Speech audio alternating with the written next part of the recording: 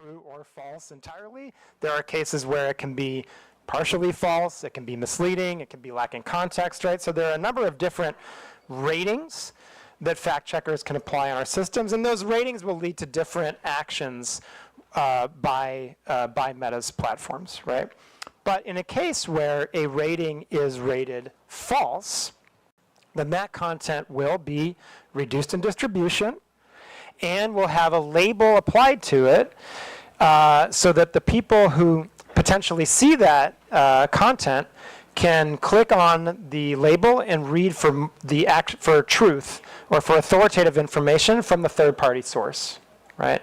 And so that's our general approach to how we would treat misinformation when it would not be specifically physically lead to specific physical violence or lead to to misinformation on the elections process, right?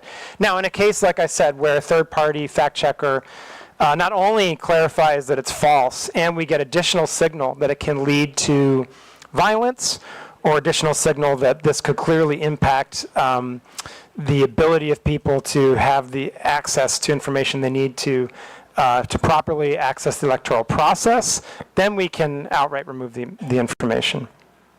But that is not, those, I just want to emphasize that the outright removals of misinformation are much more limited in scope. I would also just like to note that, if we see that there are repeated violations, or sorry, I shouldn't say violations, if there are repeated instances of misinformation from the same people, from the same pages, then that can lead to overall less distribution of the content by those people and by those pages. And it can lead to other actions such as demonetization, the prohibition on placing ads, and so forth, right? So there are a number of kind of increasing scale of penalties that can be applied if you're a repeat purveyor of misinformation on our platforms.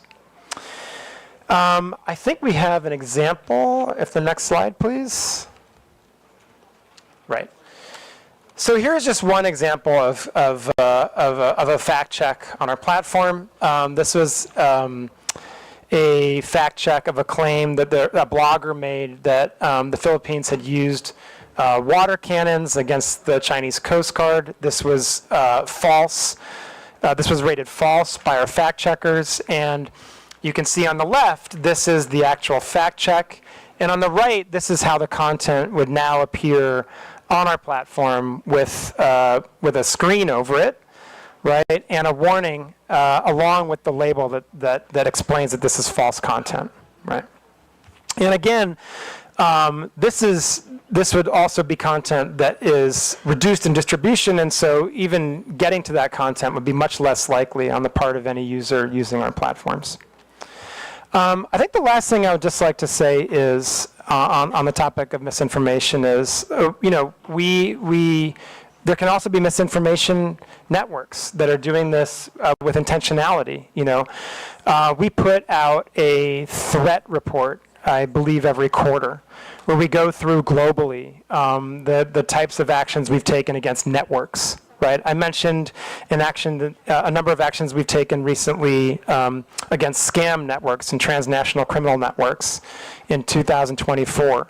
That was included in one of our threat reports. But it's public information. You can go online and access this information.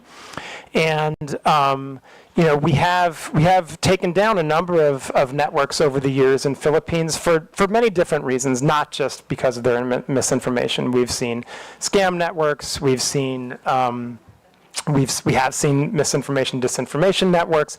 Those are all publicly reported in our threat report.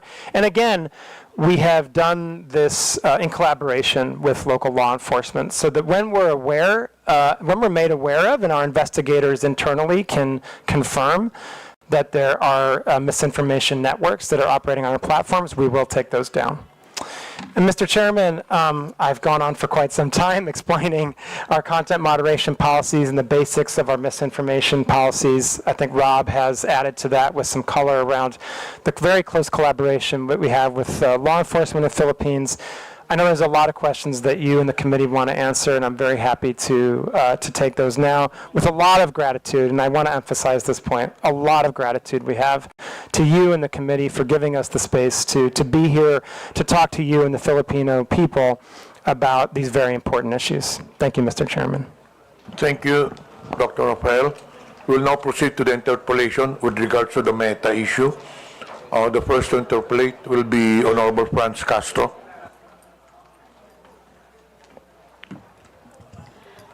Thank you, Mr. Chair, and I also thank the Meta for coming here after 3 notices. Thank you. I have some specific personal question about how the Meta is detecting community standards violation, or what you call violation of community standards. When you look at the when you look at your platform, we have here several. When you report like a content, you will find here several violations like scam, fraud, or impersonation, unauthorized political ad, adult content, selling or promoting restricted items, violence, hate, or exploitation, bullying or unwanted content, intellectual property, suicide or self-harm, false information, problem involving 18-year-old or someone under 18 years old. Well, I was a victim of your platform, where my official Facebook account were taken down by your platform due to it said there impersonation. So I cannot understand why do you take down an account due to impersonation? So how does it happen? So how will you determine that really is this account is impersonated? Because this account was reported to COMELEC as my official election account for for my daily activities during election. Thank you, Madam Congressman. Mr. Chair, if I may. Madam Congresswoman, thank you for your question. Certainly impersonation is a violation of our community standards. And there, I can say that I don't know the specifics of your case, but let me talk about a little bit about how we try to deal with issues of impersonation, right? First of all, there can be a number of different reasons that an account might be taken down, right? There can be repeated violations of our community standards, or there can be very severe violations of our community standards. But other times, it can be because someone was able to, unfortunately, gain access to your account. Not your account, but anyone's account, right? It can happen that unauthorized access can take place, right? In those cases, they may, once a hacker has gained access to an account, then, sometimes what we see is they go and delete the account, or then they take over that account to use it for their own purposes. And what we do in those cases is we work with the rightful account holder to retake control of their account, right? So we ask for credentials. It could be a government ID. It could be various email addresses or other identifying information that were used with that account in order to regain control of it. I think one thing we've seen and that we know is an extremely effective guard against having accounts taken over by hackers is two-factor authentication. Two-factor authentication is really the first line of defense that any user on Facebook, including members of Congress, have against their accounts being taken over. If you have two-factor authentication on, anytime someone would seek to make changes to your account, it would ping you to make sure that you're the right person and you're authorizing those changes. I would urge everyone to make sure they have two-fact turned on their account. I think it's also worth noting that, for government officials, for politicians who are engaged in an election cycle, we have specific channels where we can work together. We have our Meta Support Pro channel that you can access and that we're happy to work with you to make sure you have access to, so that if you have specific issues with your account, other members of Congress, other people running for election can access those channels. I think it's also worth noting, and I didn't really mention this in my opening comments, but I think I should, that that there are a number of different statutory agencies that have specific channels with Meta where they can report community standards violations, account hacks, and any other issues that the government is experiencing with Meta's platforms and our services. In fact, there are 11 different government agencies that have direct channels to us. And so those are other channels that can certainly be utilized in cases where members of Congress experience those types of actions. And I would just also say, it does also happen from time to time that we make mistakes. That is also something that happens, and we're sorry for when that happens. We know it's a really poor experience. We don't want that to happen. We take those instances very seriously. We do everything we can to try to minimize them. And so that's also just something that can happen sometimes. So when my account was took down, we complained to we write to the Meta about my account, and then why is it that you are taking down specific account without explanation or without any justification to the subscriber? Like, for example, just take the account and that's it. So no explanation at all. So you will just explain if we will write to you on what happened to the account. So there's no, is there a like for example, due process in place in your platform? Thank you for the question, Congressman, Mr. Chair, if I may. Madam Congresswoman, again, I'm not familiar with the specifics of your case, but I, again, can talk in general. Users should receive notifications if actions have been taken against their account. That is certainly part of the due process that we have in place. And users have a right of appeal. And in fact, when we see mistakes happen and users appeal those actions, the content in question, if it was a community standards violation, may often be restored. In some cases, the account would be restored. I do just want to highlight, in the specific case of hostile takeover of accounts, or what Meta believes may be a hostile takeover of an account, that can be a more complex process for very good reason. We want to make sure that we are not providing access to the account of someone who shouldn't have it. And so, Madam Congresswoman, I would just emphasize again that if you or another member of Congress is having any types of these issues, we can certainly provide you access to our Meta Support Pro and other channels so that we can solve these problems together.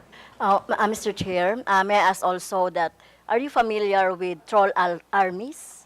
Troll armies, or mass reporting of an account so that it could be taken down for any other reasons. Are you familiar with that? Because I'm suspecting that my personal account was a victim of that scheme by army trolls, or by a group who would like to take down my account. Because as I can see here in your process of checking the misinformation and disinformation, it would be, if it is mass reported, it goes to your AI, and then after that, human checking, right?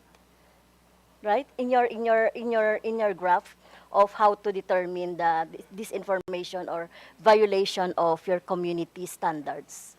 So, my questions is, are you familiar with that scheme? Mr. Chairman, thank you. Madam Congresswoman, coordinated mass reporting absolutely violates our policies.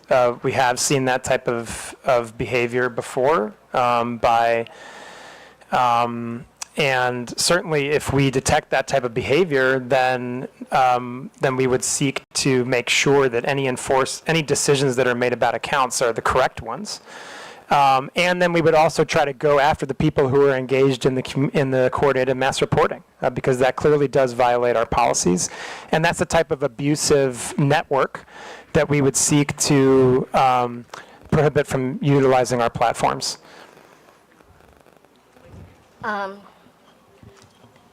Another question, Mr. Chair, is about the inaction of the Meta on the AI-generated images abused. I was also a victim of that when I hold a gun. They are using the AI-generated, but still in the platform. But the Meta is not doing anything about that, and many progressive organizations and individuals are victims of that, Mr. Chair. Mr. Chairman, sorry, so the question... So how do you detect, or why are you not taking down AI-generated images that you think are not or inappropriate or not true or misinformation? Thank you, Mr. Chairman. Thank you. Madam Congresswoman, and for the committee, I think I would start from the place of our view of misinformation is that whether or not it's AI generated or not, it would be misinformation, right? And so I think first and foremost, what I would say and emphasize is that our misinformation policies apply to content that is AI generated and is not AI generated. Now, taking a larger look at AI generated content, okay. There's a few different pieces to this, right? First and foremost, if people use meta AI in our own products to generate, for generative AI imagery or the like, we have the ability to detect that, right? And it'll come with a watermark, basically, and therefore a label and be recognizable as a generated AI image. Now, if people are using other tools, right, then basically it's harder to detect what is generative AI and what is not. This is an area of very significant investment for Meta right now. We're working very hard on ways to detect what is generative AI and what is not. I think that part of the issue that we have here, and this is one where what we need is collective action. At the moment, there's no agreed upon industry standard for watermarking or for how platforms like ours should go about detecting the difference between generative AI and non-generative AI content. And so that's an area where we really need more focused industry collaboration, and certainly we are trying to drive that. For Meta, we believe it's very important for that type of collaboration to happen between industry, civil society, and governments. And I think the last thing I would really talk about when it comes to generative AI imagery or other content is really distinguishing between paid content and non-paid content, right? If you are, just generally speaking, at Meta, we take a much more stringent approach to moderating paid content, right? Because obviously we're taking money for it. We believe we have responsibility that's even greater, and the distribution would be increased, right? And so, in the context of anything that is, again, taking out the generative AI component of it, any type of content that is paid for, that is political in nature, that talks about a campaign or a politician or a social issue, right, is subject to our policies on political candidates and social issue paid advertising, right? And according to those policies, you would be required to disclose who is paying for the ad and sponsoring the content. You would also have to go through an authorization process, which would include, in most cases, providing a government ID. Okay, And you would have to be, you on that. if I could just finish one last Yeah, point, you'd have to be located in Philippines, right? If you want to run a social issue or political ad, you'd have to be located in Philippines, right? And so there's a series of steps that you have to take to cross that threshold in order to be able to run those types of ads. And then in addition to it, if it is AI generated, you'd be required to disclose that it is an AI generated paid piece of content. Thank you. So really, it's very hard to determine because the name of the account is alias, or the name of account is just like a, like for example, Makabayan. The account is using our political organization. That account names Makabayan is using our political organization, but it has this what I saw an AI generated images of mine with guns, with the rebels, etc. I will give you the images later so that you can see. Mr. Chair, thank you, Madam Congresswoman, and I know my colleague also wants to add on to this. Mr. Chair, with your indulgence, Madam Congresswoman, it's my understanding that you reported this content, this image, to Comelec, Yeah. and we have removed it. Yeah. I would like to also state respectfully for the record that we're not doing nothing on harmful generative AI. In fact, as recently as, it was either yesterday or the day before, I personally worked directly with PAOC to remove a harmful piece of generative AI that was promoting investment scams. And what happens when something like that gets reported, it's not just that piece of content that comes down. That informs our ability to enforce across the platforms and across other accounts. So although PAOC reported one specific URL, many, many others came down as a result of that report. So while I understand, with respect, how painful and frustrating it must be to be a victim of harmful generative AI, please don't think we're doing nothing. But we are not perfect yet, but we always strive to be better. We strive to be better by signal sharing and trend sharing with Filipino law enforcement, legislative, NGOs, civil society, etc. So thank you. Yeah, and I would just emphasize what Rob said about, please, if you believe that there's a piece of content that violates our policies, please do report it through Comelec, and we'll treat it with the utmost urgency. Thank you. And Mr. Chair, last question. And in your presentation, you have also employed organization or fact-checker organization. Can you name those? Do you have an example? The Vera files. You have. What is AFP? Correct. What is AFP? That's a Mr. Chair, if I may. Agence France Presse. Okay. It's a global news organization. Okay. Thank you, Mr. Chair.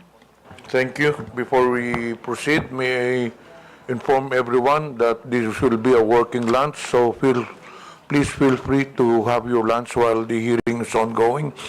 Before we proceed with the next interpolator, may I acknowledge the presence of Deputy Speaker J.J. Suarez, Honorable Jefferson Conghon, Honorable Julien Baronda, and present online, Honorable Janet Garin, Honorable Isabel Maria Zamora, Honorable Ramon Rodrigo Gutierrez, Honorable Joe Sobiri, Honorable Drixie Cardema.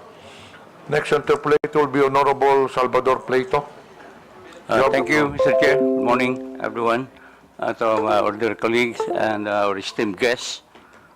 I just want to ask a question to Mr. Abrams.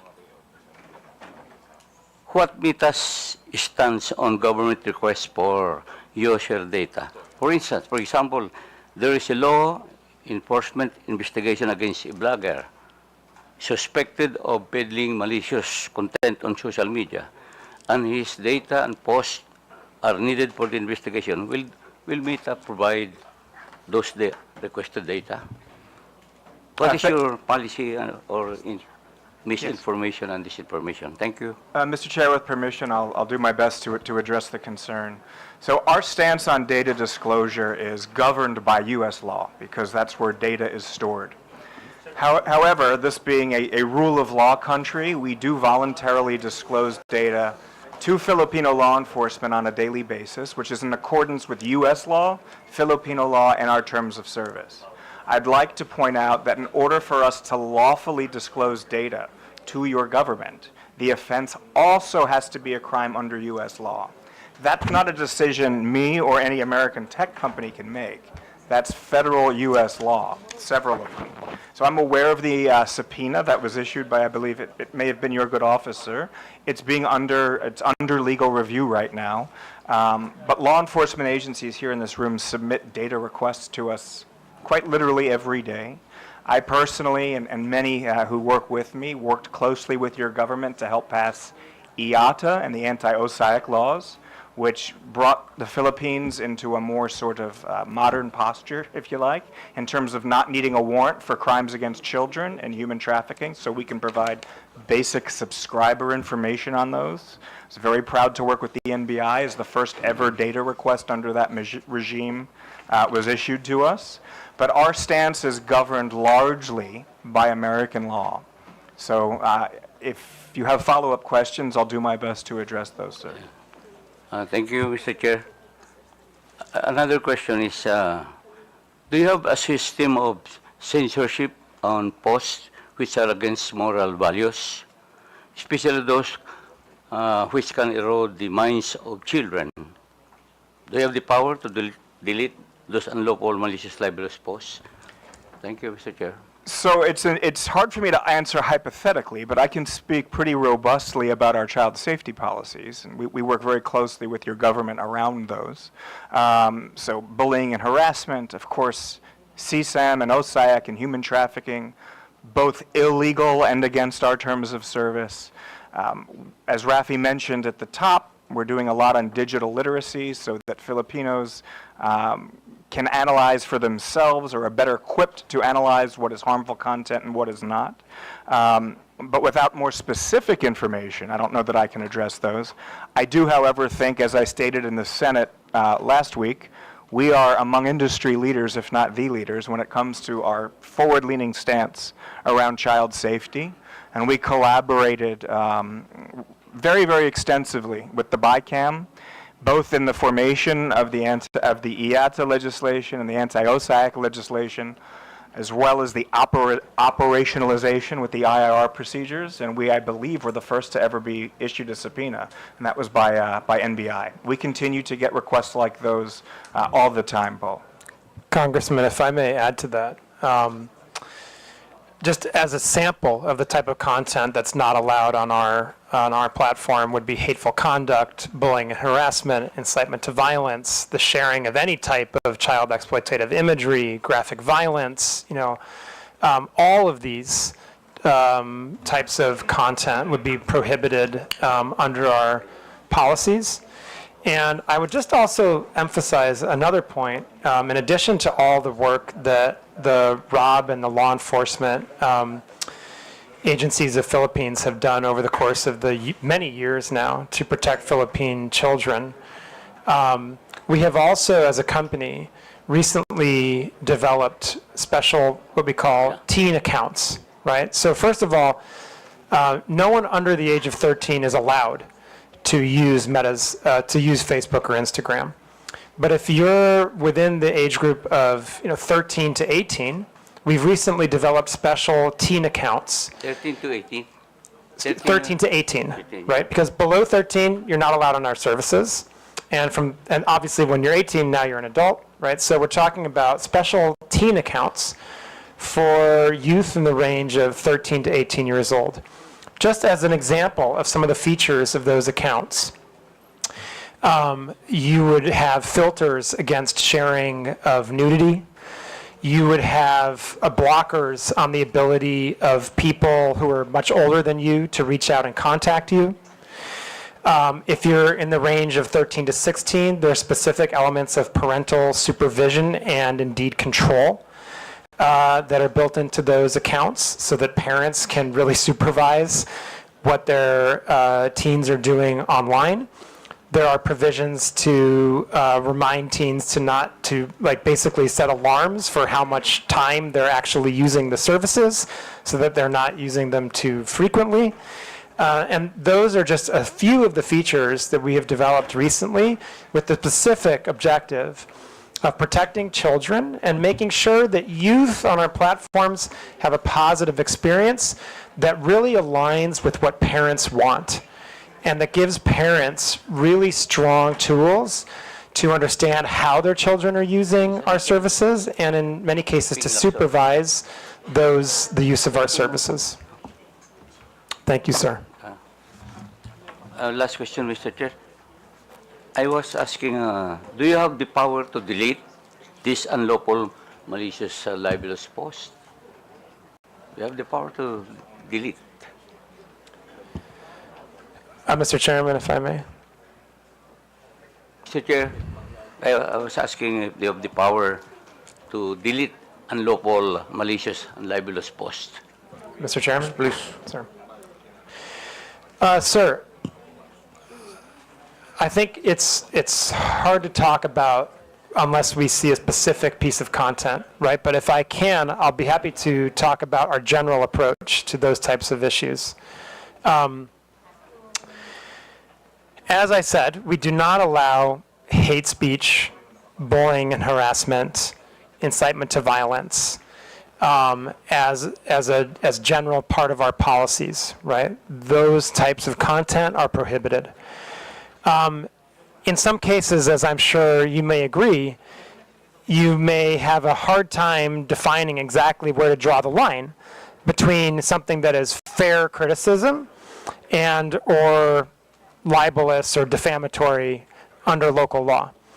I think it's worth mentioning that, there are, we do allow for criticism under local law, criticism under our community standards, especially if it involves public figures. If there's a political campaign and as Philippines is a very vibrant and robust democracy, you have a very vibrant debate about political issues and about candidates. And so I think, we do allow for criticism of public figures, of politicians, of office holders, right? But where we would try to draw the line is where it goes into matters of true hate speech, incitement to violence, threats of physical violence, that type of thing.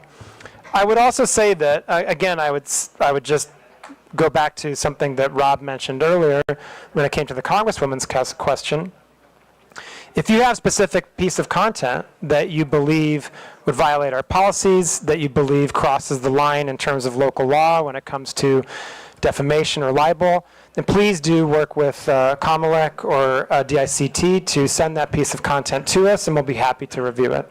And Rob. Mr. Chair, if I may just make what I hope is a helpful addition.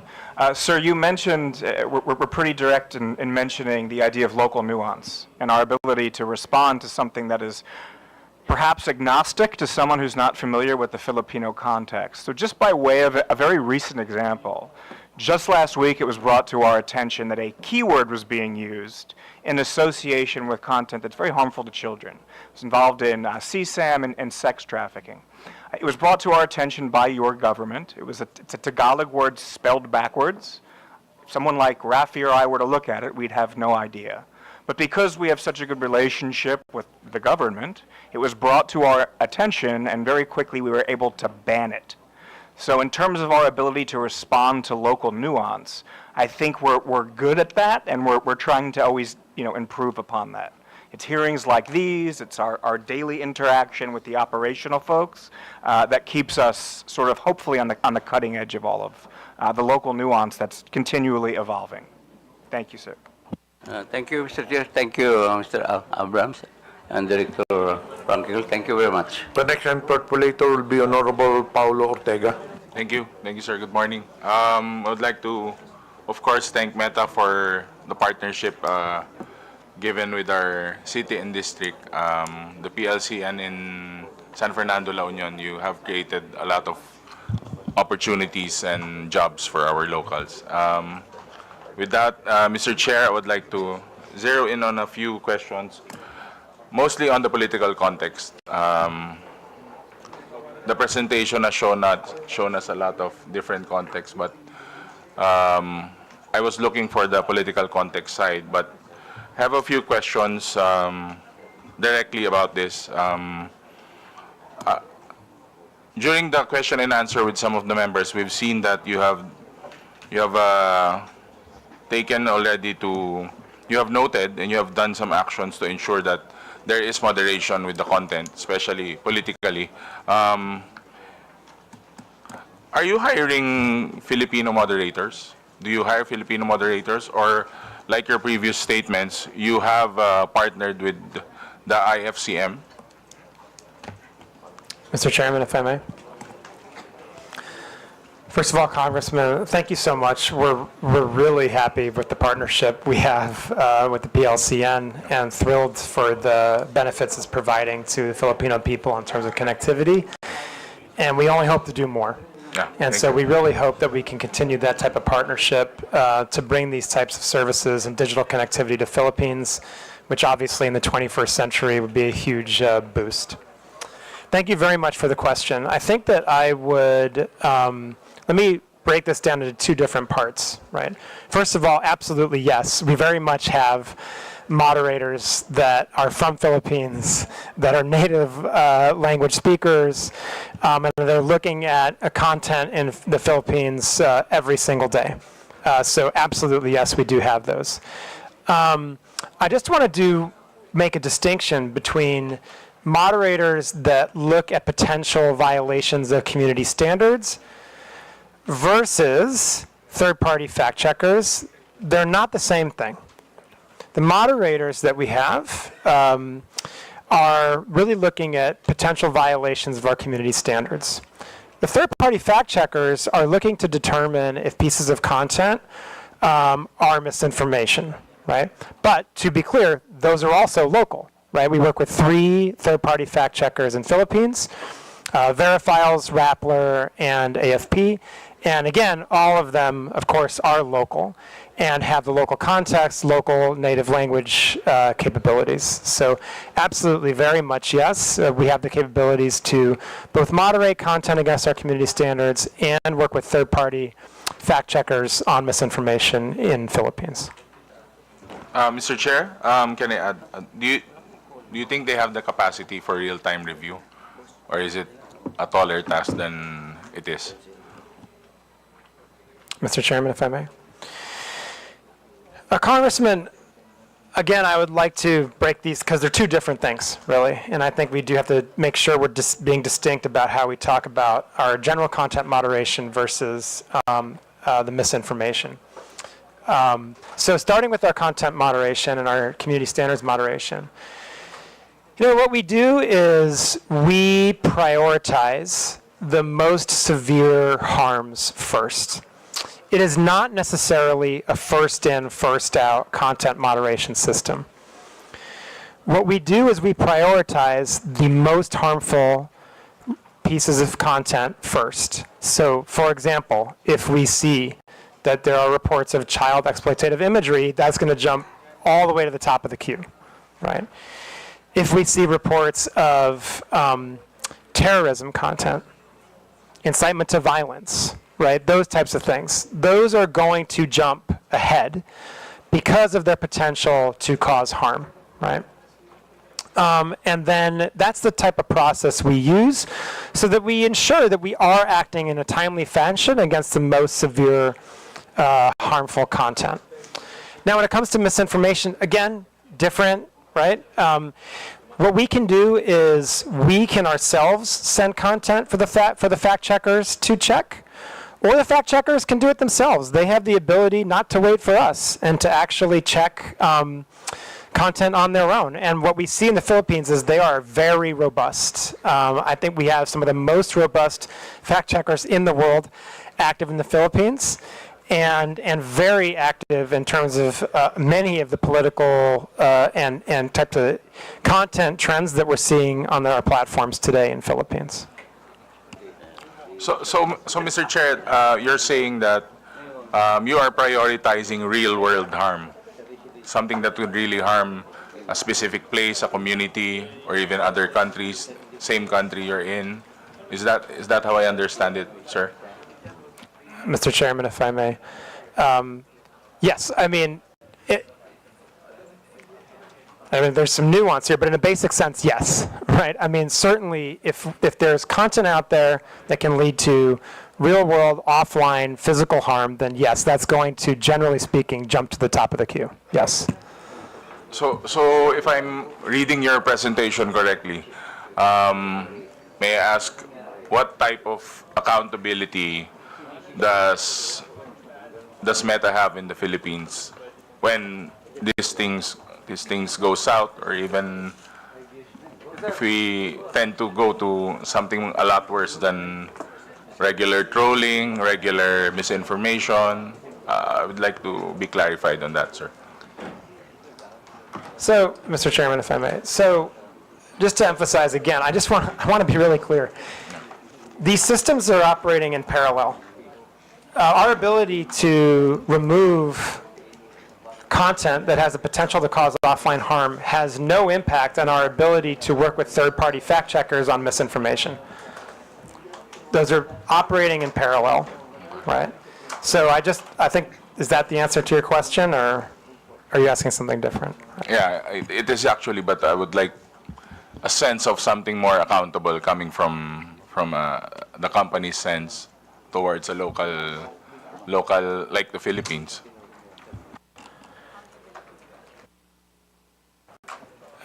Mr. Chairman, if I may. Yeah, Congressman, I think that, first of all, we're sitting here today, which I'm glad to be doing. I think it's very important that Meta, as a company with such ubiquitous and important services, answer your questions on these really important issues, especially in the lead up to an election. I'd like to point out that maybe we didn't actually show that slide now that I think about it, but we put a slide on our presentation that showed the award that we received from Comelec after the last election for the work we did to protect the integrity of the election. And so, and we intend, and we are in the process of doing that same work now with the midterm elections that are around the corner. And I would also just emphasize again that there are 11 different reporting channels that various agencies of the government and law enforcement have to come to Meta for accountability, right?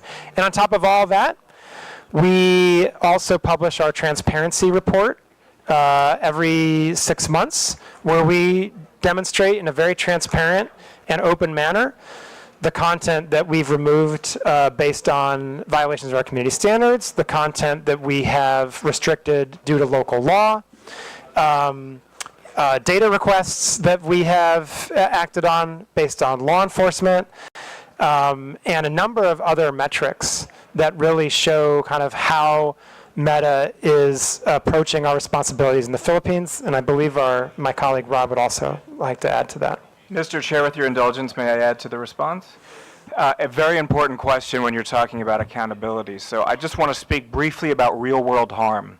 When there is potential, and there's been a crime committed, and there's potential for real-world harm, law enforcement agencies in this room know how to lawfully request data from us. So we've helped mitigate innumerable threats here in the Philippines, from terrorist threats to kidnapping threats to child exploitation threats. We proactively escalate suicidal users. So when it comes to accountability, I think from the perspective of the law enforcement outreach team, we want to make sure that the Filipino law enforcement agencies present can probably speak to this as well, but we have a very robust data disclosure policy that's in line with our terms of service, American law, and Filipino law. And it's used each and every day by Filipino law enforcement so that they can go after the actual bad actors that are operating off-platform and coordinating off-platform harm. Thank you, sir. And lastly, Mr. Chair, to drive at my point, would Meta support Philippine Regulatory Committee for social media platforms so that they can partner and help out does the same regulatory committee if it was formed? I believe that your presence here would be a big help and a good sign to this inquiry. But again, we are aiming towards a regulatory committee that would help us, especially combat fake news and others. Mr. Chairman. Thank you so much, Congressman. I'd be more than happy for Meta as a company to engage with the Philippines government and Congress on any type of regulation that you're considering when it comes to these issues. I think we have now many years of experience in terms of working with governments around Southeast Asia, Asia Pacific, and indeed globally, to come up with modalities and regulations that really can help protect users, but also protect freedom of expression, that try to properly balance freedom of expression and safety, and that, of course, account for local nuance. It's really important that countries have their own solutions, and we're happy to share what we feel like works, what's been more challenging, and what doesn't work, and we'd be very happy to engage Congress further on that issue. And I'd appreciate the opportunity, and thank you for it. Thank you, Mr. Chair. I'll reserve some of my questions for the second round. Thank you, sir. Honorable Arlene Brosas is recognized. Yes, thank you, Mr. Chairman. I have a few questions also, Mr. Chair. Mr. Chair, how many websites or applications are under the Meta umbrella? Okay, so, Mr. Chair, if I may. We have Facebook, Messenger, Instagram, WhatsApp, Threads, which is a part of Instagram to a sense. We have our Quest devices, which are virtual reality devices that also have application, and we have specific application for our Meta Ray-Ban glasses that we are now producing together with Ray-Ban. There's a specific application for that. And then, of course, we have the various websites that also operate these platforms, including now Meta AI. Thank you, Mr. Chair. If you'd like a very complete, thorough, total list, I'm happy to provide that for you in writing. But, thank you, Mr. Chair. Mr. Chair, my next question is,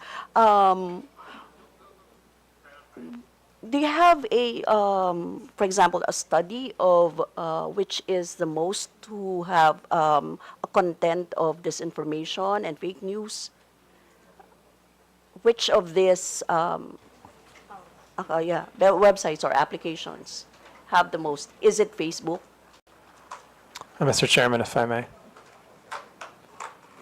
So thank you.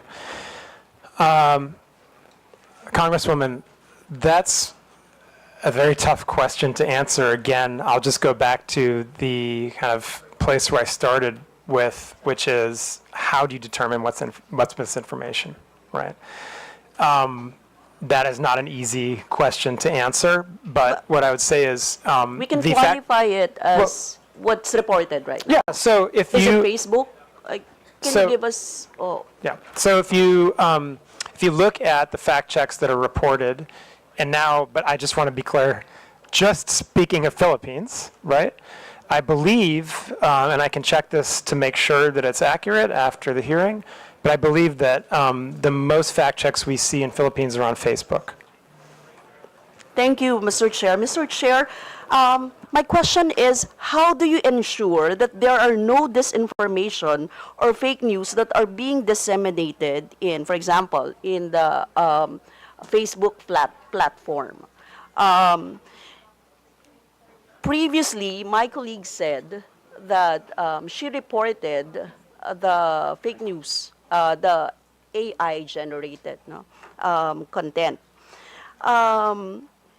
Do you have a mechanism of removing a content if it's disinformation or fake news, motu proprio? For example, if it's not reported and it's being generated, so those are two different things, right? One is reported and one is not reported. If there's no report of that, but it's an AI generated and it's a disinformation or fake news kind of news. Mr. Chairman. Thank you, Congresswoman. The fact checkers that we work with, the third-party fact checkers, have the ability to, and they do very often, fact check content even if we have not reported it to us. So the answer is yes. And I would say, I just reiterate, from earlier in my presentation, that whether a piece of content is AI generated or not, we would still treat it the same as misinformation. So there's a form to. If there's no report, you can actually flag it as a disinformation or fake news, right? Mr. Chairman, if I may.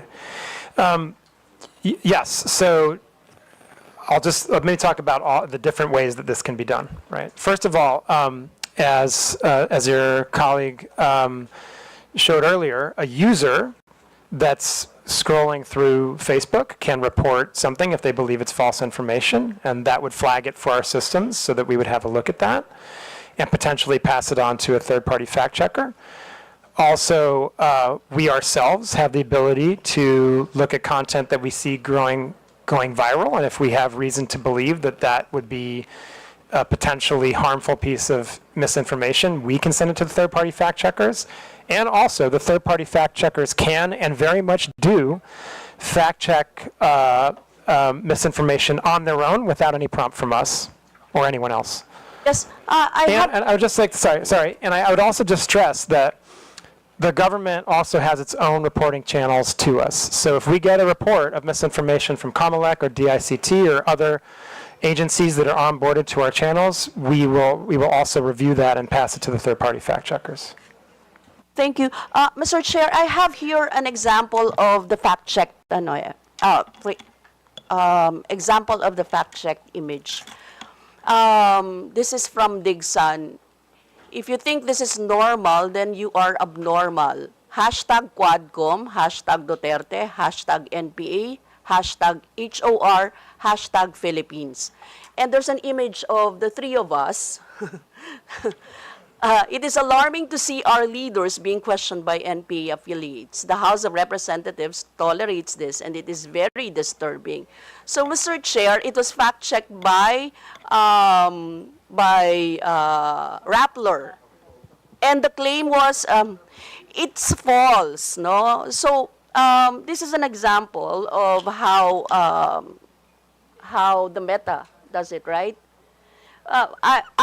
I don't know how you fact check, for example, how you take down, or what is your standards on taking down the AI that is not being fact checked by this by Verifiles, by Rappler, by those that you've actually mentioned before.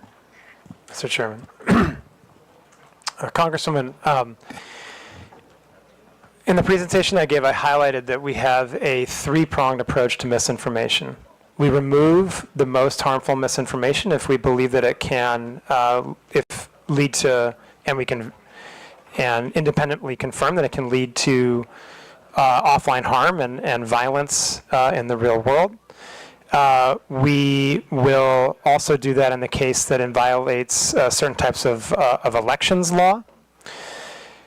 With misinformation that does not meet that threshold, we will use our third-party fact checkers to check if indeed that misinformation is false or partially false or missing context or any of those kind of labels.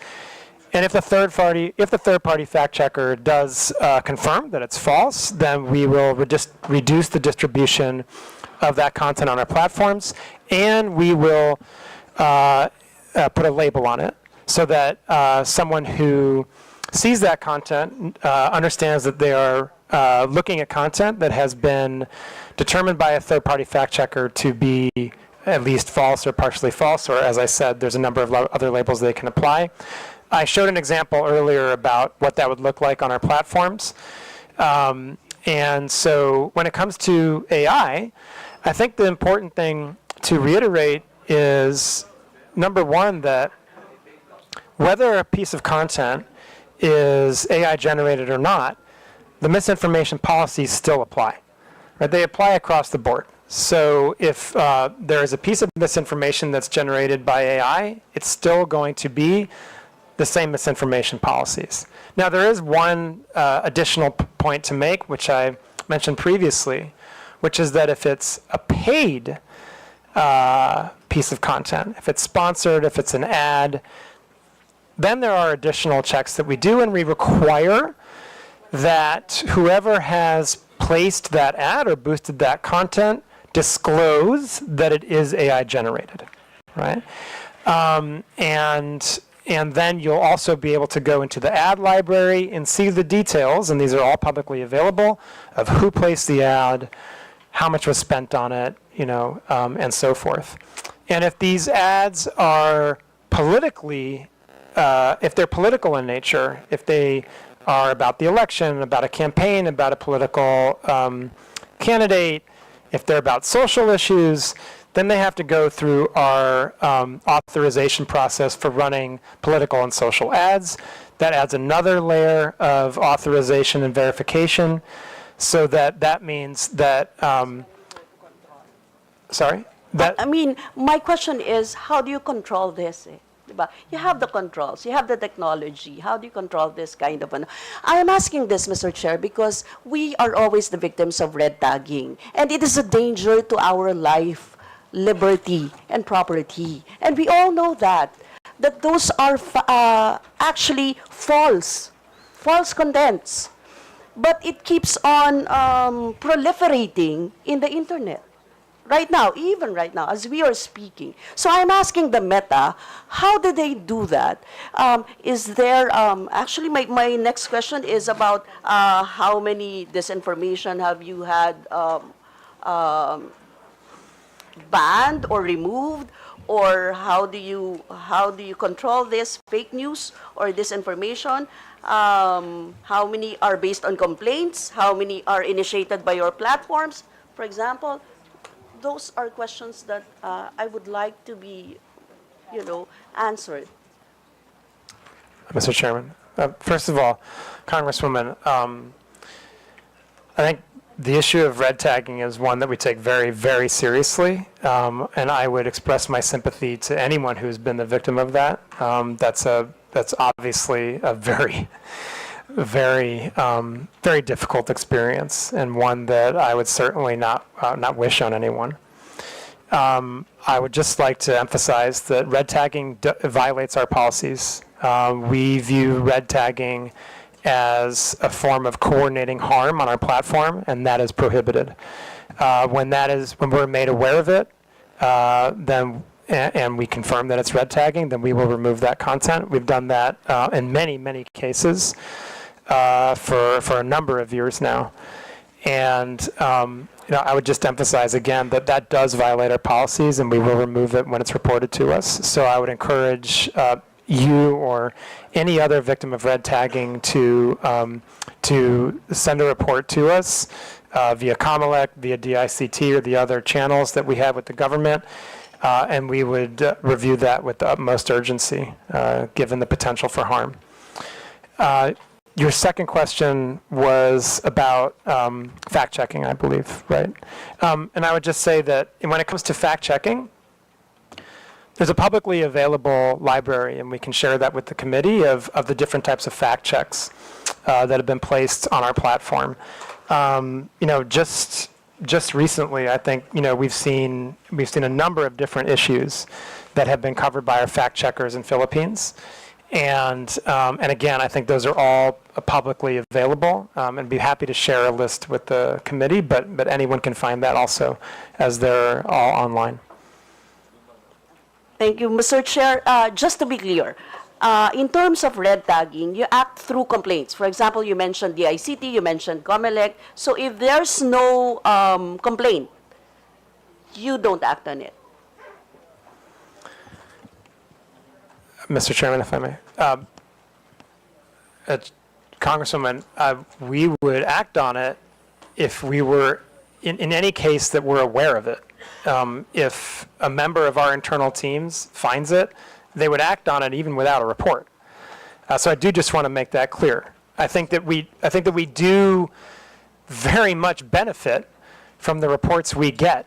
I mean, it is hard. I think one of the things that we know about red tagging is that, and I kind of mentioned this before, there are different types of content. When we look at violations of our community standards, there's the type of content that very clearly violates, it's not even close, it's a clear violation of our community standards. The really obvious examples are child exploitative imagery, terrorism, graphic violence. I mean, it is much easier to moderate that kind of content. When we get down to the level of speech, and red tagging is one of these issues, it sometimes can be nuanced, right? Now, it doesn't mean we don't take it seriously. We take it very seriously, right? You have guidelines on that. We do absolutely have guidelines on that. We absolutely have guidelines on red tagging. Red tagging per se. Sorry? Red tagging. Do you have guidelines for that? Yes, we have guidelines on red tagging. Rob, do you want to add anything on this point? Just say in general, red tagging often involves doxing, which puts people at risk. So that would be a red line, for example. But I think, again, to emphasize, as Rafi's made clear, this is often very nuanced. But that's why we have what we call the trusted reporting channels. So when we get information from DICT, from COMELEC, from your good office, from law enforcement and others, they're treated with great deference and treated with great priority. But doxing, putting people's lives in danger, that's obviously a red line for us.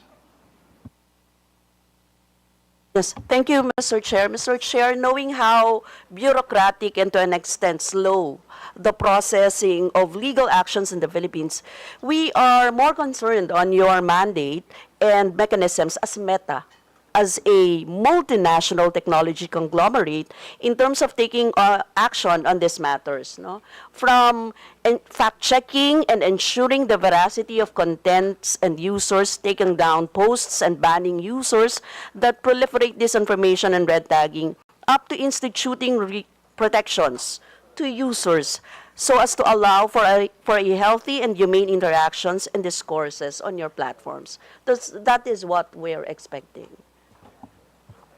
Mr. Chair, thank you so much, Congresswoman, for the opportunity to discuss these important issues. And we absolutely share the objective of making sure that the platforms that Meta operates in the Philippines are safe ones.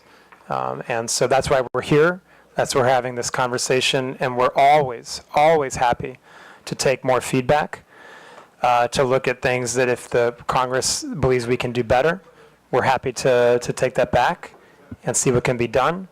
And I think, as Rob said, I would just emphasize, please do utilize the reporting channels that we have established that are very well functioning with the government, with DICT, with the law enforcement, with COMELEC, to address these issues.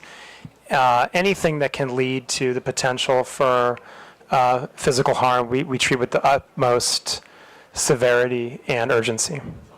To share, maybe they can help us in the data. For example, how many complaints have they received? How many are initiated by their platform? For example, the total numbers, at least, no? If we can have that idea of how they actually took an action on those complaints. How But many? that would be a substantial number of complaints. I don't know if you'll be able to submit the data to this committee. I mean, well, maybe as far as the Philippines is concerned. Mr. Chairman, thank you. We do put out transparency reports that look at how we have handled government requests, and so those are readily available. I believe the last one we have out right now would be for H1 2024.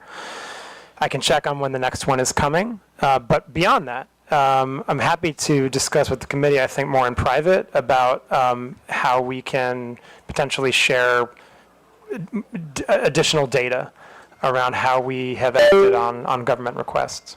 Mr. Chair, with your indulgence, might I just add to that response? I really like the fact that you said, I believe, was it humane and fair? I think that's very, very well put. I want to make it very clear that we are not in a reactive-only posture when it comes to the upcoming midterms. We've been having weekly huddles with meetings that are very multidisciplinary and cross-functional at our, at our headquarters in Singapore. That is largely staffed by our Filipino colleagues. We are firm in our belief that the Filipino election is for Filipinos, and we're doing everything we can to keep it free, fair, and free from interference. And to your point, Madam Congresswoman, humane as well. But as the chair and I were discussing along with Rafi, we've seen firsthand, and this is now my second or third round of elections here in the Philippines, it's a very vibrant, bare-knuckle democracy here.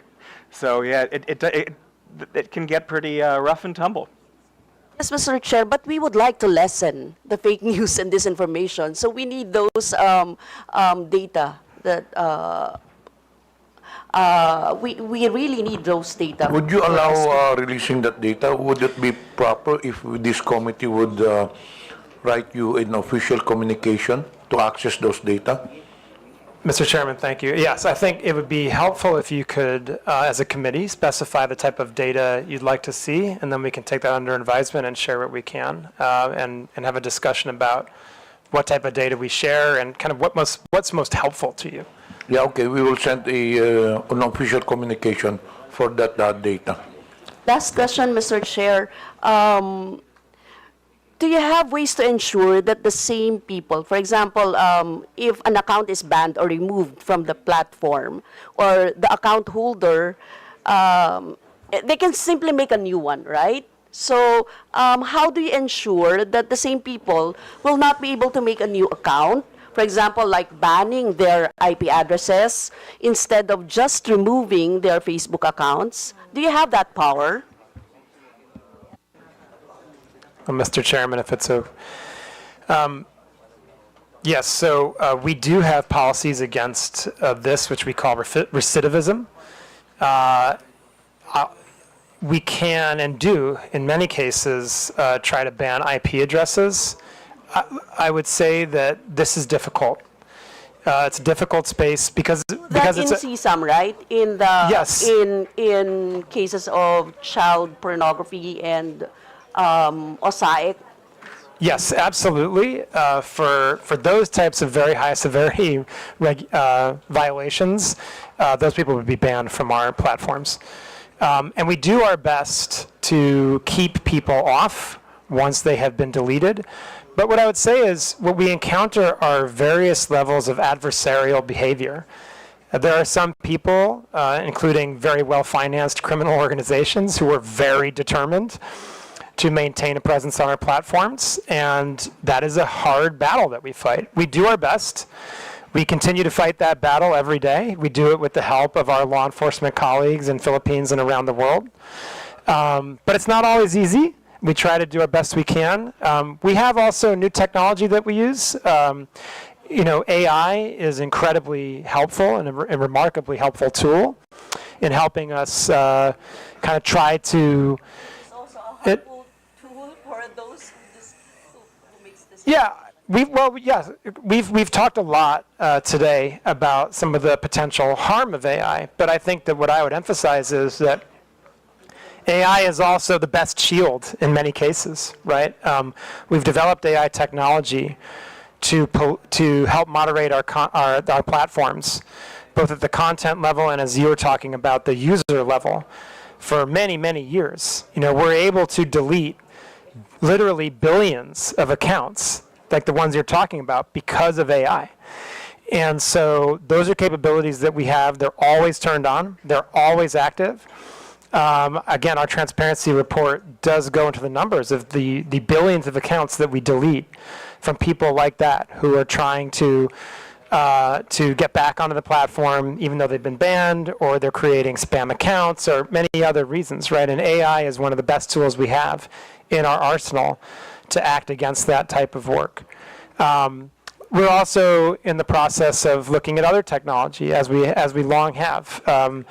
For recidivism, you referenced IP blocks. It is something that there are cases where that's possible, but that's again difficult because there's technology that very well financed people can use to even evade that, right? So this is an adversarial space in some cases, and we do the best we can working with our partners in government and law enforcement to keep people off the platform once they've been removed. Rob, do you want to? Sure, I'd be happy with the chair's indulgence to add some additional context to that. So when we're talking about the use of AI for detection for harmful content, the reason that north of 99% of child exploitation material doesn't make it onto our platform is because of things like machine learning, AI. The reason that the investment scam generative AI issue that was brought to my attention by the Presidential Anti-Organized Crime Commission the other day is no longer allowed on our platform is because we have fed that into our tooling so that it's no longer available. The reason it's a very big step for us to take an entire device offline is because here in the Philippines, there are still places where families share a single device, where internet cafes share a device. So we want to make sure we're still providing voice to people who are lawfully using the same device. We do, however, to your point, have certain absolute red lines. So a terrorist-related piece of content, CSIM, human trafficking. There's no warnings given to users on that. Their accounts are disabled when something like that happens. Or when they post content of that nature is what I should say. Thank you, Mr. Chair. Mr. Chair, may we be furnished a copy of the red tagging guidelines na lang? And for the guidelines that they use for determining fake news and the specific timelines for the violations, for example, of the community standards violation, how long does it take? Is that being addressed to Meta? Yes, Mr. Chair. We'll include that in the official communication. Yeah. Thank you, Mr. Chair.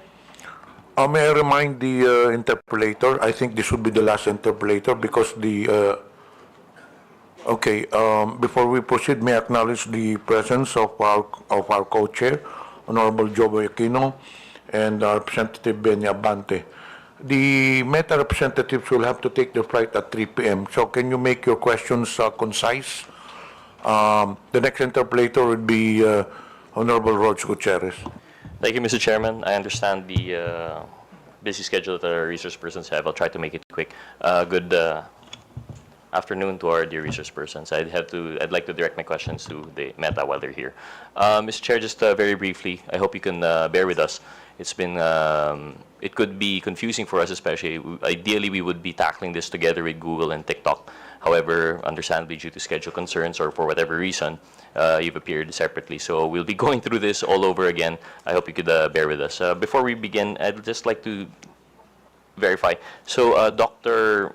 Frankel, is it, Mr. Chair, to the Honorable Chairman, can you tell us what you do in Meta? Mr. Chairman, Congressman, I'm the Director of Public Policy for Southeast Asia. And you are based in where? Singapore. In Singapore. And you are part of Meta, the American company? So I'm an employee of Facebook Singapore PT Ltd. Meta Platforms is the American company. Meta Platforms is an American company, the Singaporean company. And Mr. Abrams, to the Honorable Chairman, maybe know your position in Meta. So I'm one of the heads of law enforcement and national security outreach, handling a large chunk of Southeast Asia.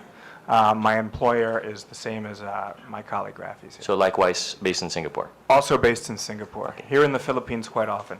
Here in the Philippines quite often. And generally for Meta, although Meta Platforms, the American company, when they operate in Southeast Asia, they would do so through Facebook Singapore. Is that correct? Every country, sorry, Mr. Chairman, if it's okay. Congressman, every country has a different legal structure. Here in Philippines, we have a representative office of our Singaporean company. It's important to note that that representative office is not in charge of business or operations. It does not do anything involving content decisions, right? Those are really, again, those are undertaken by Meta Platforms. Mr. Chair, I'm glad you brought that up, and actually that would be my next question. So if you are representing Facebook Singapore, and you are doing these regulatory work in behalf of Meta Platforms through Singapore, I assume for Southeast Asia, what is it that Facebook Philippines, what do they do? If it's not anything to do with the support services or content regulation or the actual business of Facebook, Meta Platforms, sorry. It's actually very much about the business of Facebook. So we have sales and very robust sales and support team. Our public policy team, who's based here, while not involved in takedown decisions and data disclosure decisions, do work very closely with COMELEC and with DICT and with many NGOs. I think what we're trying to emphasize is that no decisions are made here. Those decisions are undertaken by our parent entity in Singapore or in the US. So this is really a sales and support office that exists here in BGC. I'd also say there are various programs that we run that are supported out of our Philippines office, including some of those I talked about earlier, which revolve around digital literacy. And the digital literacy programs with Digital Tayo that we've used to train over 6.5 million people. The digital entrepreneurship programs where we've trained over 60,000 micro, small, and medium-sized enterprises. Those are also examples of the type of work that our local team here has undertaken, and so forth. There's other examples. And Mr. Chair, just for the record, respectfully, sir, it's Meta Platforms, Inc. that controls all of our platforms.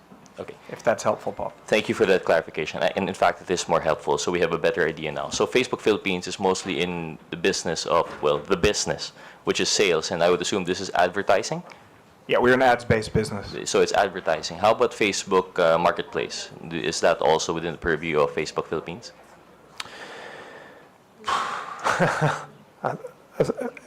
Mr. Chairman, if I may.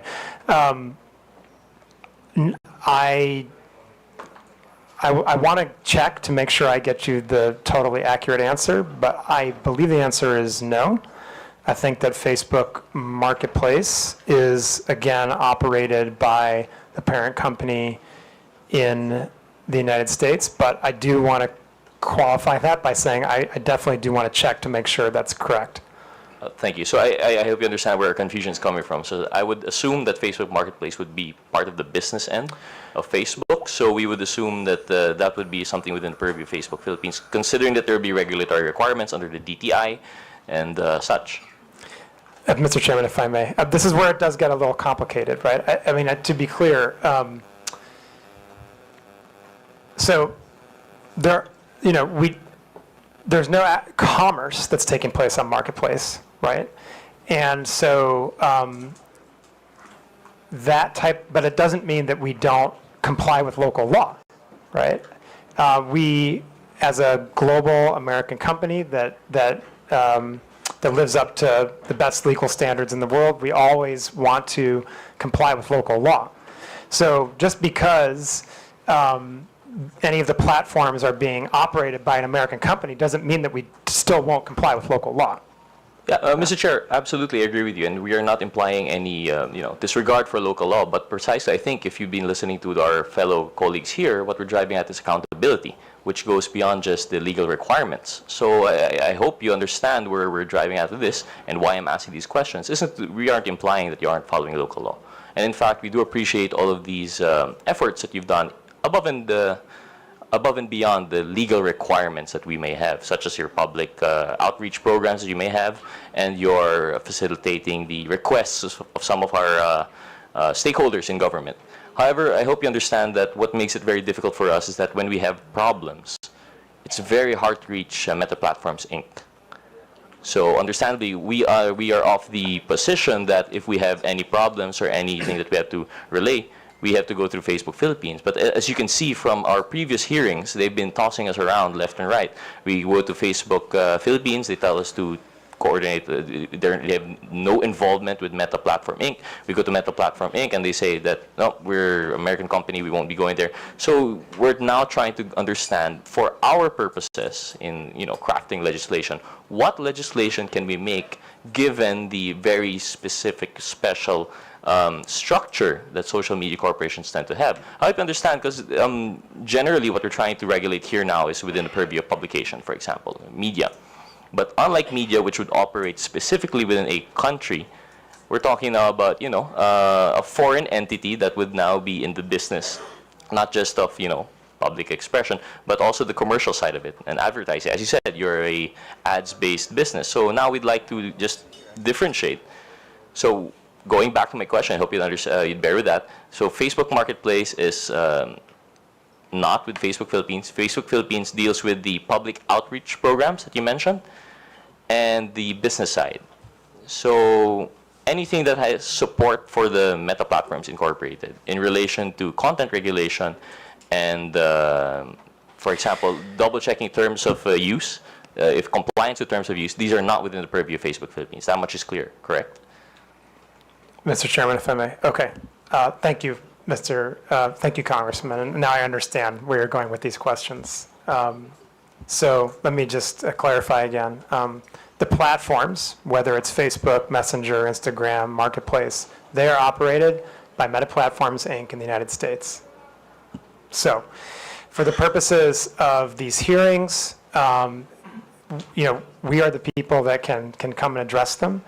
And I just want to clarify, and by the way, also, if you would like to have further discussions on regulation that you're considering, we're happy to do that. And I also just want to really, really clarify and emphasize a specific point. We always intended to come to these hearings. I really do want to make sure I say that and repeat it, because it's very true. We always intended to come to these hearings. We needed a little bit of time to make sure that me and Rob could get here. The other times, the dates we were given, there was just very short notice, and we had other commitments. We both have profiles that are regional. And so there was always an intention to come to this hearing and answer your questions and demonstrate the accountability, which we absolutely agree you deserve. We know how important our platforms are. We know that they service the vast majority of Filipino people. We know that they're used for commerce, for social connection, for business, for government affairs. We know how important they are. And we believe that we do have the responsibility to show up and answer these questions. I would also just point out there's a lot of other various forms of accountability that we have. We publish transparency reports that look at how many government requests we've acted on. We have 11 different channels for the government to report to us community standards violations or request data or any other problems that they're having, if there's account hacks or anything like that.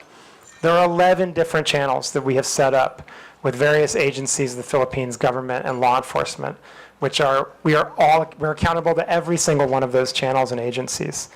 And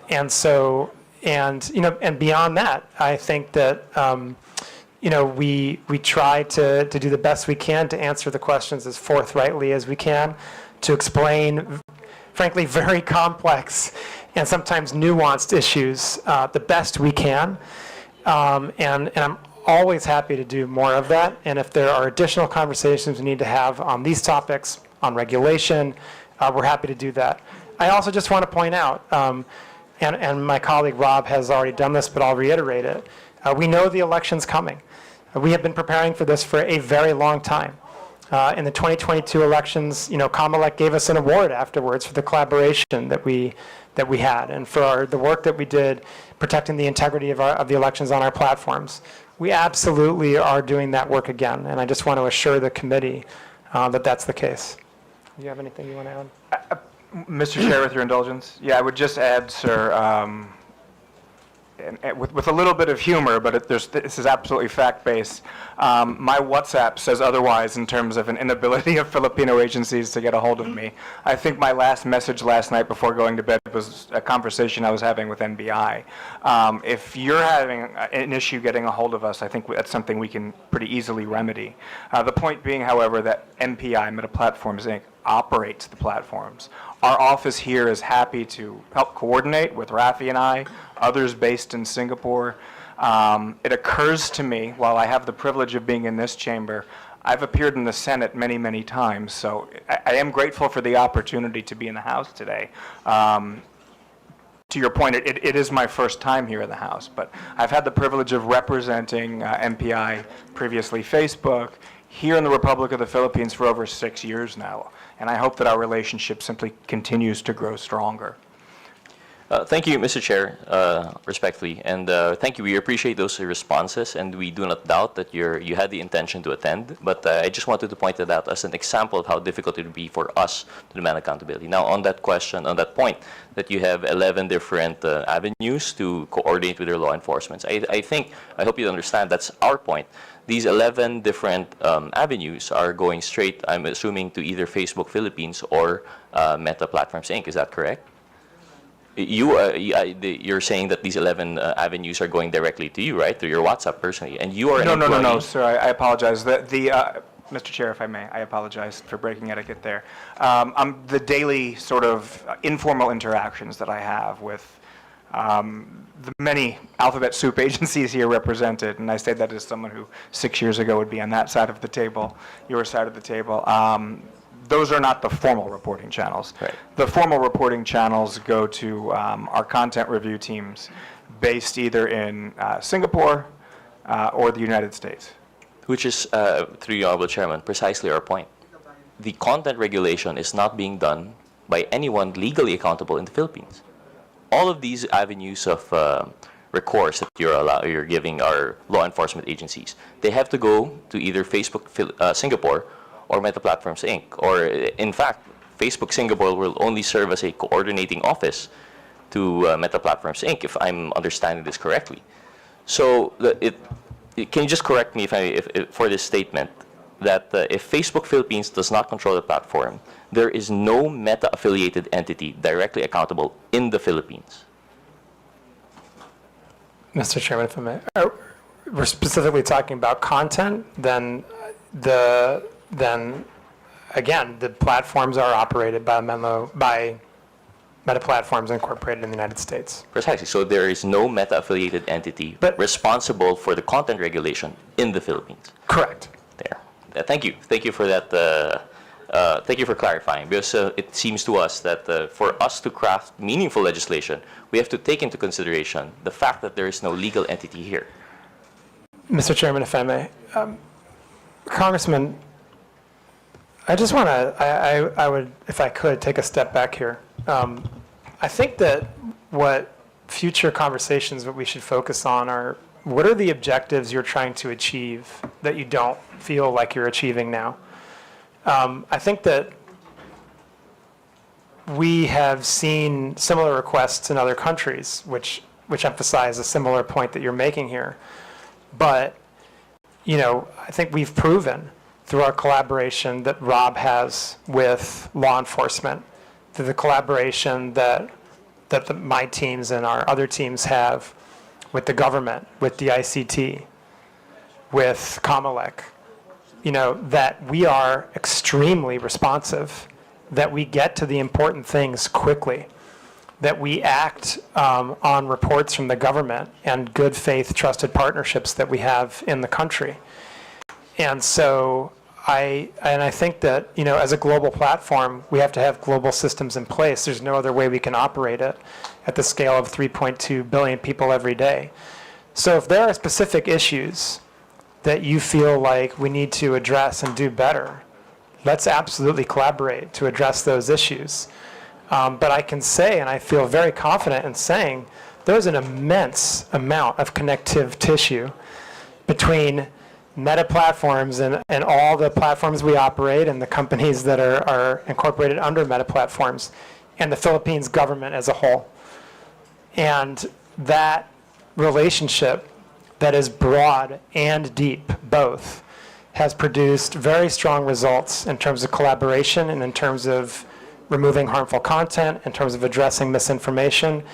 And as I mentioned before, when it came to the last round of elections, it even produced an award from Comelec. And so I think we feel pretty confident that we have the right structure in place. But if there are specific issues that you'd like to address and specific regulations that you'd like to work on, we are very happy to sit down and talk to you about those.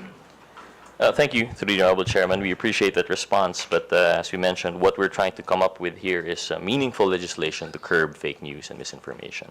So while we do appreciate that Meta Platforms Inc. and Facebook Singapore are very responsive, what we're trying to do here is to come up with, of course, you have to understand, we're not only dealing with Meta, we're also dealing with Google, we're also dealing with TikTok, ByteDance, right?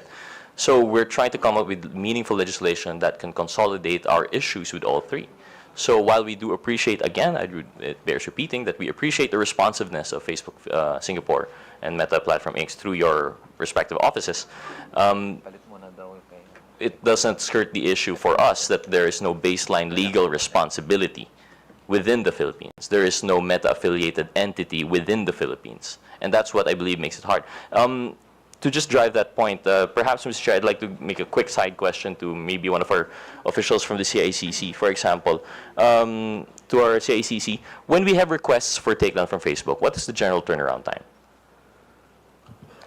First and foremost, do you acknowledge that Facebook is very responsive in your requests? Yes, Your Honor. So they are very responsive, and that, again, we do not doubt that. But what's the turnaround time? Is it fast? Is it slow? Usually, it will be from 6 hours to 24, most of the time. And in 6 hours to 24 hours, that would be sufficient time for something to go viral, correct? That's very correct. And by then, usually the damage is done, especially when we're talking about public reputation. Yes, Your Honor. So I think, thank you for that. So I think that's what we're trying to drive at here. We're trying to work with a system that would make it easier for coordination, but that's besides the point right now. Moving on, since we're beyond already the structure, we understand that the Philippines, there's an acknowledgement that there's no Philippine-based entity. I just want to go back to something you were discussing with Congresswoman Castro, that you said that there was a side-by-side, these working in parallel. You have the fact-checking, and you have, what was the other system that you have in place? Sorry? Community standards. Yes. Community standards. So community standards would be the more general approach, right? This comes into the general terms of use of your platforms, while misinformation is more specific. Is that correct? If I may, Mr. Chair. Okay, so the community standards, yes, you can look at them as they're not exactly the terms of service. That's a different legal term. But the community standards are the policies and the rules by which we moderate content on our platforms, right? They're the rules that say this is allowed on our platforms, this is not allowed on our platforms. The rules we have around misinformation are part of the community standards. I think the distinction I was trying to make with the Congresswoman earlier is that when it comes to misinformation, because we believe that it's really third parties that are the ones that are most capable and most appropriate to determine the veracity of information, there is a parallel system that we have in place, which is the third-party fact-checking system, right? And that system is in place, and those fact-checkers can proactively act even without any action on our part.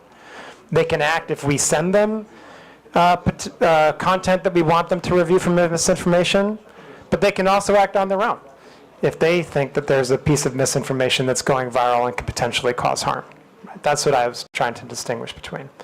Whereas the other community standards violations, such as hate speech, incitement to violence, bullying and harassment, terrorism, child exploitative imagery. Those community standards, those would be looked at by our content moderators, right? And who will make a determination about whether they violate the community standards or not, and therefore are removed or not. And I think Rob would like to add to that. Your point, Mr. Chair, if I may, your point is very well taken in terms of how the internet works and virality, and we've all seen how that works. The upside to that is when we have a piece of content that's violating, I'd like to just underscore once again that feeds our ability to prevent its future proliferation. So just by way of example, for something that's a very non-controversial sort of content subset, so terrorism-related content and child exploitation-related content, every piece of video or every photograph that's uploaded to Instagram or to Facebook is compared against an enormous bank of hash values, digital fingerprints, if you like. So once we identify one of those and it's added to the bank, so to speak, it can no longer be spread on our platforms.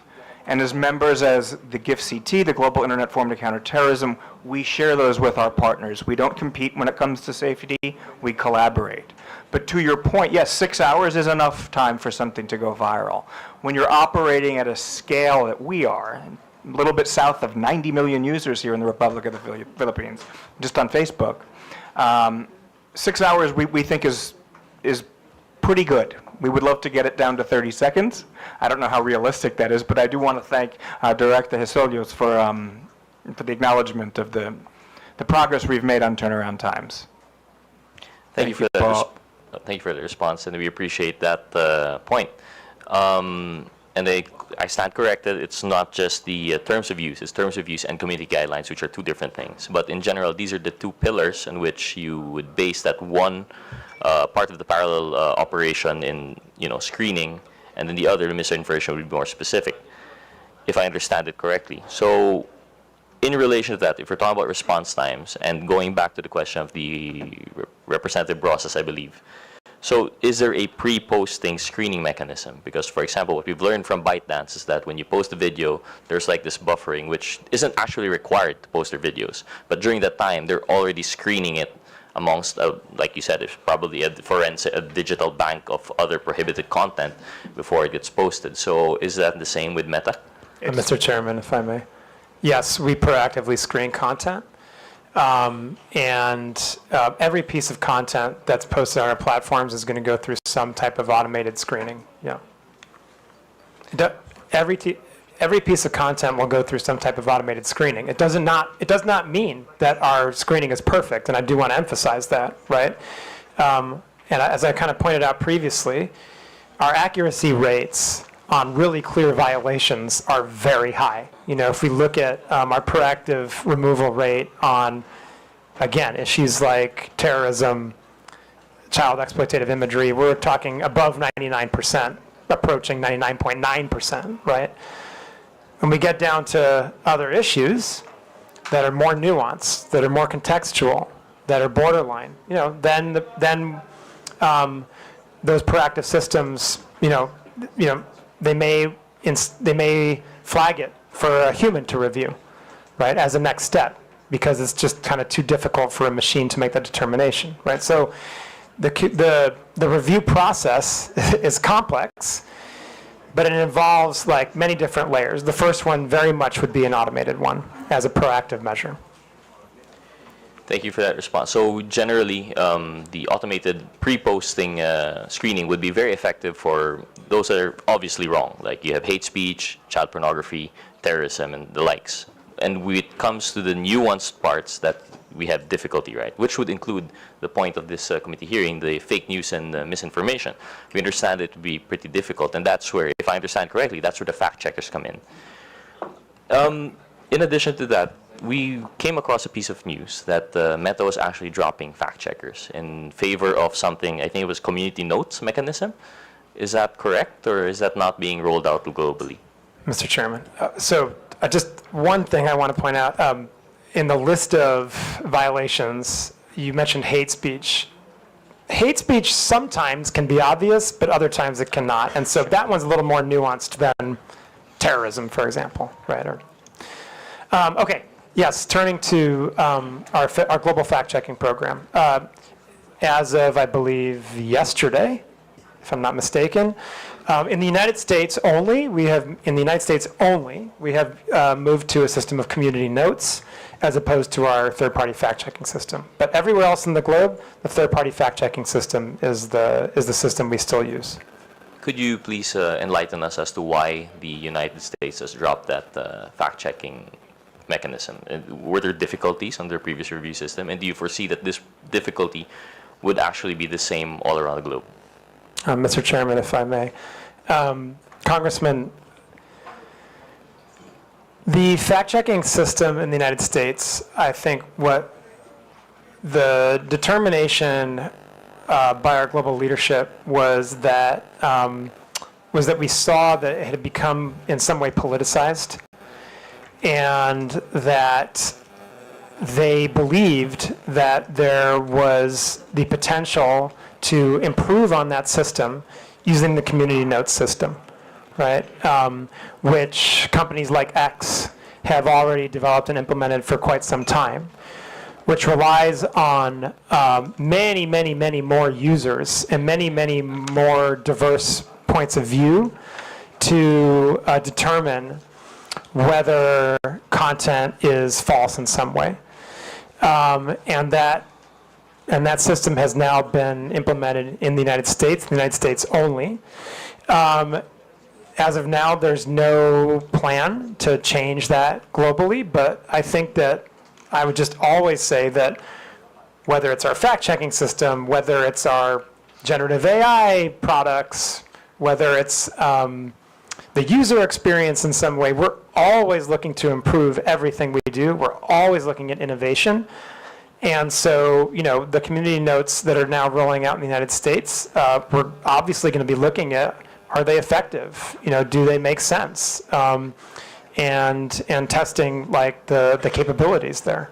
But as of now, and there's no plan to change the system other than in the United States. I still have quite a few, I have a lot of questions actually, but I understand that there's a time constraint for our research person, so I'll just stick to one or two questions to conclude. Just based on that point, I'll leave the others out.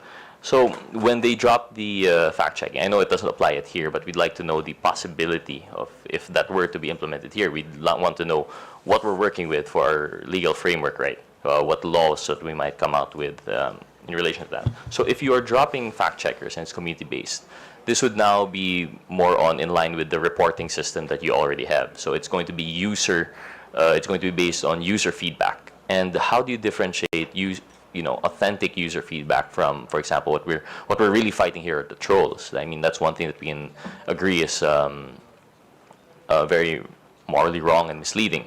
So when they're purporting to be other people who they're not, and they're not voicing actual, personal opinions, and they bloat their numbers per capita. Instead of just one voice, it appears to be hundreds of thousands.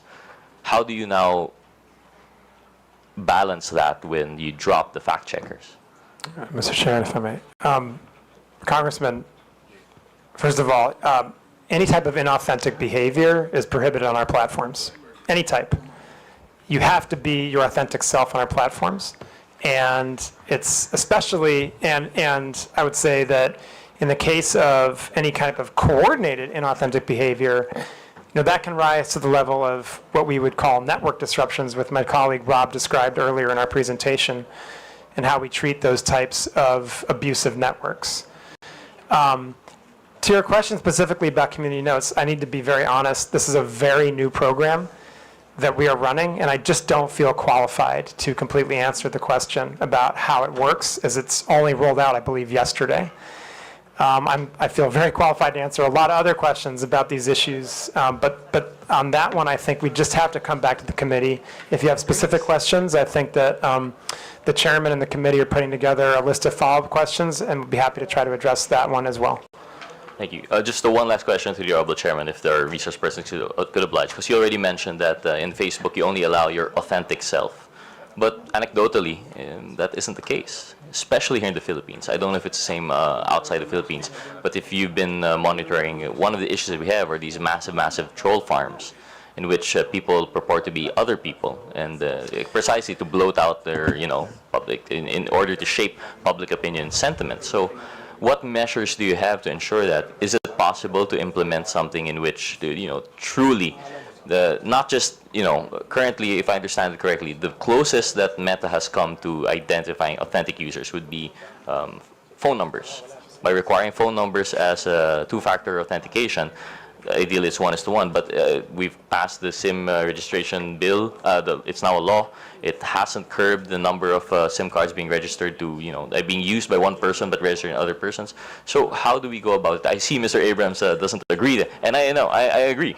It isn't the best way, but from my understanding, the phone numbers was being used by Meta to sort of validate whether a person is not. You have verified accounts in which you require them to submit IDs, but not everyone's verified. So what steps is Meta taking? What steps could they take to curb these inauthentic users? Mr. Chairman, if we go ahead. Mr. Chairman, may I respond? Actually, I actually am agreeing with you that SIM card registration was probably the way to go. That way you're getting at the bottom of the pyramid. Over 80%, I believe, and I want to go on the record as saying that's my belief right now. I don't have the actual numbers in front of me. Over 80% of our Filipino community of users uses phone numbers to register. But to say that phone numbers are our sole way of checking for authenticity is not the case.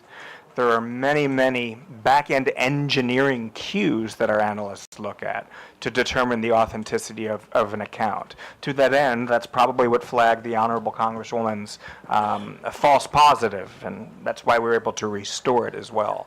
But to go into too much granularity as to the cues we use would give bad actors an advantage. So perhaps an executive session with your good office would be in line for a further discussion on that, Bo. I would just if I may add, the inauthentic behavior. I think in our latest report, but again, we can go look up the exact figures. But we've used AI, for example, to remove, I think, 2 billion accounts in the last transparency report for inauthentic behavior. And so again, we can get you the exact numbers. We report those transparently. But what I would also just emphasize, and I think this is really important because I get your question is about troll farms. So I just want to address that head on. We would view that type of behavior, generally speaking, under our coordinated inauthentic behavior policy, which prohibits exactly what that sounds like. Any kind of coordination by people not being honest about who they are for the purposes of spreading misinformation, right? And we have very stringent policies on that, where not only if we find someone engaged in that kind of behavior, we don't just take down that account. We do what we call fan outs, and we investigate what other accounts that account is coordinating with.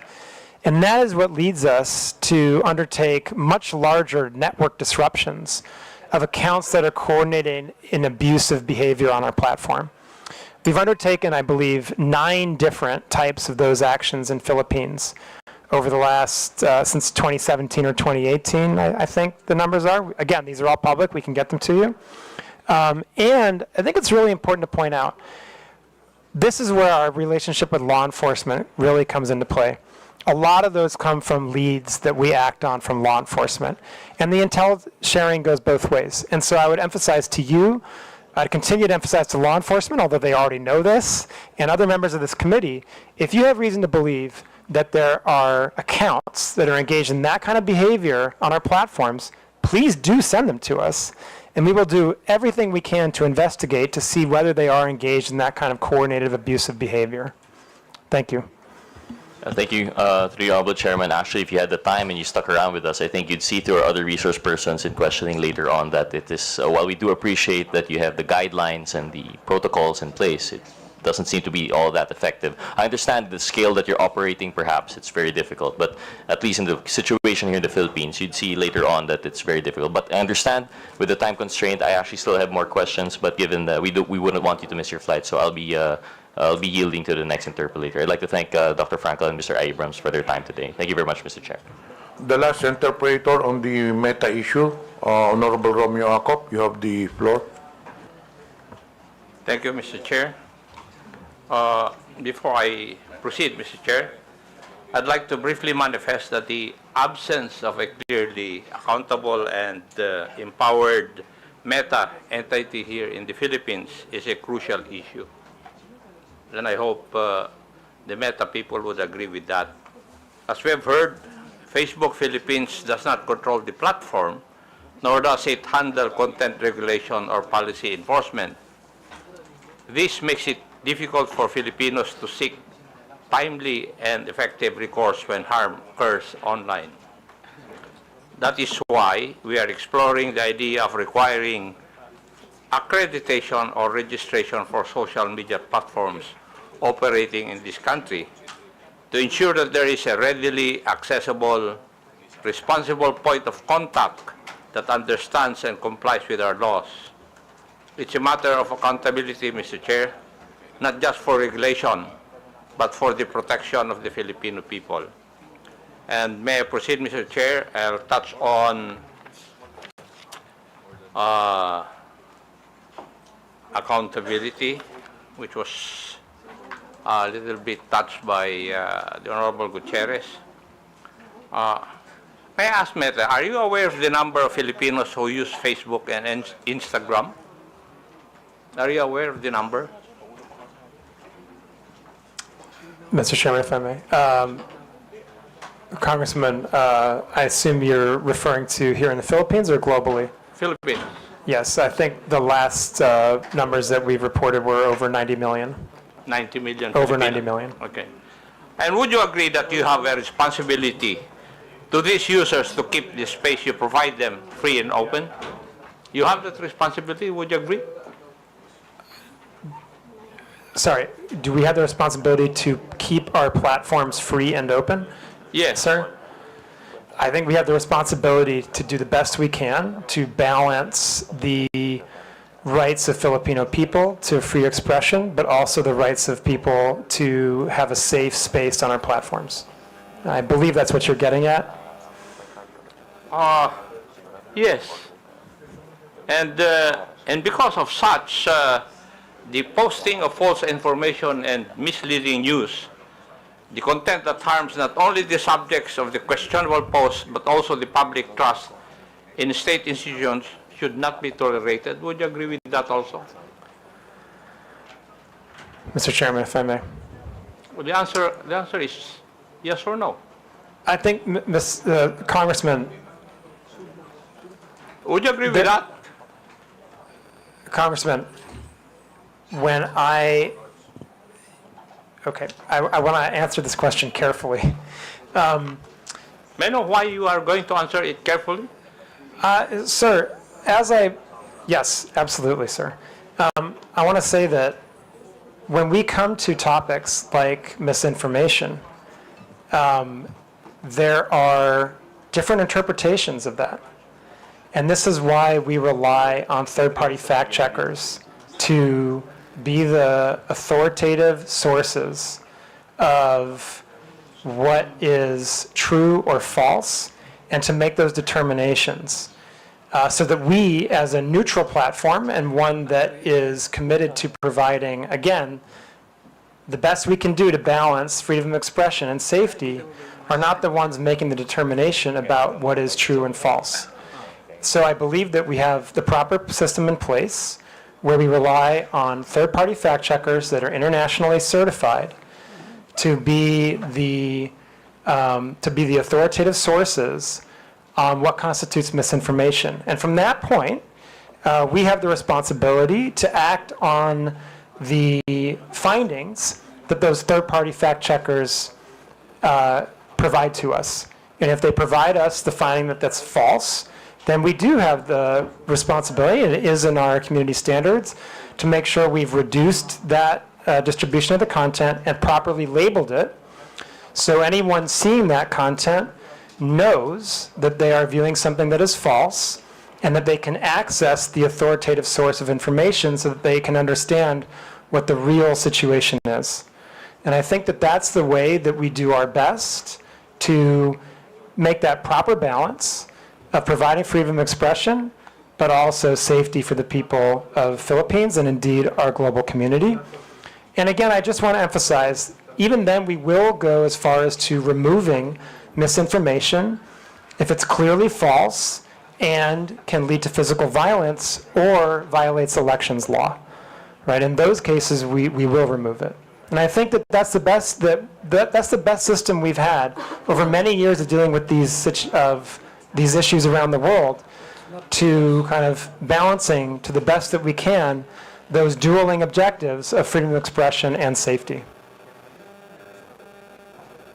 Thank you, Doctor. But my question was very simple, whether the posting of false information or misleading news content that harms not only the subjects of the questionable post should not be tolerated. It's answerable by yes or no. Should this not be tolerated by platforms?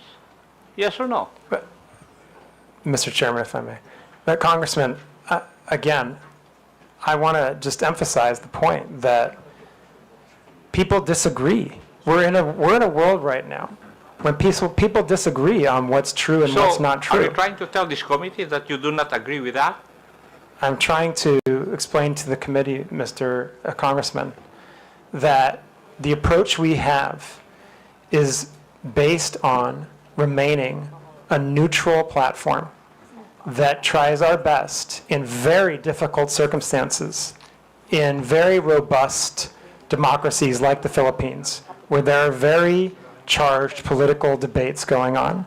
We do our best to balance freedom of expression on the one hand and safety on the other, and that our view on the best way to do that is to rely on third parties to make the determination when it comes to true or false or somewhere in between. And we think that that's the best way forward. And Mr. Congressman, actually, I would say, I don't think you necessarily want us to be the ones that determine what's true and false. I don't think you would want us to undertake that kind of that kind of power, basically. I think that, this is, in a democratic system, this is kind of the best balance we can possibly strike when it comes to how to moderate these types of issues on our platforms in the type of context that we have in the lead up to an election, for example. And I would just note again that we take our content moderation very seriously. We take our fact-checking program very seriously. We have 11 different channels between the government and our platforms to address any type of misinformation or other harmful content. We undertake network disruptions if we see that there's a coordinated abusive pattern when it comes to misinformation or disinformation or any type of foreign interference. And as a result of that, and I would just, again, in the last election cycle, we were given an award by Comelec for this work. And so I just have to continue to lean on that posture and on that approach as the best way that we can support the community that we have here in the Philippines. Thank you. But as we have discussed earlier, that there are systems and controls in place to remove posts that violate community guidelines. So we can both agree that some posts do not belong on the platform. Yes, Would we can that be correct absolutely also? agree. We can absolutely agree on that, yes. You can agree with that But already. there are some posts that don't belong on the platform? Yes, absolutely. And as the platform itself, you would take action to remove this post? Yes, sir, that's correct. And If they violate our therefore, community standards, we would remove them. yes, thank you. And therefore, it's fair to say that the platform has a duty to prevent the spread of such posts because they can cause harm. Would that also be correct? Mr. Congressman, we have a duty to act on on content that violates our community standards. And in some cases, specifically if it violates local law. No, that- Doctor, my point is that you have a duty to prevent the spread of such posts because they can cause harm. That's the gist of my question. We have a duty to remove posts that we're aware of that violate our community standards, yes. Thank you, Doctor. Now, could I say that you recognize that Meta bears some responsibility for what is shared and posted on Facebook or Instagram? Mr. Chairman, if I may. Sir, every individual user bears the ultimate responsibility for what he or she posts on our platforms. I think that it's important to underline that That's point. a given. That's a given, okay. Now, Right. what As I'm long- asking is whether Meta bears some responsibility for what is shared and posted on Facebook and Instagram. That's So- my question. Yeah, so what I would say is, we absolutely... Do you? Yeah, sir, if I may, we very much believe that we have a responsibility to provide a safe platform for our users around the world, including in Philippines. That's your obligation. But my question is, would you bear some responsibility for what is shared and posted in your platforms? Yes or no? It's a very simple question. Sir, I just want to be really clear about this again, okay? Our responsibility is to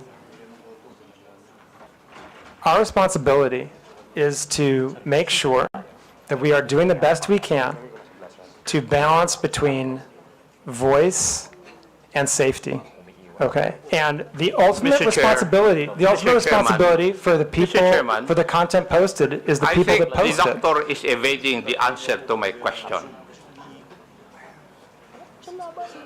Any Tom, Dick, and Harry will say that it's answerable by yes or no.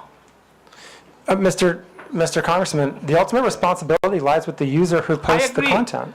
But what I'm asking is if Meta bears some responsibility. I'm not asking whether you are the primordial entity to be responsible. No, I'm not asking that. My question is whether you bear some responsibility.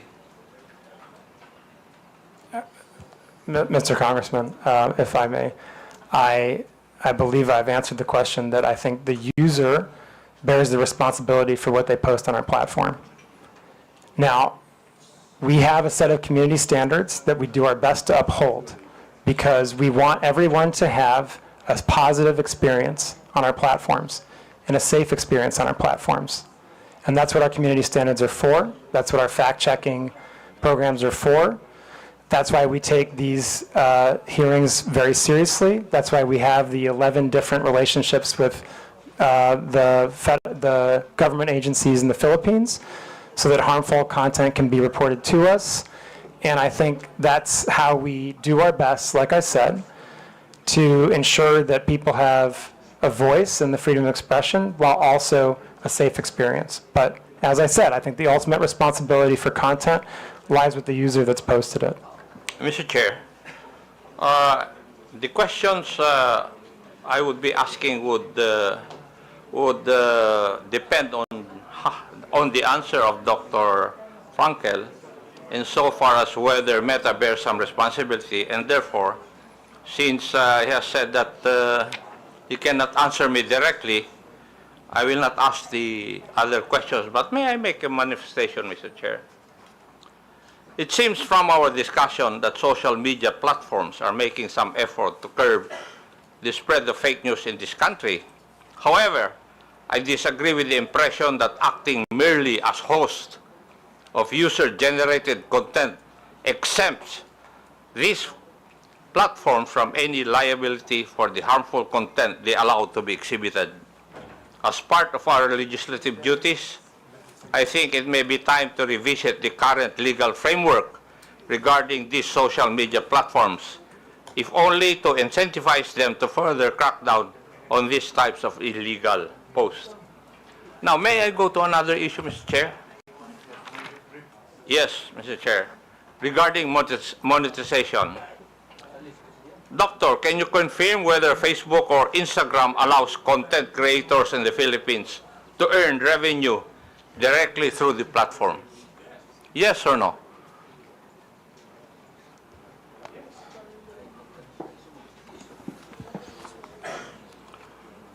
Congressman, I believe the answer is yes, but I want to make sure to check on that. I believe we have content creators that can monetize on our platform in the Philippines, yes. Thank you.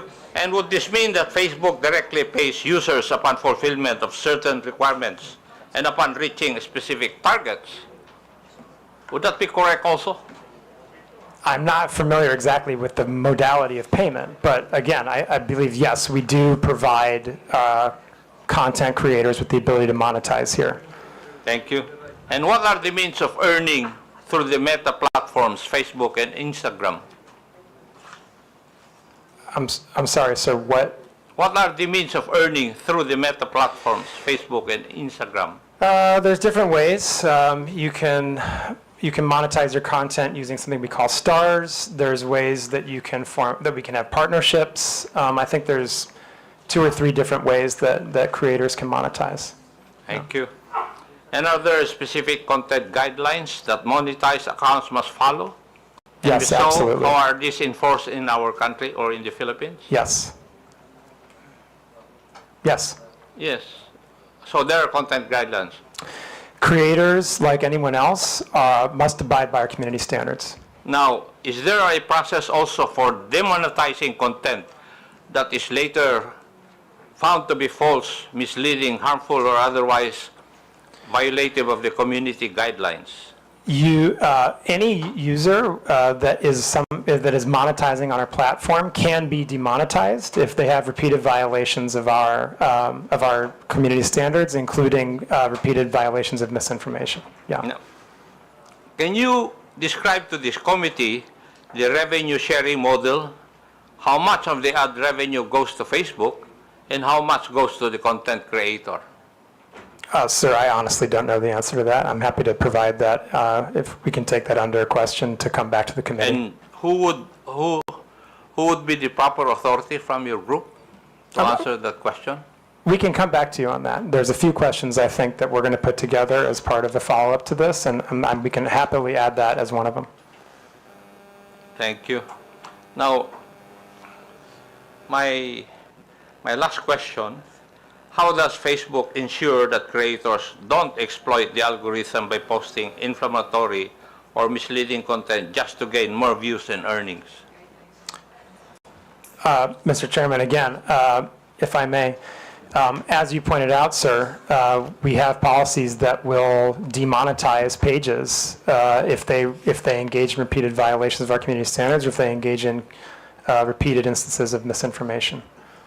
For curiosity's sake, can you provide data if available on how much content creators in the Philippines have earned through Facebook's monetization programs over the past years? Mr. Chairman, I'm sorry, I do not have that data.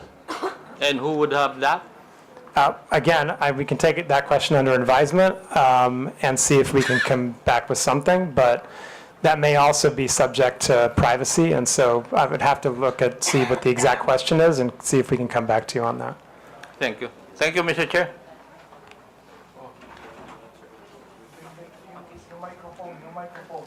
Pakipatay. Thank you. Okay, for a last manifestation, you're given 5 minutes. Honorable Abante. Mr. Chair, thank you very much. I really would like to ask some questions, but I'm not going to ask any questions anymore.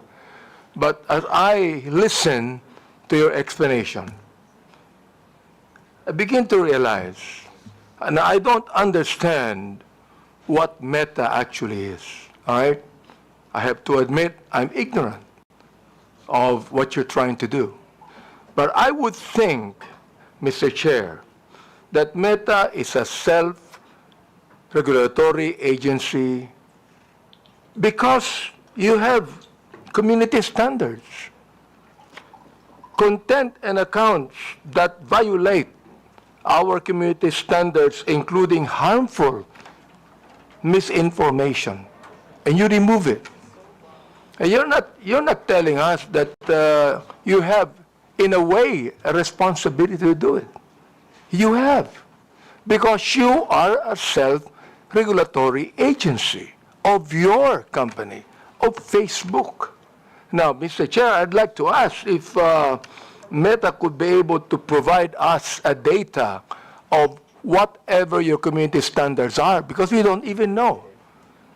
We'd like you to give us a data of what you mean by harmful this misinformation. I'm not going to ask this question anymore because I know you're going to answer us with a lengthy statement, but just give us a data. What do you mean? Guidelines. What do you mean by community standards? What do you mean by harmful misinformations? Just give us the guidelines for that. Can you do that, Mr. Chair? Mr. Chairman, if I may. Congressman, our community standards are publicly published and available in Mr. Chair, I'm asking that you give us the data. Not being able to see it on public. We would like to ask you to give us the data. Anyway, Give us the guidelines for your community standards. there are many requests as per interpellation from the different congressmen. So we will incorporate all these requests, requesting data. Thank you. Including your Guidelines. request regarding the community's standard guidelines. There was a request also from Arlene Brosas. So we will incorporate this on our official communication, and hopefully you'll also to give us a feedback. Just one thing, Mr. Chair. Comparing the Philippines to different countries, do we have more misinformation here and violation of community standards? Do we have more of that than any country in the world? Do we have more? Mr. Chairman, if I may. Congressman, I think that I would have to go back and look at the statistics, but we publish our transparency report on community standards enforcement every 6 months. And our fact checks, again, are also very transparent. That information is publicly available, as is our community standards. All the information that you've just requested is publicly available information. So, Rob, Thank did you you. want to add Thank you. anything? You're asking, with your indulgence, Mr. Chairman, you're asking, obviously, Congressman Abante, a very important set of questions. The first thing I would say is just to reiterate, our community standards are readily available online. Number two, they're iterative. So in our consultations with your government and many others, they're revised with a lot of regularity. A lot of what we do is self-regulation, to be fair. But here in the Philippines, sir, if I may, we not only consulted with, we agreed to lots of legislation that has placed on us turnaround time burdens when it comes to certain types of harmful content, data disclosure burdens, not burdens, but obligations that we've agreed to, and we're beating turnaround times. We are largely compliant with data requests. I would hope, and I wouldn't dare speak for the law enforcement community here, but I would hope that they would agree that we are amongst, if not the most forward-leaning when it comes to protecting our Filipino community of users. And I absolutely think I understand that we're in the middle of an election cycle.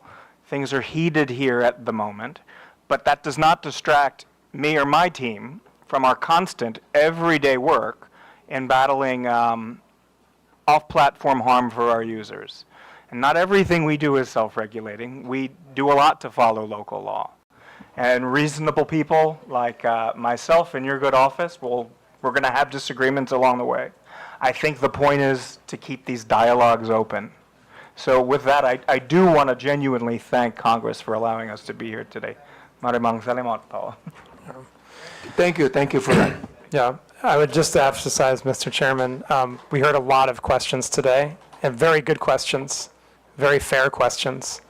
I hope that the answers we provided in the presentation were educational, informational, and I hope that we demonstrated, as Rob just pointed out, the very strong collaboration we've had with many different parts of the government, different administrations, Congress, on developing regulation and laws, implementing them, living up to our legal obligations here in Philippines, and again, being a platform that is a positive social net good for Philippines, because it helps people build their businesses. It helps the economy grow.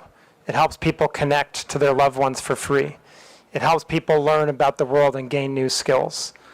And of course, with the election coming, we're absolutely determined to protect the integrity of the election on our platforms.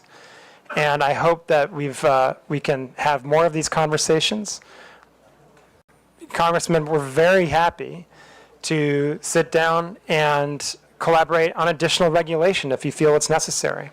There's a number of different examples of how we've worked with Congress over the years.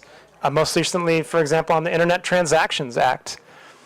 There's also the digital VAT. I mean, these are just two very recent examples of collaborations we've had on law and regulation here in the Philippines with Congress and with the administration, and absolutely happy to continue that. And I do hope, as Rob said, that our responsiveness to the government and Filipino community's concerns has come out clearly today. And we remain very determined to be a great partner to the people, businesses, and the government of Philippines in the future. And thank you so much for the opportunity, Mr. Chairman, to present this today and to speak to the committee and the people of the Philippines. Mr. Chair, thank you for your statement, Dr. Frankel and Mr. Abrams. This is the very reason why we have this hearing, so we could be able to craft laws about what is happening right now. I'm so glad you said that you be compliant to every legal thing we have in this country. And thank you very much for that. And Mr. Chair, I'd like to assure Dr. Frankel that Mr. Abrams that we will, in my own capacity, talk to you about many of these things. Thank you very much. Actually, we still have many questions to Meta, but unfortunately, because of time constraints, we cannot do so. So in behalf of the committee, Dr. Frankel, Mr. Abrams, we would like to thank you for attending the hearing. You are now excused. It's already 1 p.m. You go direct to the airport. You might miss your flight. Thank you very much. Thank you, Mr. Chairman. Thank you, committee. The chair acknowledges the presence of Senior Deputy Speaker Aurelio Dong Gonzales, Honorable Ernesto Junicio Jr., and present online, Honorable Arjo Ataide, Honorable Jonathan Flores.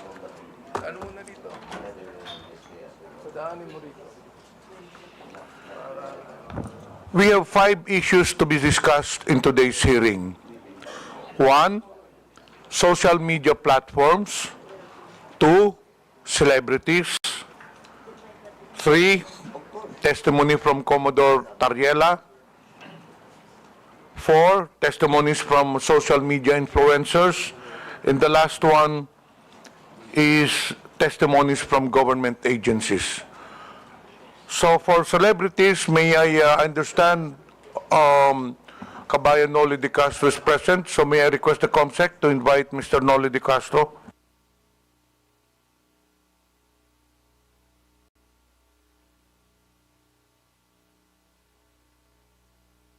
COMSEC, pwedeng maimbita natin si Mr. Noli de Castro so that we will have an orderly hearing and a smooth flow of discussion.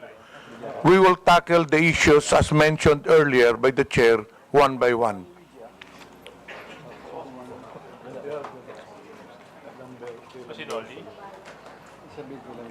COMSEC, I understand, I was informed earlier that Mr. Noli de Castro is in the holding room. Yes, sir. This one is waiting. Okay. Can we invite them?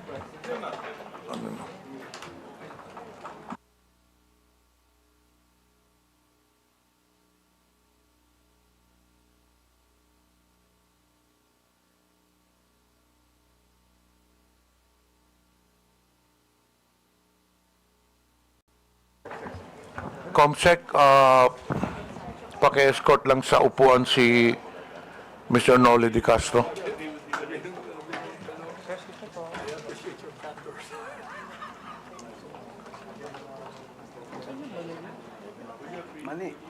Thank you, Kabayan Noli, for attending the hearing. We will give you an opportunity if you would like to make an opening statement.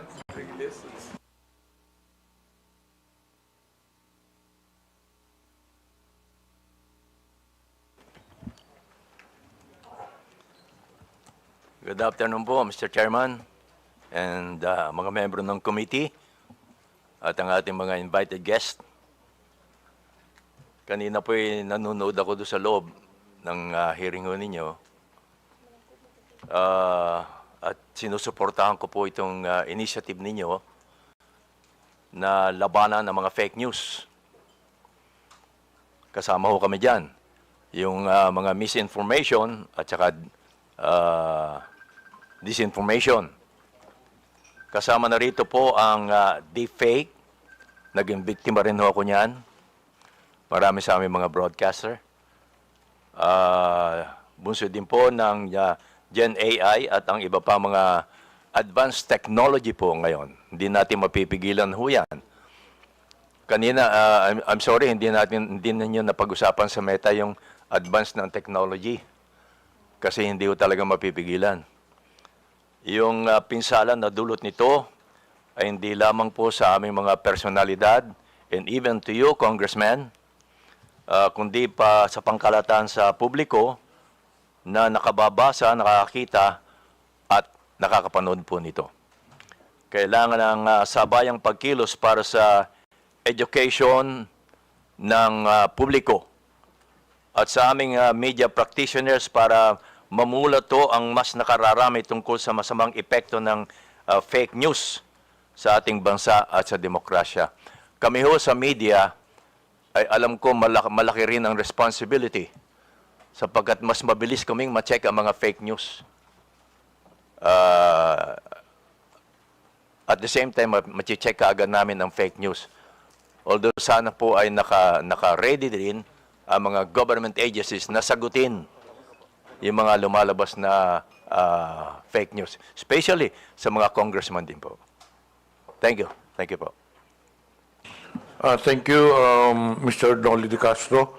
As per our House rules po, all resource persons will have to take their oath. So, can you please rise? Comsec, please administer the oath. Comsec, please administer the oath. Please raise your right hand, sir. Do you swear to tell the truth, the whole truth, and nothing but the truth in this inquiry? Before we proceed with Thank you, interpellation, Mr. the Chair acknowledges Honorable Geraldine Roman. The first to interpellate, Representative Kunghon. You have the floor. Thank you, Mr. Chair. Magandang hapon po, former Vice President Noli Di Castro. Good afternoon po. Gaya nga po ng sabi ng ating chairman, ni Kong Johnny Pimentel, ang peking balita ay walang sinasanto. Lahat nabibiktima, lahat pwedeng maapektuhan. At bilang public personalities, isa sa madalas na nagiging biktima ng fake news ay ang ating mga local celebrities at sikat na media personnel. Mula sa peking iskandalo hanggang sa maling impormasyon, lagi silang nadadamay ng di makatarong paghuhusga. Dahil dito, may inimbita tayong mga ilang sikat na media personality para magpahayag ng kanilang karanasan bilang nabibiktima ng fake news. Mr. Vice President, I think it's fair to say na madalas po kayong nagiging subject ng fake news. Tama po ba? Opo. At dahil din po dito, nagkaroon po kayo ng pampublikong hinaing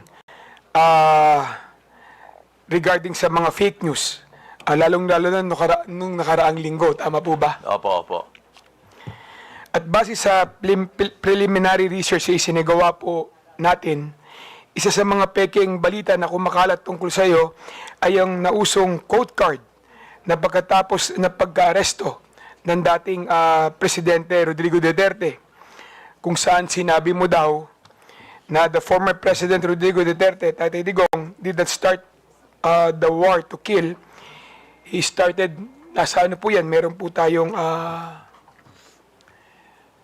pwede po bang pakilabas? Yan po ba? Tama po ba ito yung isa sa mga code card na bigay po sa inyong kaalaman na peke na sinabi niyo raw po ba? Sinabi niyo raw po, tama po ba? Medyo hindi yata ho masyadong malinaw ho ito, Mr. Chairman, tungkol dito. Ang nakalagay po doon, sir, is former President Rodrigo Duterte did not start the war to kill. Okay. He started to save lives. He gave drug addicts a chance to change, to surrender, to choose a better life. But many refused. They kept using, kept selling, kept killing innocent people. So what a leader should do, let criminals destroy families or take actions to stop them. One addict lost is tragic, but thousands of innocent lives saved, that is justice. Duterte made the streets safe. Yan po yung mga nakalagay sa quote card na na-attribute po sa inyo. Opo. Pero hindi ho lahat totoo eh. Kaya kami ho, fortunately, kami sa media, sa mga broadcaster, nakokorek kaagad ho namin on the air. On the air. Once na lumabas yung fake news, nakokorek kaagad namin. In my case, meron po akong IG na ginagawang ko kaagad doon ng word na malaki na in bold letter na fake. Tapos nakikiusap po ako sa aking mga kaibigan na may Facebook din, may IG, and other form na ipakalat naman nila na yung lumabas na ba na news item ay fake. Yun ang mga ginagawa ko para mabilis na nakakakalat yung information na that item ay fake. Thank you, Mr. Vice President. Mr. Vice President, nakikita niyo po ba yung nakalagay sa screen natin ngayon? Opo. Ito po ay galing kay ito po ay pinost, no? Ni JM, di ko alam kung paano i-pronounce itong Almine o Almine o Almine. Ayan, JM Almine. Nakalagay po dito, sabi niyo raw po na di ko binoto si PRRD dahil gustong-gusto ko talaga si VP Lenny. Familiar po ba kayo sa napabalita ang sinabi niyo daw po? Opo. Alam ko ho, fake ito. Kaya gumawa kaagad ho ako ng version ko at nilagyan ko ng in bold letter na fake. Mr. Vice President, kilala niyo po ba si JM Almine? Hindi po. Hindi ko po siya kilala. Sinubukan niyo po bang kilalanin kung sino yung nag-post nito? Hindi na po dahil baka mamaya hindi tunay na tao ito eh. Uso ho ngayon yun. Ano po ang naging reaksyon niyo na nakita niyo yung post na ito? Well, sanay na ho ako sa mga lumalabas na ganito eh. So ang first reaction ko ay gumawa ng paraan para may pakalat ko na fake nga ito. Lagyan ng bold letter na fake. Kuminsan no, ginagawa ko pa ay naka-flash yung fake. At makiusap sa mga kakilala ko na may mga Facebook, IG at iba pa, na ipakalat din nila para marami po makabasa. Nung nakita niyo po ito, ano po yung personal na naramdaman ninyo? Dahil karamihan po sa nakabasa nito, naniniwala na sinabi niyo raw po ito.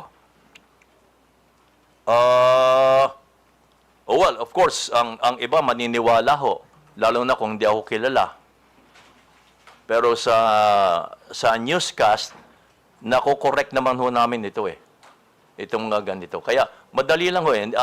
Hindi ho ako masyadong naapektuhan kapag ganito. Maswerte lang ho kami dahil mga broadcaster ho kami. But kung pag-uusapan ho yung pangkaraniwan tao, yun ang madaling maapektuhan. At wala silang means, wala silang source para makorek agad yung lumabas na fake news.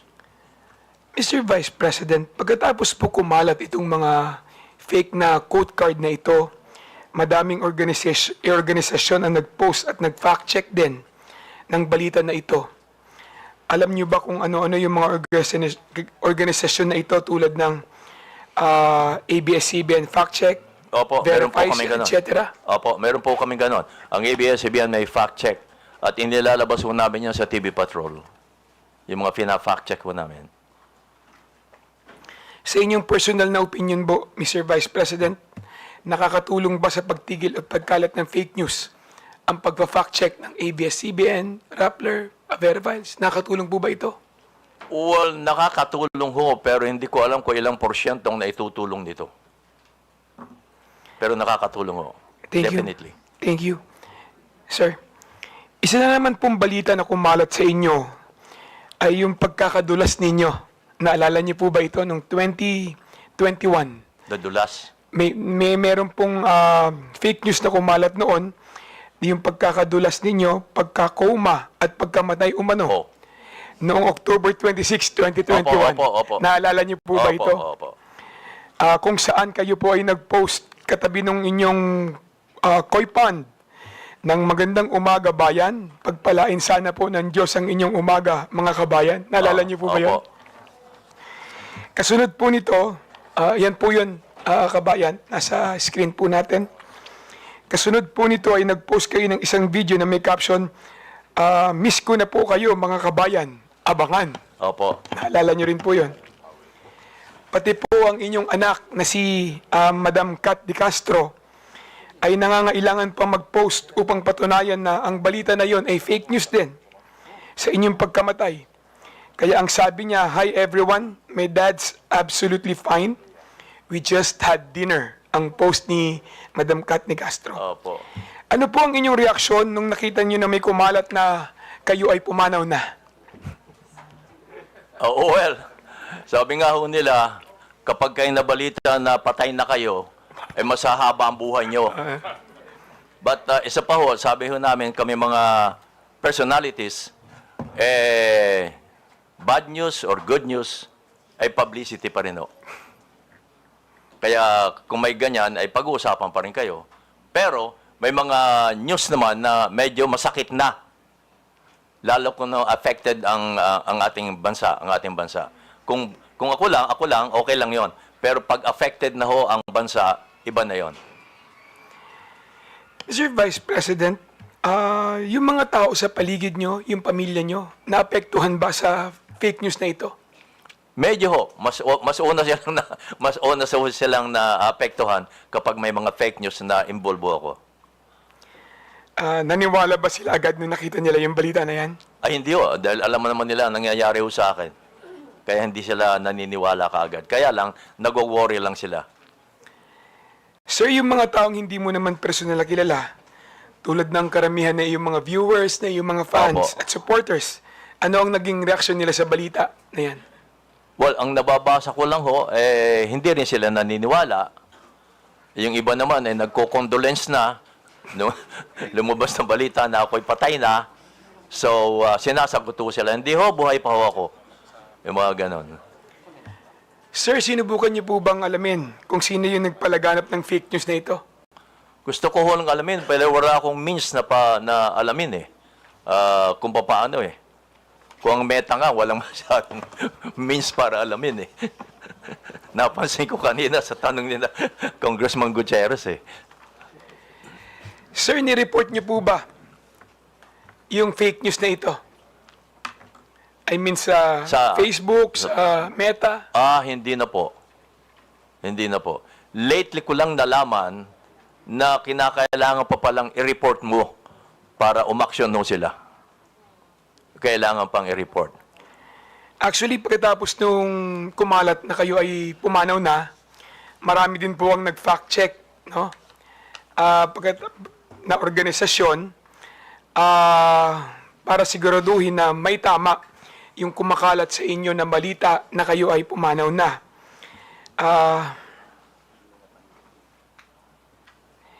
Paano naman po yung mga social media website, no, Mr. Vice President, kung saan kumalat yung mga post na ito?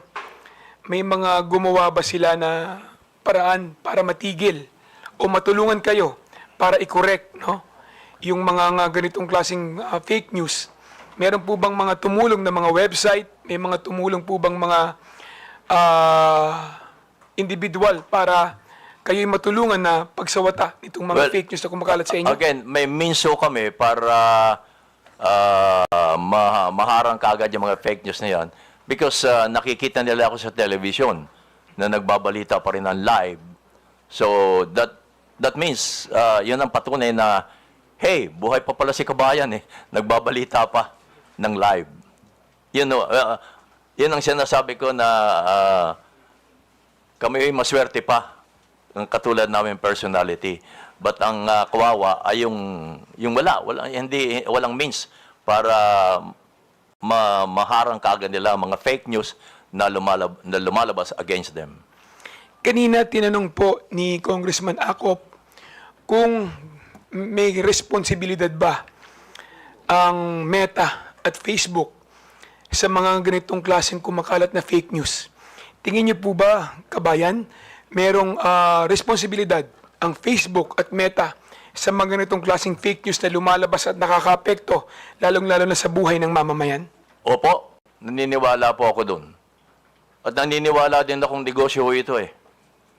Pati na po sa mga vlogger, kaya o sila naingganyong mag-vlog, ay dahil sa kumikita rin sila. Aminin natin, huwag na tayo maging hipokrito ho dito. Pati ang Meta, alam naman nila yon, negosyo nila yon eh. So, tingin niyo po, hindi lang sa content creator o nag-post ang sole responsibility pagdating din po sa mga post na pinopost nila, pati rin po ang Meta. Opo. Meron tingin niyo, meron din pong responsibilidad Yes patungkol po. sa mga post na ilalagay sa kanilang platform. Mahalaga po yon. Dahil sila ang means eh, para may pakalat yon eh. Wala namang iba. Sila rin kung Facebook, kalimbawa, Facebook lang ang magpapakalat niya, wala nang iba. Facebook to Facebook, yung may mga Facebook. So, naniniwala ako na ang Meta ay malaki ang responsibilidad. Thank you, Mr. Chair. I-reserve ko po yung aking mga katanungan sa susunod na round. Thank you, Mr. Chair. Thank you. Maraming salamat, Mr. Vice Are there President. any other members who would like to ask questions to the former Vice President De Castro? I understand Honorable Roman is inclined to ask questions. May we know from any...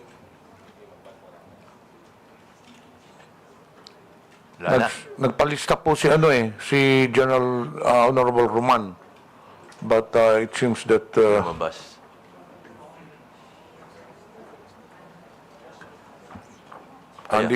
Dito po. So the next interpolator is Congresswoman General Din Roman.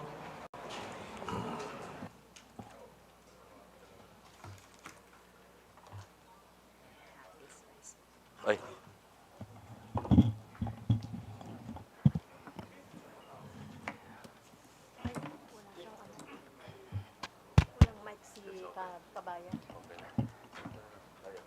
Hindi ko naman kayo interview. Magandang hapon po, Mr. Chair, ang aking mga kasamahan sa Kongreso at ang ating mga resource person. Today, we are celebrating the 4th tri-comm meeting, whose aim is to eventually eradicate fake news by means of state regulation. What have we established in these past 4 meetings? What has become obvious to all of us is that the different social media platforms lack a uniform regulation that would require them to, number 1, establish a legal entity in our country. Ito po yung kadahilanan kung bakit ang ilang social media platforms po natin ay walang physical presence sa ating bansa. Wala rin po tayong isang regulation kung saan nasasaad na ang kanilang perang kinikita ay dinedeclare o binabayaran ng corresponding tax. Pero hindi ko na po panghihimasukan yan sapagkat yung aspekto ng taxation ay beyond our objective here in the tri-comm. Also, we do not have a regulation that will actually establish the duties and obligations of the different social media platforms in relation to the other stakeholders, such as the content creators. Paano po ba ang relasyon ng mga social media platforms sa content creators? Also to the advertisers, digital advertisers. Also to the government itself. It is this void that I think that our committee can be most useful to regulate the social media platforms. I know I am thinking ahead, but this is how we work. We look at the problem, analyze it, while toying with the possible solutions that come up from different members. So we can regulate social media platforms. But to actually regulate the area of content creation is potentially and most probably unconstitutional. In my research, I have discovered that any kind of state regulation over content creation should pass the strict scrutiny test that will be actually applied by the Supreme Court or any corresponding court if the constitutionality of this state regulation is questioned. So from a pragmatic point of view, mas mabuti pa sa puntong pa lang ito, alam na natin kung ano ang haharapin kung tayo ay magkakaroon ng state regulation over content creation. Why? Because content creation is the expression of our fundamental right to free speech. And this is guaranteed by the Constitution. We cannot regulate opinions. We cannot regulate how and what content creators should produce. But we can regulate social media platforms by empowering them and requiring them to act as gatekeepers by establishing guardrails. To give you an idea kung ano po ang magiging problema kung tayo ay magre-regulate ng content creation, ay yun ho, mangyayari, magdedemanda to, question sa Supreme Court. At by default, actually, it will be considered as unconstitutional. Dahil automatically, we are dealing with a fundamental right, the right to free speech and the right to expression. And the government will have to state and prove and establish a compelling reason, which is rather difficult.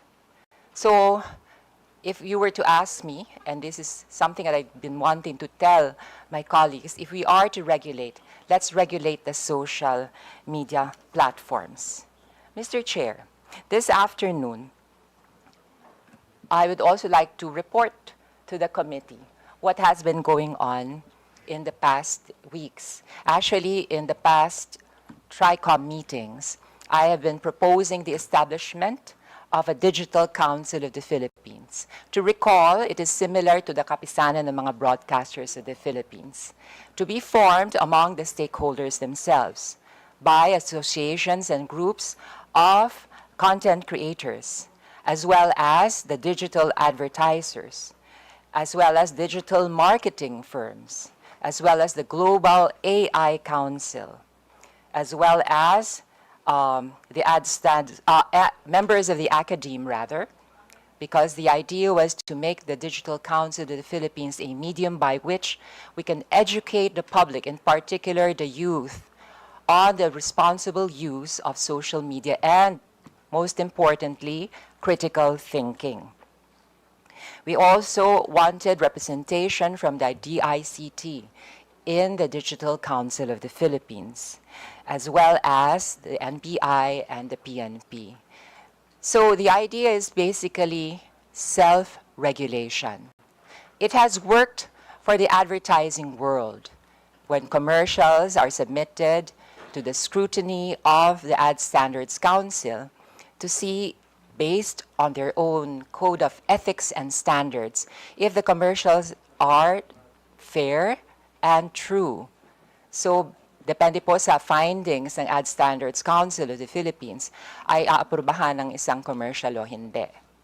Sa kapisanan ng broadcasters ng Pilipinas naman, sa aking pagkakaunawa, ito po ay hindi government-controlled.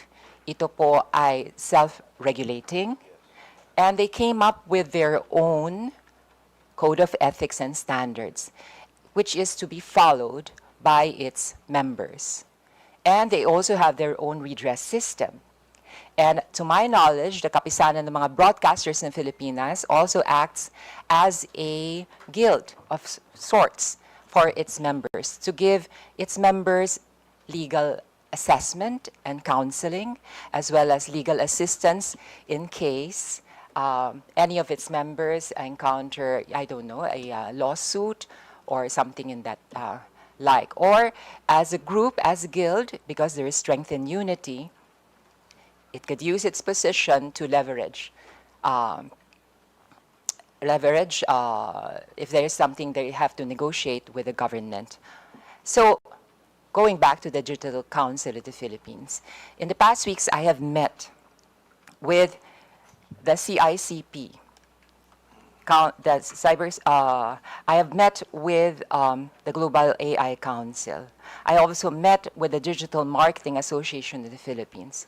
And they are all in agreement that they would rather that they form their own council and that they come up with their own code of ethics and standards than being regulated by the government.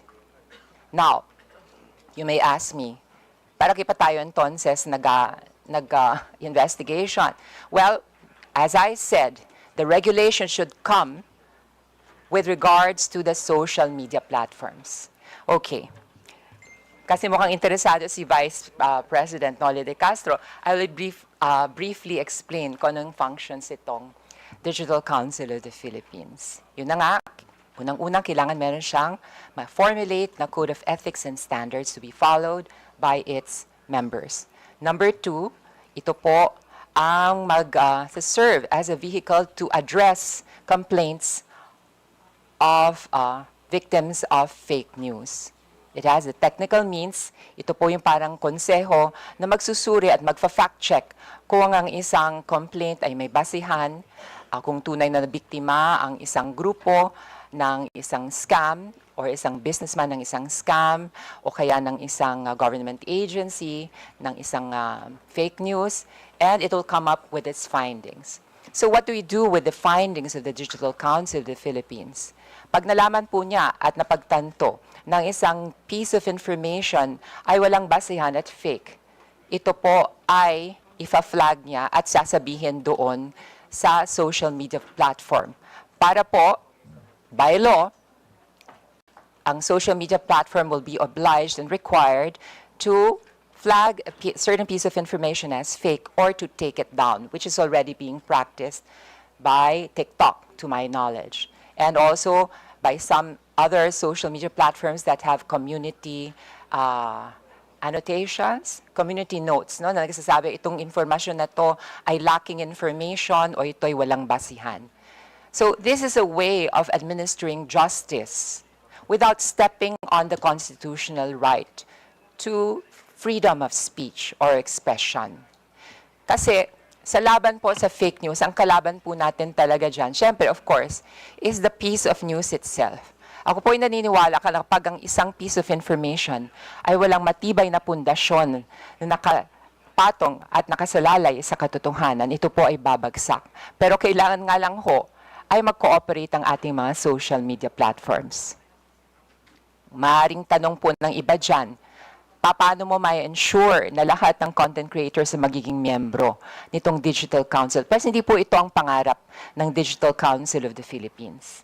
Kahit hindi ikaw ang miyembro ng Digital Council of the Philippines, kapag ang isang piece of information na generate mo ay nireklamo dahil wala itong batayan, ay mafa-flag ito at madetect ng Digital Council. At eventually, if we pass a law that would require social media platforms to adhere to the findings, recommendations, instructions of the Digital Council, ay ma-flag ito as fake and it could be taken down. At syempre, kung ako naman ang content creator, kung sa 10 pieces of information na gine-generate ko, siyam ay na-flag as fake, edi parang humukay na rin ako ng sarili kong libingan as a content creator. I shall have lost my credibility and whatever is left of my moral authority to actually express my opinion over social media. So, Mr. Chair, may I be given the chance to interpolate some of our resource persons? Congressman Geraldine, I thought that you're going to ask question to Noli. Okay. So May I ask we you? are tackling the issues one by one. The fourth issue will be the social media influencers. So May I I think you reserve your question dun sa social media. The resource person that we are now asking question to is former Vice President Noli De Castro. May I have the pleasure of interpolating our former Vice President and fellow journalist, Yes po. Noli De Castro. Kumusta po kayo, Mr. Mabuti Vice po, President? mabuti po. Yes. Kayo po bilang isang mamamahayag, gaano nyo pinahahalagahan ang ating constitutional right to free speech and expression? Of course, kami yung mga broadcaster, kami tayong mga broadcast journalists, mahalaga po siyempre ang constitutional rights natin to free speech, freedom of speech. Number one ho yun. Pero, as a broadcaster din po, sinabi niya sa kapisanan ng mga broadcaster ng Pilipinas, during our seminars, way back, ang ini-instill sa aming utak ay maging responsible journalist. Responsible on the air. That means, ang sasabihin namin ay may batayan, may source, sabi nga ninyo, ay titindig yung mga balita. Kahit sinong komisyon ay nakatindig yung mga balita, may mga patunay. So, yun, responsible journalist. I remember that, I cannot forget that, be a responsible journalist. Mr. Chair, maidagdag ko pa po, kayo po ba ay kasapi ng kapisanan ng mga broadcaster Of ng course, Pilipinas? Yes po. automatic ko yun. At meron po ba kayong sinusundang Code of Ethics and Standards sa loob po ng KBP? Meron din po. Maliban doon sa Code of Ethics namin sa ABS-CBN. Okay, meron din sila sa ABS-CBN. Opo. Ngayon po, sa inyong karanasan, meron na ba kayong na-encounter na isang kasapi ng KBP na hindi tumalima sa inyong Code of Ethics and Standards? Well, unang-una ho, hindi na kinakailangan dumaan pa sa KBP pag may ganon. Yung mismong station ang nagdidisiplina sa kanya tungkol diyan. Kasi kumisan, inaamin ko rin naman na may mga broadcaster na may mga political leanings. Lalo na ho ngayon, malapit ng eleksyon. So, meron ding mga broadcaster ang nagagamit ng ilang mga, well, of course, kandidato dahil sa malapit ng eleksyon for monetary reason. Yes po, Opo. Mr. Chair. Kung sakali po, yung mismong radio station ay kakonsyaba noong, I don't know, ng isang politiko, paano yon? Ina-apply po ba sa ganitong instance Iyon lang ho. yung Code of Ethics at saka standards ng KBP? Iyon lang. Baka ho mamaya ay utos din ng istasyon. Opo. Pero po, ang sabihin ko, doon po, meron po bang in that case, i-apply ang KBP? Meron dapat to magreklamo ang isang kandidato sa kapisanan ng mga broadcaster ng Pilipinas. Okay po. Mr. Chair, nais ko rin tanungin si Vice President Noli De Castro at ito ay related sa kanyang karanasan bilang mamamahayag. Kung kayo po ang tatanungin, gusto niyo po ba magkaroon ng ahensya ng pamahalaan na magre-regulate ng content o kaya ng balita na inyong binibigay? Medyo pumapasok ko doon yung freedom of expression, freedom of speech. Doon pumapasok. So, sa madalit salita po, Mr. Chair, hindi kayo sang-ayon? Hindi ho, pero pwedeng i-regulate to in some sense.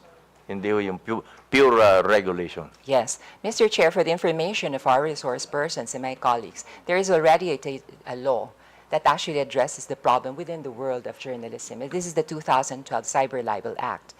Basically, we have the freedom of speech and expression. But there's just like any other right, this is not absolute. Absolute. The state can regulate in order to protect public interest. But in regulating the freedom of speech, which is a basic constitutional right, it has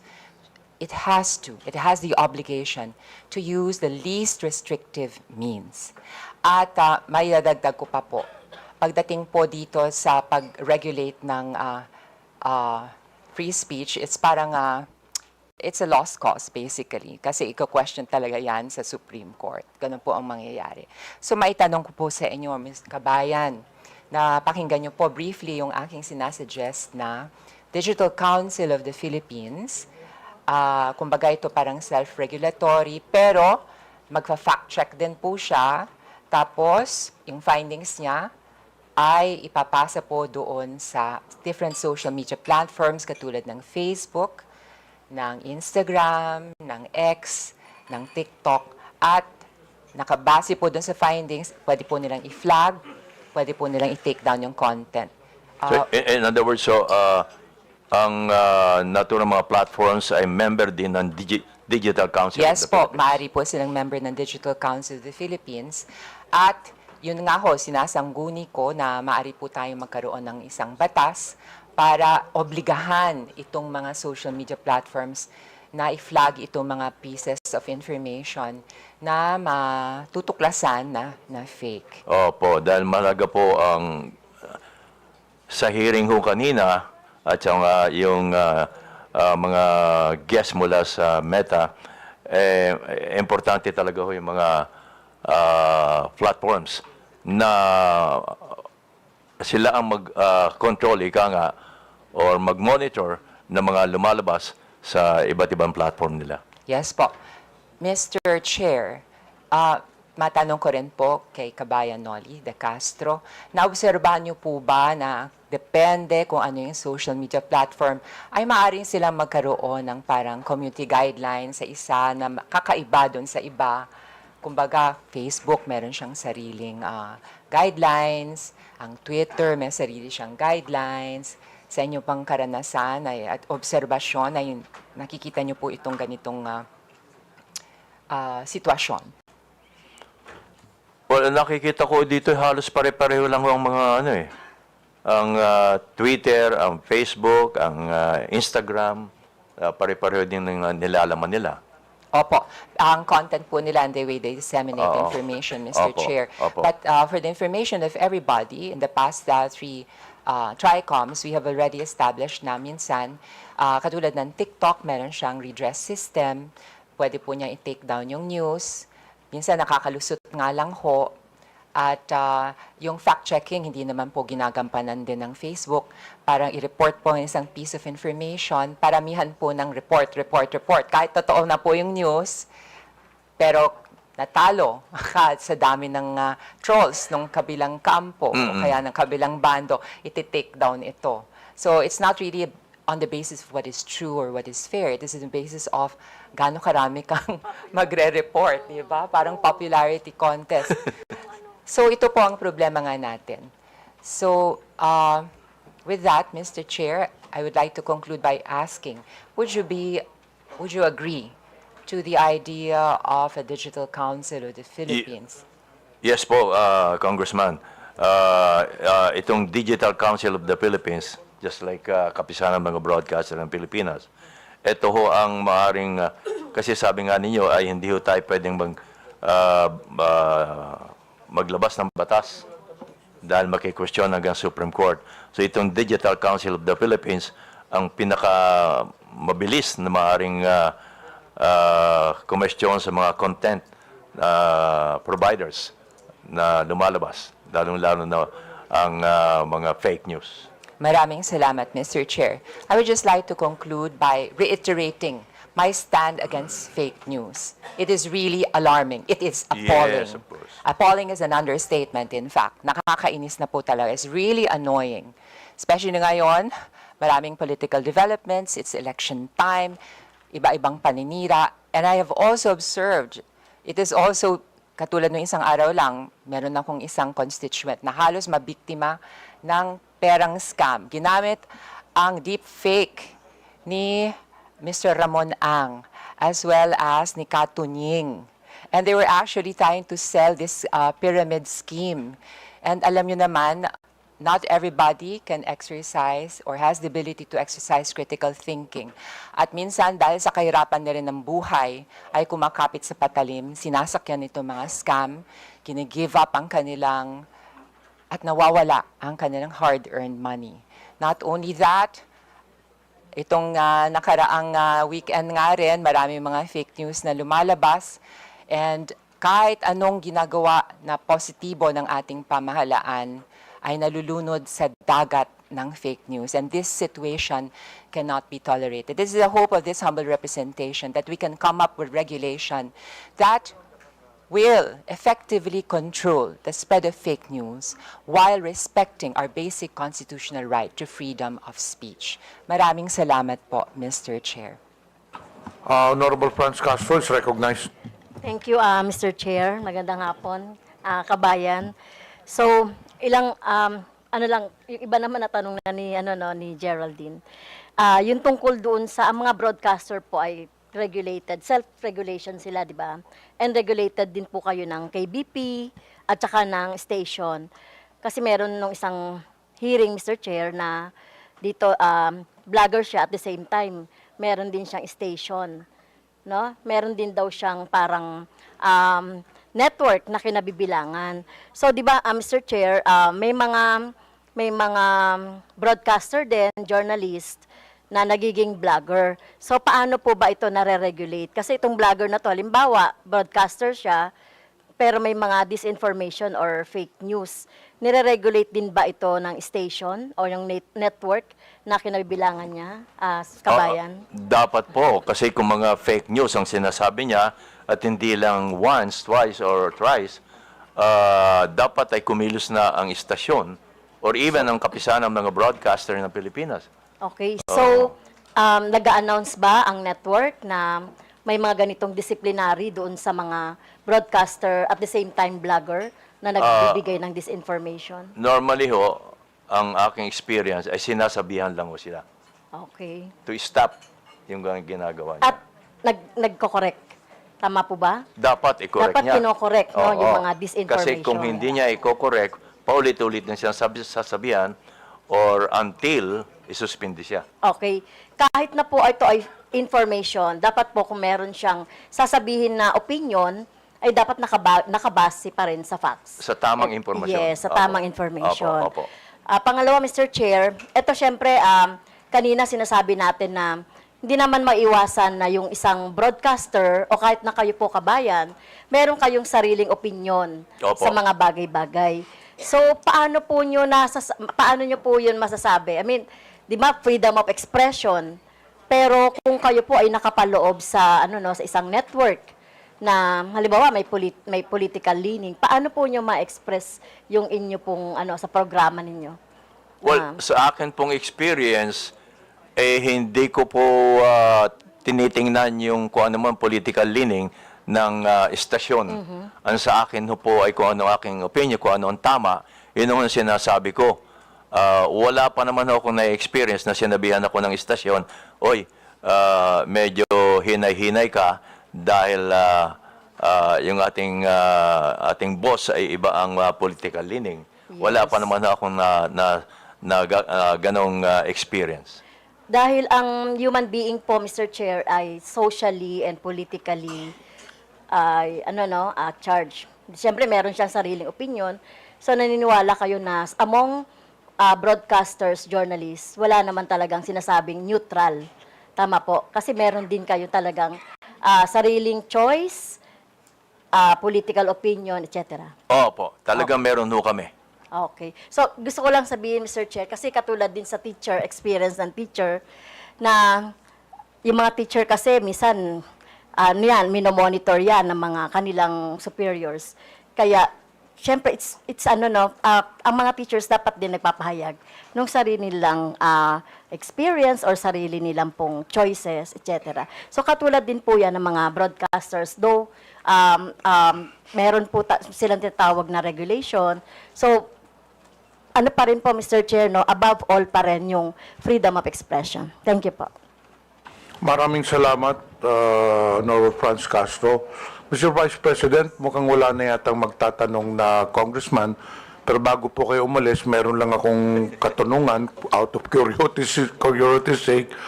Hindi pa niyo sinubukang alamin kung sino ito mang nagpakalat ng fake news sa inyo? Hindi na po, Mr. Chair, eh.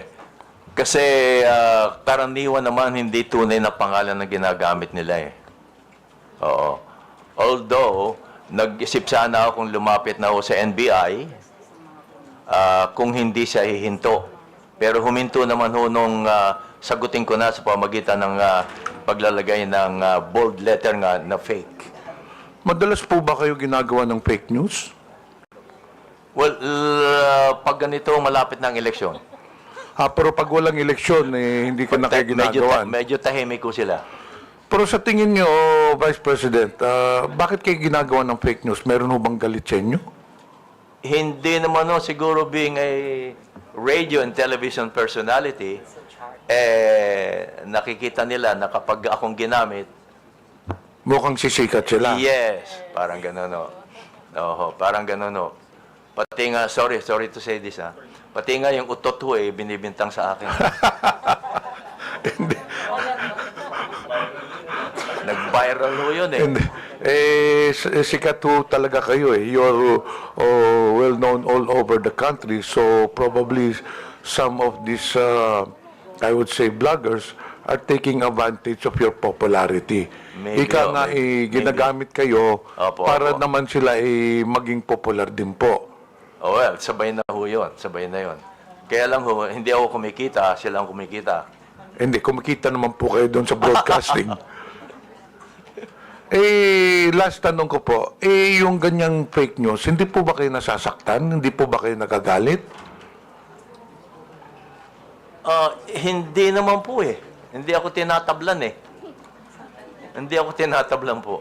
Hindi kayo naapektuhan, kagaya noon, na pinagbintangan kayo na hindi kayo bumoto kay PRD, bumoto kayo o yung sinabihan patay na po kayo, hindi ba kayo nadidepress o nagagalit?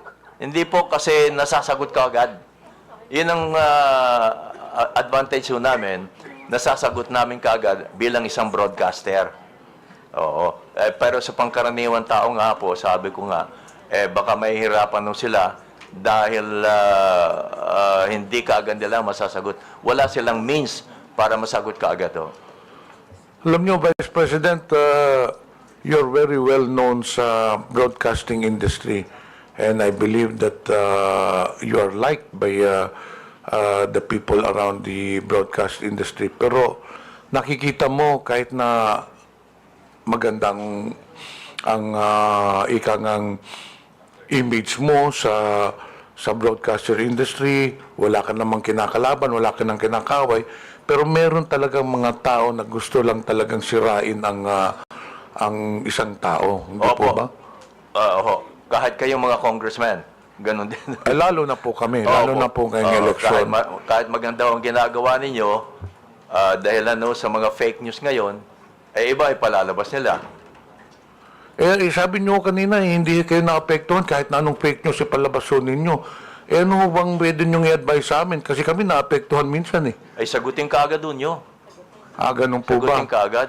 So, kailangan sagutin ho namin. Opo, na may mga kaibigan naman ho kayong may mga YouTube din, may mga Facebook, gaya na ginagawa ko nga ho, bold letter, at kung minsan nagpa-plus pa, fake. Tapos pinakikiusap ko ho sa mga kaibigan na ipakalat. Yan o. Kasi hindi naman kayo pwedeng o kaya, tumawag ho kayo sa mga broadcaster, sa mga broadcast journalist. At ipakiusap nyo kung pwedeng ma-interview kayo para ipaliwanag nyo itong lumabas na balita. Siguradong tatanggapin naman po kayo.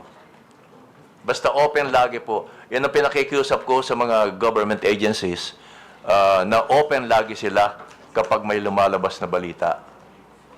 Kasi kung minsan ho ay kumakalat na yung balita ng mali, hindi kaagad nasasagot ng mga government agencies.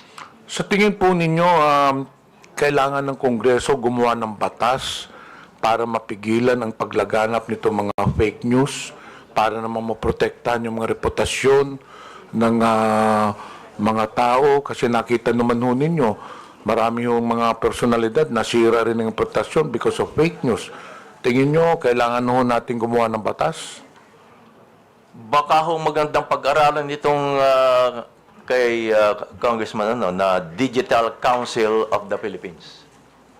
Para lahat ng Facebook, YouTube, member ho dito, para kung meron ng reklamo tungkol sa mga post na hindi maganda o hindi totoo, may papasok agad dito sa Digital Council of the Philippines. Kasi po, I don't know, Congressman, Mr. Chairman, baka ho kumisan pag may batas, napapalusutan pa ho eh. Tama po. Pa ho pa sa batas. Umaabot ho hanggang sa Supreme Court. Baka ho dito, baka makatulong itong pag-aralan ho nating mabuti ang Digital Council of the Philippines. Baka ho mas may ngipin ho ito para mapigilan ang pagkalat ho ng fake news.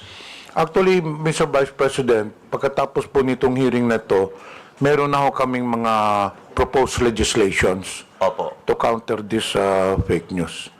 So hindi na po ako magtatagal, Mr. Vice President. In behalf ng committee, maraming salamat po sa presensya ninyo. Pwede na po kayo ma-excuse po. Kasi we'll now proceed to the next issue, which is yung kay Commodore Tarriela, and after that, the social media personalities. But before that, I noticed dito sa mga resource persons na inimbita, some of these, I believe, wala nang pong question yung ibang mga congressmen dito ngayon. Some of the resource persons were requested to be invited by some congressmen who are not present. Sila po may gustong tanong. So, are there any questions for SWS rating survey company? May question ba, mga congressmen? Wala? So, dito po kaninang SWS, hindi po ba? So, I believe that there are no questions. Actually, there was one congressman, I will not mention anymore, who requested you to be present, also Pulse Asia, and then yung ibang mga survey firms. But he's not around, so the congressmen are not inclined to ask questions to you unless you have a statement to make. None, Mr. Chair. Okay, you are now excused. Thank you. Itong broadsheets din, andito po ba ang Philippine Star, Daily Inquirer?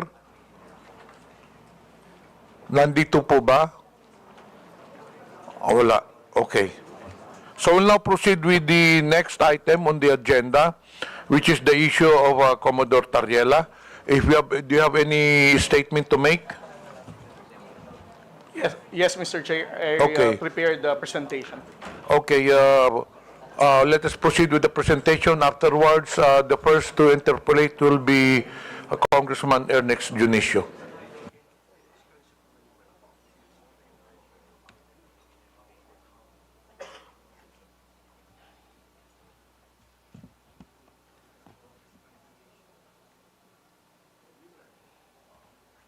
Mr. Chair, can I proceed?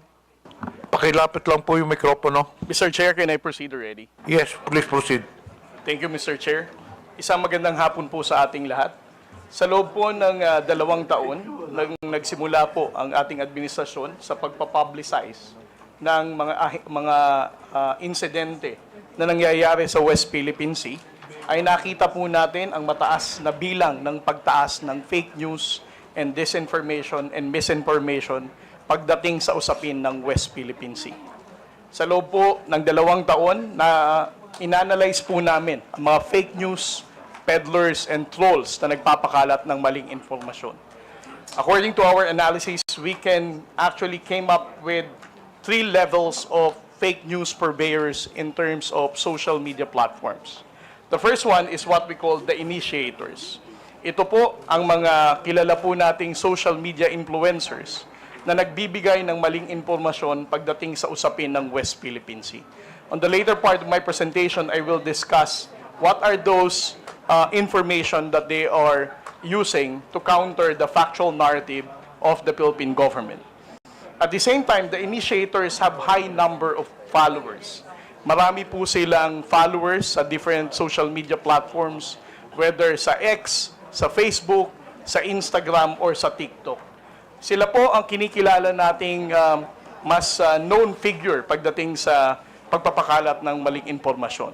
We call them initiators because if we're going to trace the misinformation and fake news about West Philippine Sea, sila ang pinakaunang mga tao na nagpakalat ng maling impormasyon na to.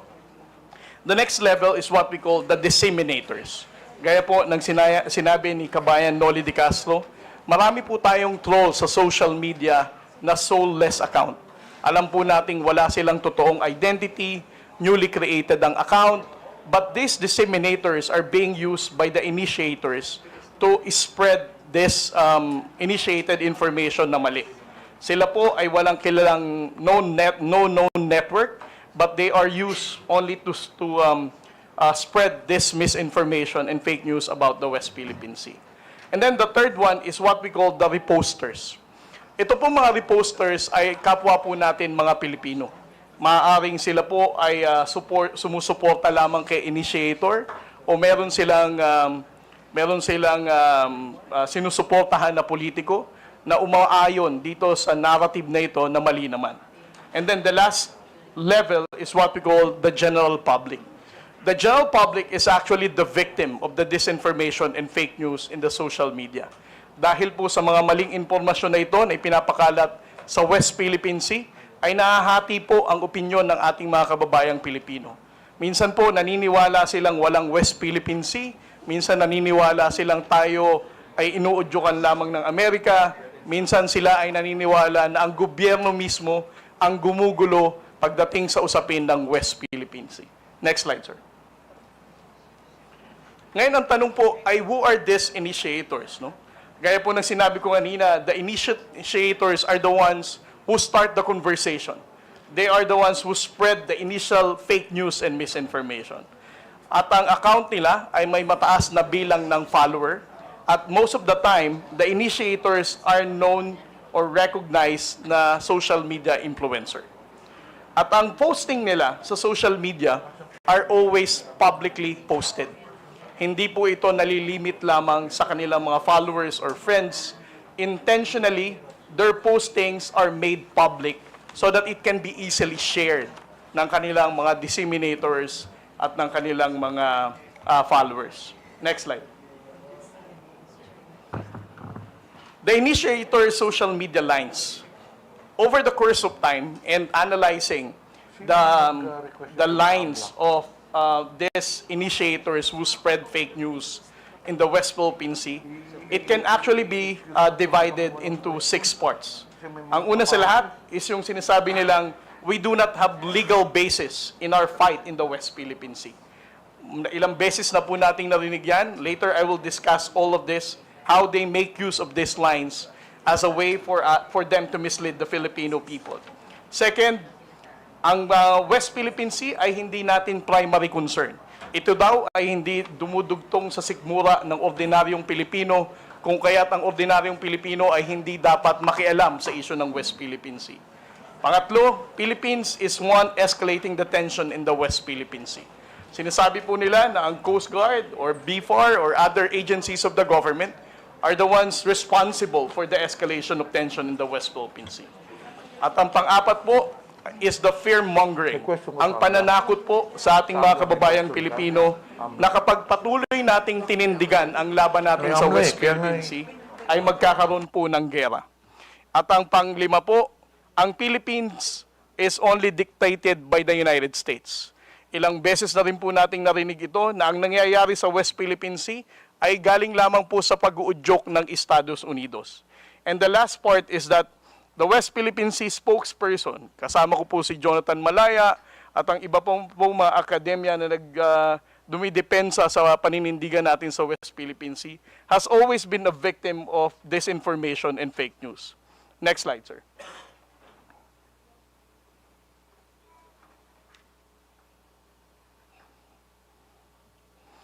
For their line na we do not have legal basis, paulit-ulit po nilang sinasabi na ang West Philippine Sea is just a fiction. Ito po ay gawa-gawa lamang daw nung panahon ni Pangulong Noynoy Aquino at wala naman daw po tayong basihan. Secondly, they always downplay the 2016 Arbitral Award. Hina-highlight nila na despite of the 2016 Arbitral Award, which is internationally recognized as a landmark victory for the Philippine government, they always downplay this, saying it is very difficult for this current administration to get the support of the international community because it cannot be reinforced. The second one is, we're the one escalating the tension. Kung makikita po natin ang mga posting ng mga tao na to, lagi nilang ang sinisisi ay ang Philippine Coast Guard. Kami daw po ang bumangga sa China Coast Guard. Kami daw po ang dahilan kung nagdala ng mga isda doon, kaya nagkaroon ng gulo sa Baho de Masinloc. Instead of criticizing the aggression and unlawful activity of the Chinese Coast Guard, Philippine Coast Guard po ang nilalagay nila sa kanilang mga posts trying to distort the reality of what's really happening in the West Philippine Sea. Next slide, sir. At ang narrative na ang Pilipinas po ay inuudyukan lamang ng Amerika. Ito po ay paulit-ulit din nilang sinasabi, ang West Philippine Sea ay gawa-gawa lamang daw po ng Amerikano. Ang Amerika din daw po ang nagdikta ng naratibo natin pagdating sa usapin ng West Philippine Sea. At ang kanila pong favorite line, the transparency initiative of the Philippine government is actually dictated by Mr. Ray Powell, na paulit-ulit din binabanggit ni Mr. Mark Lopez sa kanyang social media posts.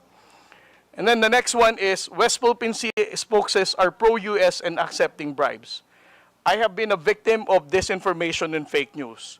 Sinabi nilang CIA ako, sinabi nilang pro-US ako, sinabi nilang pumunta ako sa bahay ni Speaker at meron daw akong 3 black bag. Sinabi rin nilang tumatanggap ako ng $4 million as part of my talent fee sa US Embassy. Panglima po, WPS is not our primary concern.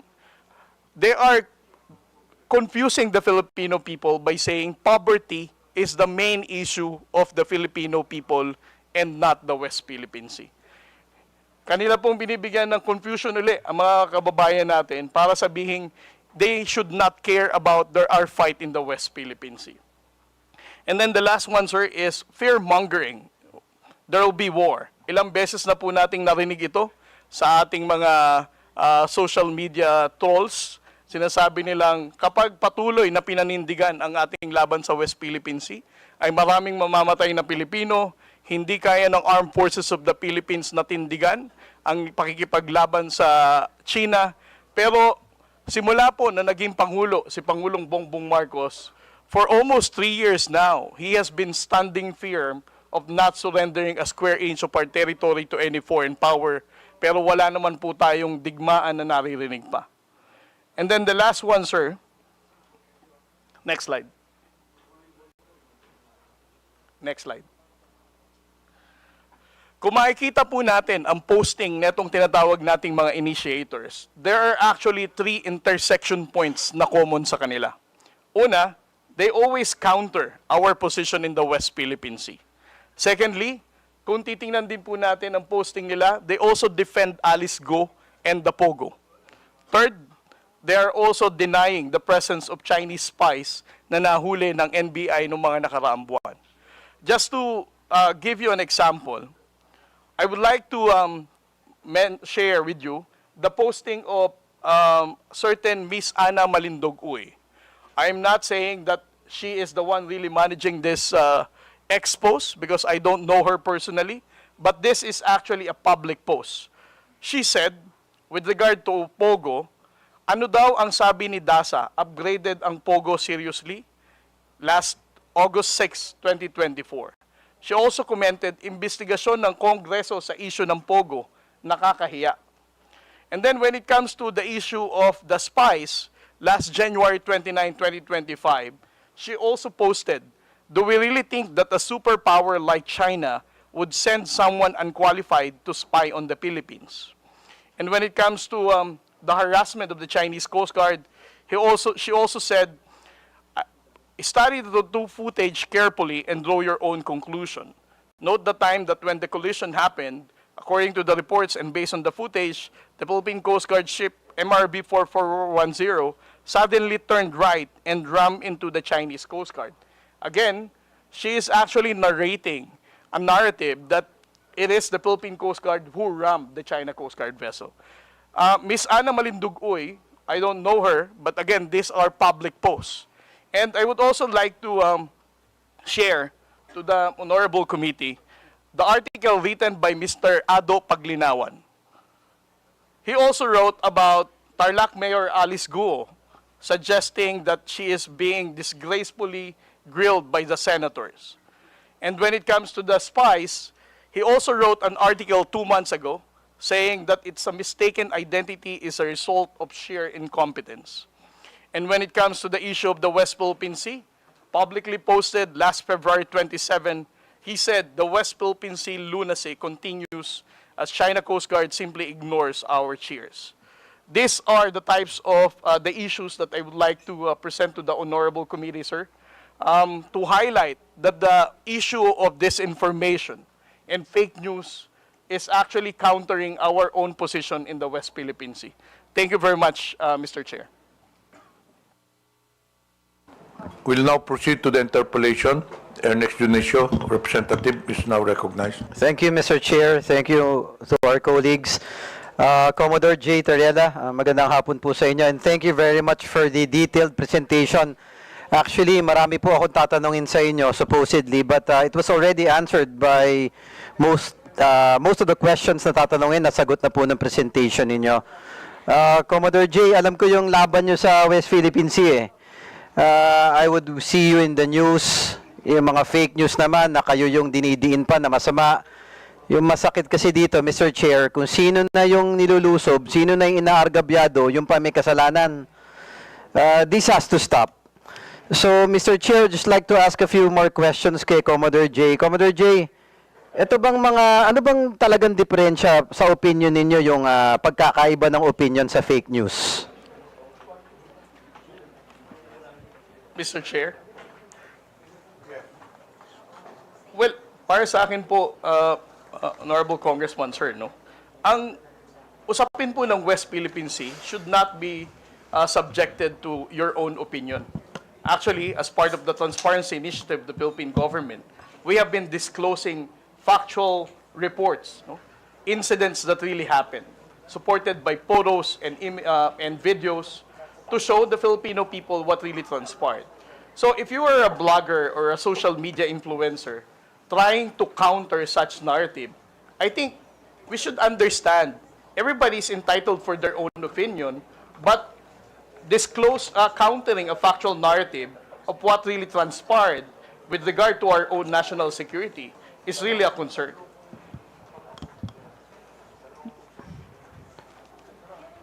Yes, thank you for that. Mr. Chair, kasi yung West Philippine Sea, in my humble opinion, di lang naman kasi to geographic location, it's a symbol of our sovereignty. If I remember it correctly, Commodore J, di ba, nung last hearing natin, meron pa nga na nagkiklaim na lumalabas sa mga fake news na yung Palawan pagmamayari ng China. Tama po ba? Yes, sir. Yeah, it's very alarming, Mr. Chair, lahat ng nangyayari na to eh. So, alam ko nag-imbestiga na kayo dito, Sir Commodore J. Ano po ba mga naobserbahan nyo? You mentioned kanina mga initiators. Ano ba to? Mga Pilipino ba to? Chinese? Or we don't know for certain? Well, right now, Mr. Chair, what we have are only public posting of social media accounts. Just like what the former Vice President mentioned, we cannot really ascertain whether these people are the ones managing those accounts dahil hindi naman talaga natin alam kung sila yon. Mr. Chair, may nabanggit po kanina na si Ana Malindugoy. Yes, Mr. Chair. Do we know, Mr. Chair, does this committee have any information na bisita po ba natin siya ngayon or Filipino vlogger po ba to? Or... Sino? Si Mark Lopez? Hindi po, si Ana Malindoguy, mentioned by Commodore Tariela earlier, Mr. Chair. Did we invite this personality? Unfortunately, she was not included. Is that a female? Yes, Mr. She Chair. was not included in the invitation to the resource persons. Maybe, Because there- thank you, Mr. Chair. Maybe it would be prudent since Commodore Tariela mentioned some posts that are very detrimental for our sovereignty and for the safety and security for our country, that probably this individual, be it true or not, we can try to find out through the committee and have this person invited and probably shed more light to the posts that was shared by Commodore Tariela, Mr. Chair. Comsec, please take note. This individual will be invited for the next hearing. Moving on, Mr. Chair, yung 2016, as mentioned by Commodore Tariela, yung arbitral award.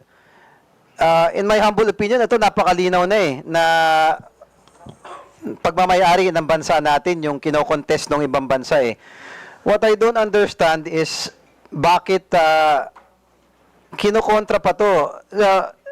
Commodore Tariela, ang gusto ko lang malaman, meron po ba tayong specific Filipinos identified who are, masasabi natin na pro-China? Well, Mr. Chair, if we're going to base on the social media posting of what how they appreciate the 2016 Arbitral Award and how they downplay our fight in the West Philippine Sea, I would say that they are really going against our national security and that they are not pro-Philippines, Mr. Chair. However, I would also like to add that what is difficult for us on the Philippine Coast Guard is that we cannot really identify whether these people who are using such accounts are those actual people named with that social media account, sir. Thank you. Mr. Chair, I would like to request that all the information that has been presented by Commodore Tariela, also yung mga vloggers na hindi naman natin ma-determine kung tao ba o Pilipino ba, baka makuha natin yung mga handle nila and maybe NBI or someone from our government can really check. Mr. Chair, this has to stop. We have to find out who these people are. Okay, baka mga Chinese to o kung hindi man, baka mga Pilipino na pinagkakalulo yung bansa natin. This has to stop. This is the reason why we have this hearing, to shed light and to stop the fake news na nakaka-apekto na doon sa sovereignty ng ating bansa, Mr. Chair. Also, nakakabagabag kanina yung presentation ni Commodore Tariela na hindi lang pala West Philippine Sea, na nagduduktong-duktong din to doon sa Pogo. O, na dinidepensahan pa nila, na naduduktong pa doon kay Alice Guo, na allegedly, na spy, na, ang narrative nila all about pro-China So, Mr. Chair, na again, kay Commodore Tariela, kung hindi naman kalabisan sa inyo, please give this committee a copy of all the information that has been gathered by on your side sa Philippine Coast Guard, and we will try to dig deeper and find out who these people are and put a stop to it.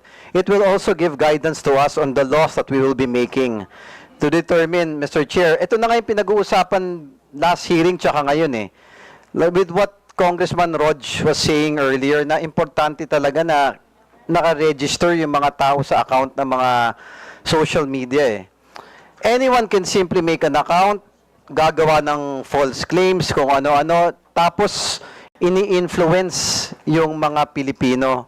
But I do believe Filipinos are very smart at walang Pilipinong tunay na magkakalulo. Ang hindi ko maintindihan, kung meron man, ano bang reason nila? Is it political? Or is it because of monetary gains? But there should be no Filipino na dapat ipagpapalit mo yung bansa mo para sa mga idol nyong politiko o para lamang sa pera, kapalit ang sovereignty at security ng ating bansa. This has to stop. So again, Mr. Chair, may I manifest that we really have to find out who these people are. We will not stop. The committee will not stop. And again, ako lang, simple manifestation, Mr. Chair. to Filipino vloggers. Minsan nakikarried away tayo sa mga nababasa natin o napapanood. Last hearing, tinanong ko yung mga vloggers natin. Sinabi naman nila na walang naniniwala sa kanila na ang Palawan parte ng China. Yun na pinapakalat online eh. Ako yayayain ko lang yung ibang vloggers natin, no? I know masipag kayo mag-post o gumawa ng iba't ibang content. Why not do a content that will protect our country? Why not do a content, meron kayong mga following meron kayong mga taong naniniwala sa inyo. Isn't it prudent enough for a Filipino na kung gagawa ka na lang ng content mo, it's to fight for our country. Sometimes nalulungkot ako kay Commodore Tariela, tinitira pa ng ibang tao na tuta daw ng Amerika. Tapos yung Amerika, minsan tinitira na yun daw may gusto ng gulo. No. Let's try to dig deep. Sino ba nanggugulo sa Pilipinas? Sino ba ang pumapasok? Sino ba ang aggressor? Mr. Chair, enough is enough. Kami sa Tondo, mga batang Tondo, hindi kami papayag sa mga taong ganyan. So, Mr. Chair, again, I appeal. Sana sa mga kaibigan nating vloggers, if you are true Filipinos, let's all work together. O i-prove natin na maka-Pilipino tayo at makabansa tayong Pilipinas.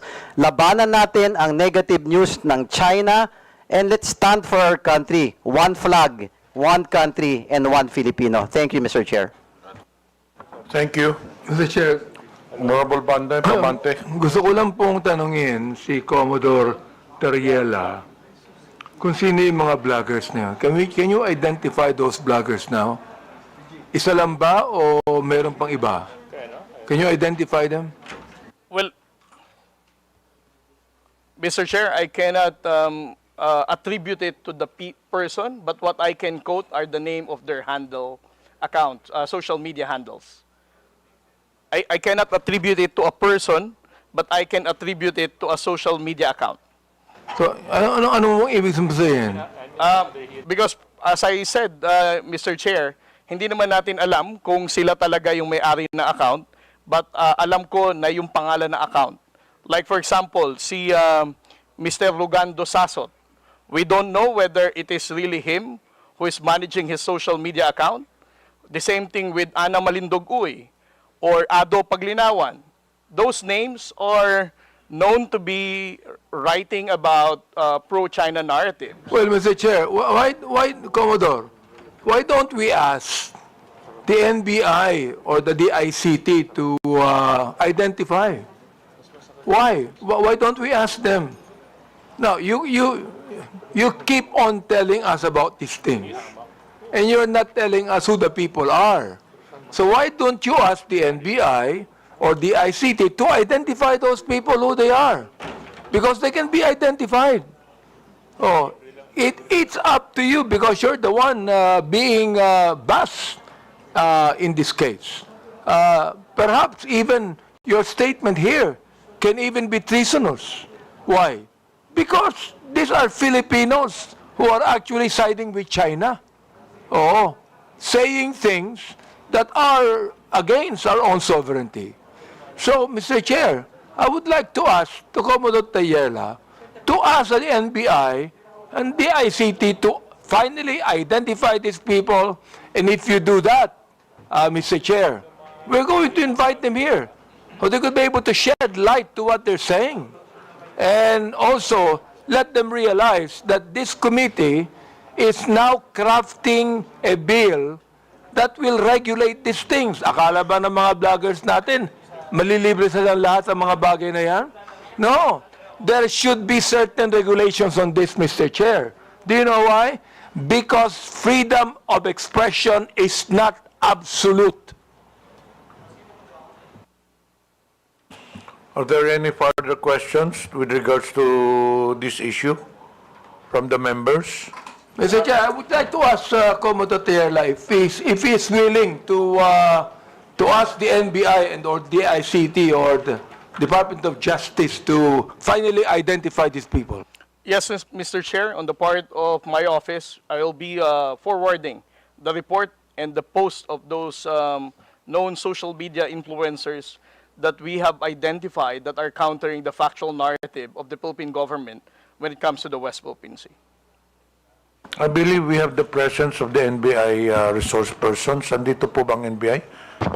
Ano mo nga yung anong pwedeng gawin doon?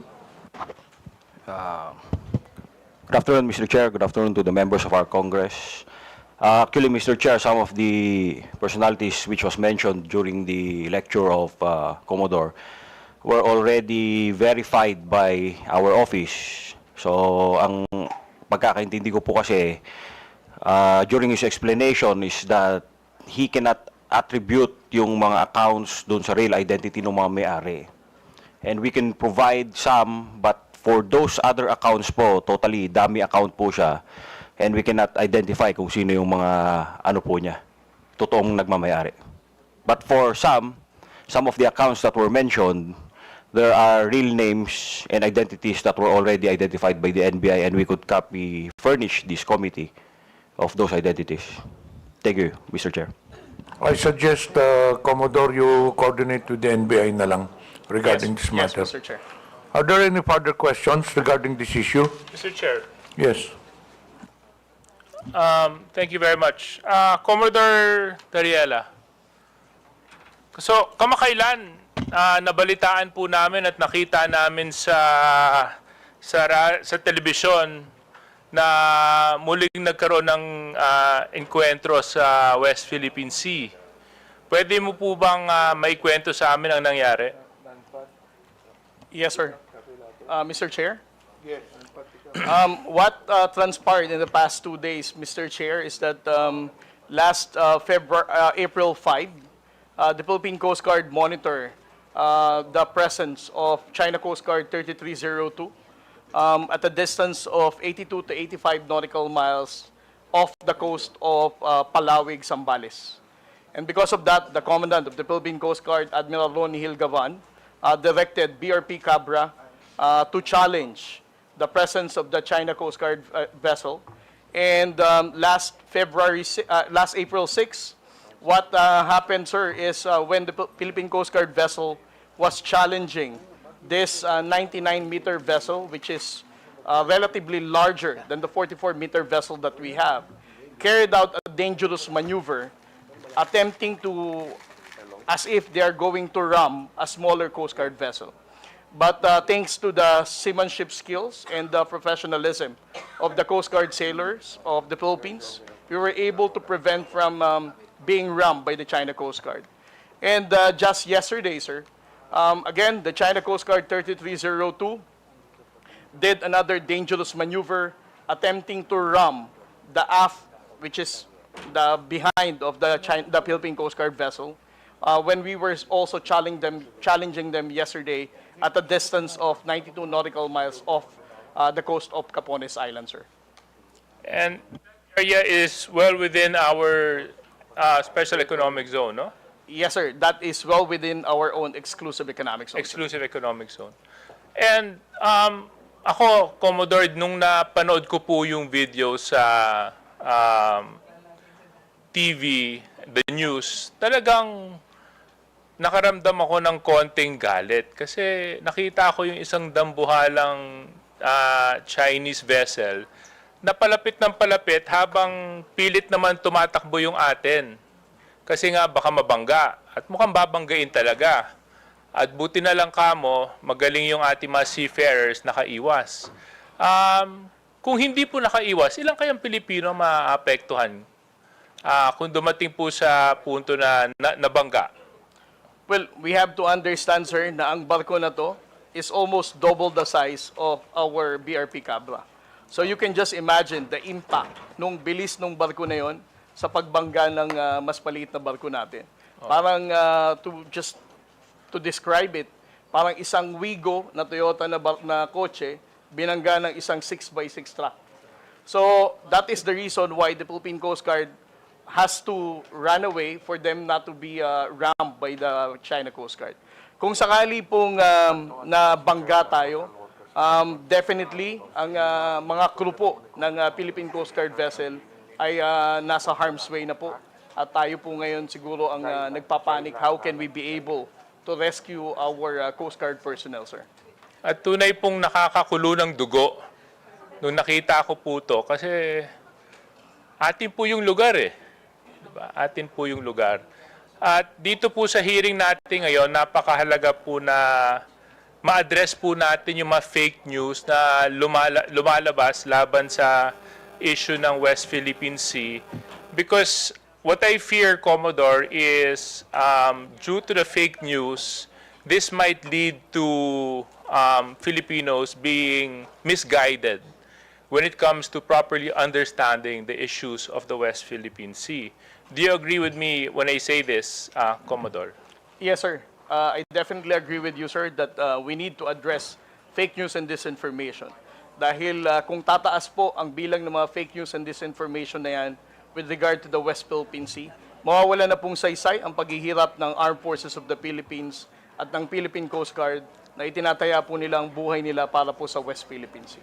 So sa isang bahagi, Commodore, would you agree with me when I say that maaaring isang strategiya to na ginagamit ng isang banyaga laban sa Pilipinas para magkaroon ng confusion sa ating mga mamamayan sa paglaganap ng fake news laban sa Pilipinas sa usapin ng West Philippine Sea? Yes, sir. I definitely agree with you, sir, that most likely this is a state-sponsored misinformation tactic para gibain po ang pagkakaisa ng ating pong bansa pagdating sa pagtindig sa issue ng West Philippine Sea. Okay. Thank you very much. Now to our vloggers present, Mr. Chairman, can I get a show of hands kung sino-sino po sila nandito ngayon? Actually, we will proceed on that. Tapusin na lang natin yung kay Tariela. Yeah, patapos na po ako, but critical lang po kasi sa akin yung mga vloggers dito. The social media personality that was mentioned by Commodore Tariela, George Paglinawan, is here. May know where George Paglinawan is? Oh, yan. If you have any questions. He was mentioned by Commodore Tariela kanina. If I may, Mr. Chairman, I am George Ahmed Paglinawan. Mr. Chairman, I think I have the floor. Okay. Yeah. So anyway, Mr. Chair, I just wanted to ask first, I don't have any particular questions to Mr. George. Yung gusto ko lang malaman, yung mga vloggers na nandito ngayon, pakitaas nga ulit yung kamay ninyo. Hindi ko kasi kayo kilala isa-isa eh. Kanina, kung susubaybayan po natin yung takbo ng hearing, makikita po natin na napakahalaga po ng papel na ginagampanan ninyo sa paglaganap ng balita at sa mga pangyayari sa ating bansa. And in a certain way and in a certain form, you influence the manner of thinking of certain Filipinos. No? And I'm sure you agree with me that when I say the Philippines is a sovereign country. Now, I just want to find out from the vloggers present, do you condemn what China is doing in the West Philippine Sea? Yes or no? Can you raise your hand? Can I just, all of you? All of you? Yung mga nasa dulo, hindi ko po masyadong, sorry malabo kasi yung mata ko. Are those vloggers as well at the end? Yes? Do they also, are you also raising your hand? Yes? Okay, so you also condemn what China is doing in the West Philippine Sea. Is this correct? Yes, okay. If so, then, Commodore Tariela, you mentioned na maraming mga disinformation, fake news na lumalabas patungkol sa usapin ng West Philippine Sea. Can you further elaborate on this? Yes, sir. Just like what I mentioned a while ago, sir, no? There are 7 types of narratives that they're saying. Una, wala tayong legal basis. Second, dinidiktahan lang tayo ng Amerika. Pangatlo, Pilipinas ang gumugulo sa West Philippine Sea. Pang-apat, ito ay hindi ito priority ng ordinaryong Pilipino.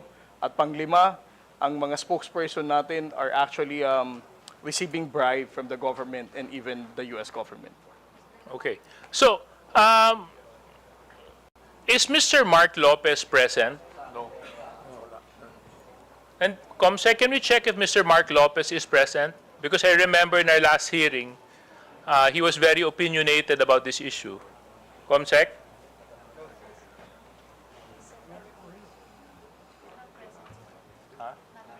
present. Okay, not present. So, since he's not present, siguro I'll just reserve my questions for him when he decides to present himself.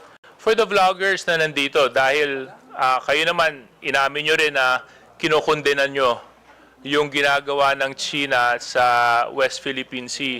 Siguro ipapakiusap ko na lang sa inyo sa pamamagitan ng boses ninyo at sa pamamagitan ng kakayahan ninyo, baka pwede nyo lang suportahan ang Pilipinas. Pwede nyo suportahan ang ating pamahalaan.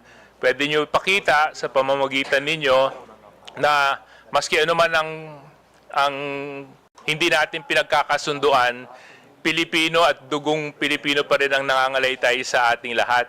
At yun po ay dapat pinaglalaban natin. I think for our armed forces right now, this is very important that we show that the country is in full support in protecting the rights and the sovereignty of our country. That's all, Mr. Chairman. That's the only questions I have for Commodore Tayera. And baka pwede pong humabol ng isang pakiusap. Alam mo, campaign period ngayon eh. Kami mga kandidato nakikiusap. Baka ang pwede kong ipakiusap sa inyo. Sana maging boses din po kayo sa Twitter, sa Facebook, sa TikTok, o anumang medium ang ginagamit ninyo na let's support the Philippines and let's support our claim to the West Philippine Sea. Maraming salamat. Mr. Chair, Yes, Honorable Abante. gusto ko lang po sabihin kay Commodore Tayel, saka yung NBI, no? Because you mentioned na these are dummy accounts, di ba? Dummy accounts po ito. And you also mentioned that it's possible that they are being used by the Chinese, no? To speak against the West Philippine Sea. So, Mr. Chair, gusto ko lang pong i-manifest dito, kung dummy accounts yan, walang pinagkaiba yan nung panahon ng hapon. Oo, yung makapili na mayroong bayong, mayroong bayong hindi nagpapakilala. Oo, walang pinagkaiba yan sa mga makapili. Kaya yung mga vloggers natin dito, na mga makapili, palagay ko, merong kalalagyan din yan. Siguro, no? NBI. Meron din, ano? Ha? So, it means that you could be able to really identify those makapili today. No, NBI. Kaya, no? Mr. Chair, if I may. Yes. Yes, Your Honor. As long as makumpleto po natin yung mga verification. But still, we depend on the information na kayang ibigay sa atin ni Meta as well as yung kaya ibigay ng mga telco sa atin na information. Kasi ang point po natin dito for purposes of identifying attribution is that we could determine kung sino yung gumawa ng account. Yun po ang ating basis po. Well, the fact na, Mr. Chair, that our bloggers are here with us today, hindi po ito makapili. Mga Pilipino po ito that they're appearing with us today to be able to help us craft a legislation finally, to be able to put a stop to this fake news, especially those people who are using dummy accounts. Finally put a stop to it, Mr. Chair. Yun lang po gusto kong sabihin.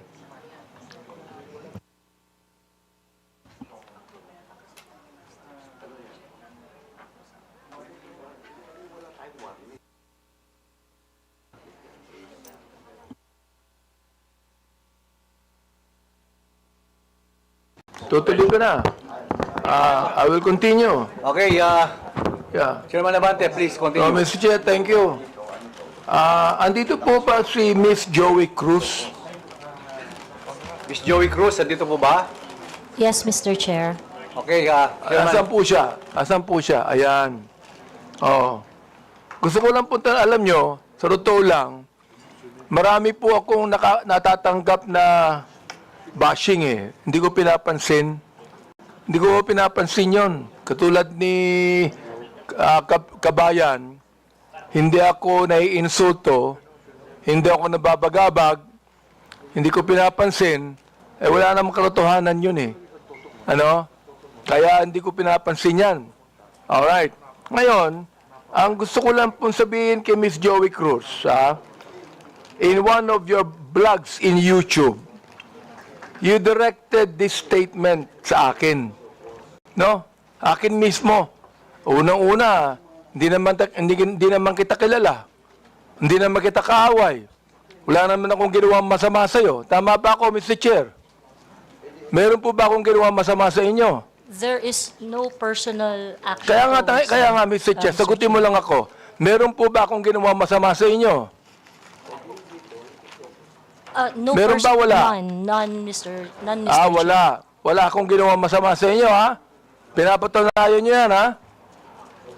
Pangalawa, hindi nyo ako kilala. Tama ba, Miss Joey Cruz? You do not know me personally. Correct, Mr. Chair. And Mr. Chair, I do not even know Miss Joey Cruz personally. Am I right? Correct, Mr. Chair. But, you made a statement against me. O ito, babasahin ko ha. O, ang sabi mo, ganito, kung abante, paswelduhan ka ng taxpayer, gago. Tinawag mo akong tinawag mo akong gago. O, bakit? Ba't mo ginawa sa akin yun? Gusto mo ba akong umiyak ngayon sa'yo? Sabihin ko, ba't mo ginawa sa akin yun? Bakit mo ako tinawag na gago? Bakit po, Mr. Chair? Please, yes. Mr. Chair, and I think it is already established that we do not know each other personally. Ano po yung pakilakas nga po? Hello, Mr. Chair? Mr. Chair? Okay. I think it is already established that we do not know each other personally. Therefore, the statement was said based in a not personal way, but it is an observation of my reaction Mr. Chair, on meron ka pang salita. Your observation is that I'm gago? Is that your observation? This pertains to the public function as I perceive it, Mr. Chair. No, you're public what? Public action, Public Mr. Chair. action. So you mean that is the public that is actually telling me that I'm gago? No, Or Mr. is it Chair, you? the statement Let me came ask from you, me. Mr. Chair, is it you? Yes, Mr. Chair. So you were the one that said that, right? Correct, Mr. Chair. Ayun. Pero hindi mo ko kilala. Wala akong ginawa masama sa'yo. Yes, Mr. Chair. It What is your already right to established. tell me that I'm gago? Because I am a citizen of What the is Philippines. your right to tell me I'm gago? That is part of my freedom of speech, Mr. Oh, Chair. is that right? Yes, Mr. Chair. So your freedom of speech is to tell a person that he is gago? Freedom of speech ba yan? My freedom of speech, part of my freedom Ang of galing speech is mo. to react Ang on the galing mo. action of Ito a pa, public official. sinabi mo ha, in another post, ito sinabi mo. Pero alam mo, kaya tayo nagmi-meeting dito, para mini-mention ko ito, no? Pero sa totoo lang, hindi ko pinansin yan, matagal na yan eh. Di ba? Hindi ko pinansin yan. Ito ha, ang sabi mo, you know, Kong Benny Abante, I can find all of this. Isasampal ko ito sa pagmumukha mo. Is that still freedom of speech? Mr. Chair, I am not very familiar Yes on or that no, post. Mr. Chair? Is that still, you think, freedom of speech? When you said, isasampal ko ito sa pagmumukha mo. Mr. Is Chair, that freedom of speech? yes, Mr. Chair. Ganon. Oo. So, ibig sabihin, ganito. If I tell you right now, sasampaling kita, freedom of speech yan. That's part of your freedom, Mr. Chair. Pag sinampal kita, hindi na freedom of speech yan. Of course, sir, it's overt Hindi action na. already. Yes, Hindi sir. na, no? Yes, sir. Oo, ang galing. Mahusay ito. Oo, magaling ka. Oo. Ang sabi mo, I'm going to be Hindi ko masabi to, Mr. Chair. F-U-C-K-E-D. Prepared. Binanggit mo yon? Mr. Chair, Bakit naman? Mr. Chair, Ano may ba I nagawa know kong when kasalanan that post sa'yo? was posted? Mr. Chair. Oh. Mr. Chair, so that I can answer intelligently on the question You of... can, Mr. Chair, may I know you can the date answer of the post? intelligently, I but cannot what you answer said here, is that intelligent? Let me ask you, Mr. Chair. Nung sinabi mo, Conbene Abante, I can find all of this, isasampal ko ito sa pagmumukha mo. Is that intelligent? Mr. Chair, I cannot intelligently answer if I do not know when the post was posted. You don't know, Mr. Yes, Chair? Mr. Chair, I think in a day I post maybe 50, Well, 50 posts in a day. I would like to understand, It Mr. means, Chair. Mr. Chair, that you can post something today and you forget that tomorrow. Am I right? That is correct, Mr. Chair. That's very likely. So, pakiklaro nga, Mr. Chair. Ano yung isasampal mo sa pagmumukha ko? That is why, Mr. Chair, for me to intelligently answer your question, I need to know when it was posted. Well, we are going to get the date when this was said. Thank you, Mr. You would Chair. be able to know. Thank you. Kaya, pinapa-confirm ko lang yung statement na yan eh. Ibig sabihin, do you believe, hindi ko na sabihin ang freedom of speech. Do you believe that this falls under protected speech? I'm so sorry, Mr. Chair. May you please repeat Do the you question? believe that this falls under protected speech? Mr. Chair, like I said earlier, I would like to know first the context of the post. But rest assured, Mr. Chair, that when I post in my platform, I make sure that it is a reaction on the news or public action. As a political observer, I always practice... Ms. Cruz, is this a political statement? You were saying a political observer. Is this a political statement? Do you believe that using profanities, insults, and malicious accusations online represent fair and respectful, intelligent discourse? Except as part of your statement, Mr. Chair, the malicious imputation you said, except that, the rest that you said, yes, it is part of the healthy public discourse. It is part of what, Mr. Chair? Healthy public discourse. Therefore, pag binanggit natin using profanities, insults, and malicious accusations, that is, anong tawag mo doon? Part of the healthy discourse, Mr. Chair. Healthy discourse. Healthy discourse ba yon? Yung Yes, profanities, Mr. Chair. Yes, Mr. insults, and malicious statements, healthy discourse sa'yo yun. Yes, Mr. And that's the Chair. reason why, Mr. Chair, that we should now actually craft a legislation to put a stop to Ms. Joey Cruz, who seemed to be intelligent, and a woman using profanities, malicious insults, saying it is healthy. Yes, Mr. Chair, I stand by my statement.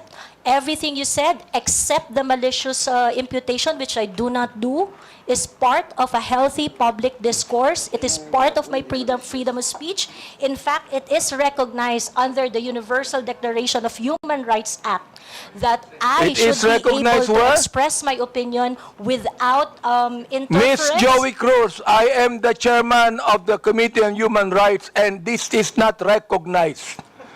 Profanities, insults, and malicious words are violation of human rights. You violated my human rights. Mr. Chairman, Mr. Chairman. Mr. Chairman, may I inquire, sino po yung sa tabi ni no resource person?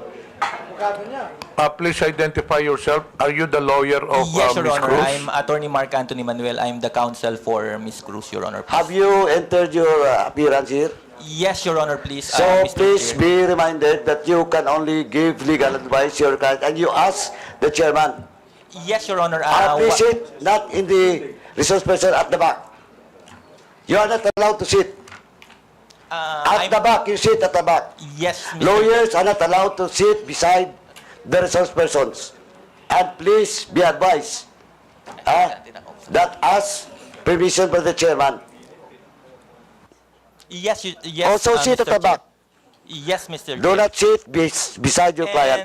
And rest assured that I am only advising my client as And to then, her so legal ask the rights. chairman the permission before you give the advice. Yes, Mr. Chair. Also sit at the back. Thank you, Mr. Chairman.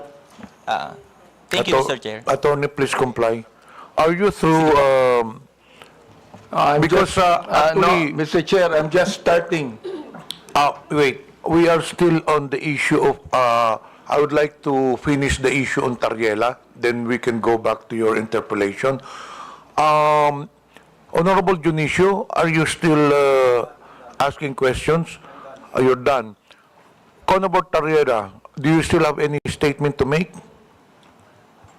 Nothing more left from me. Okay, we'll now proceed to the next item on the agenda.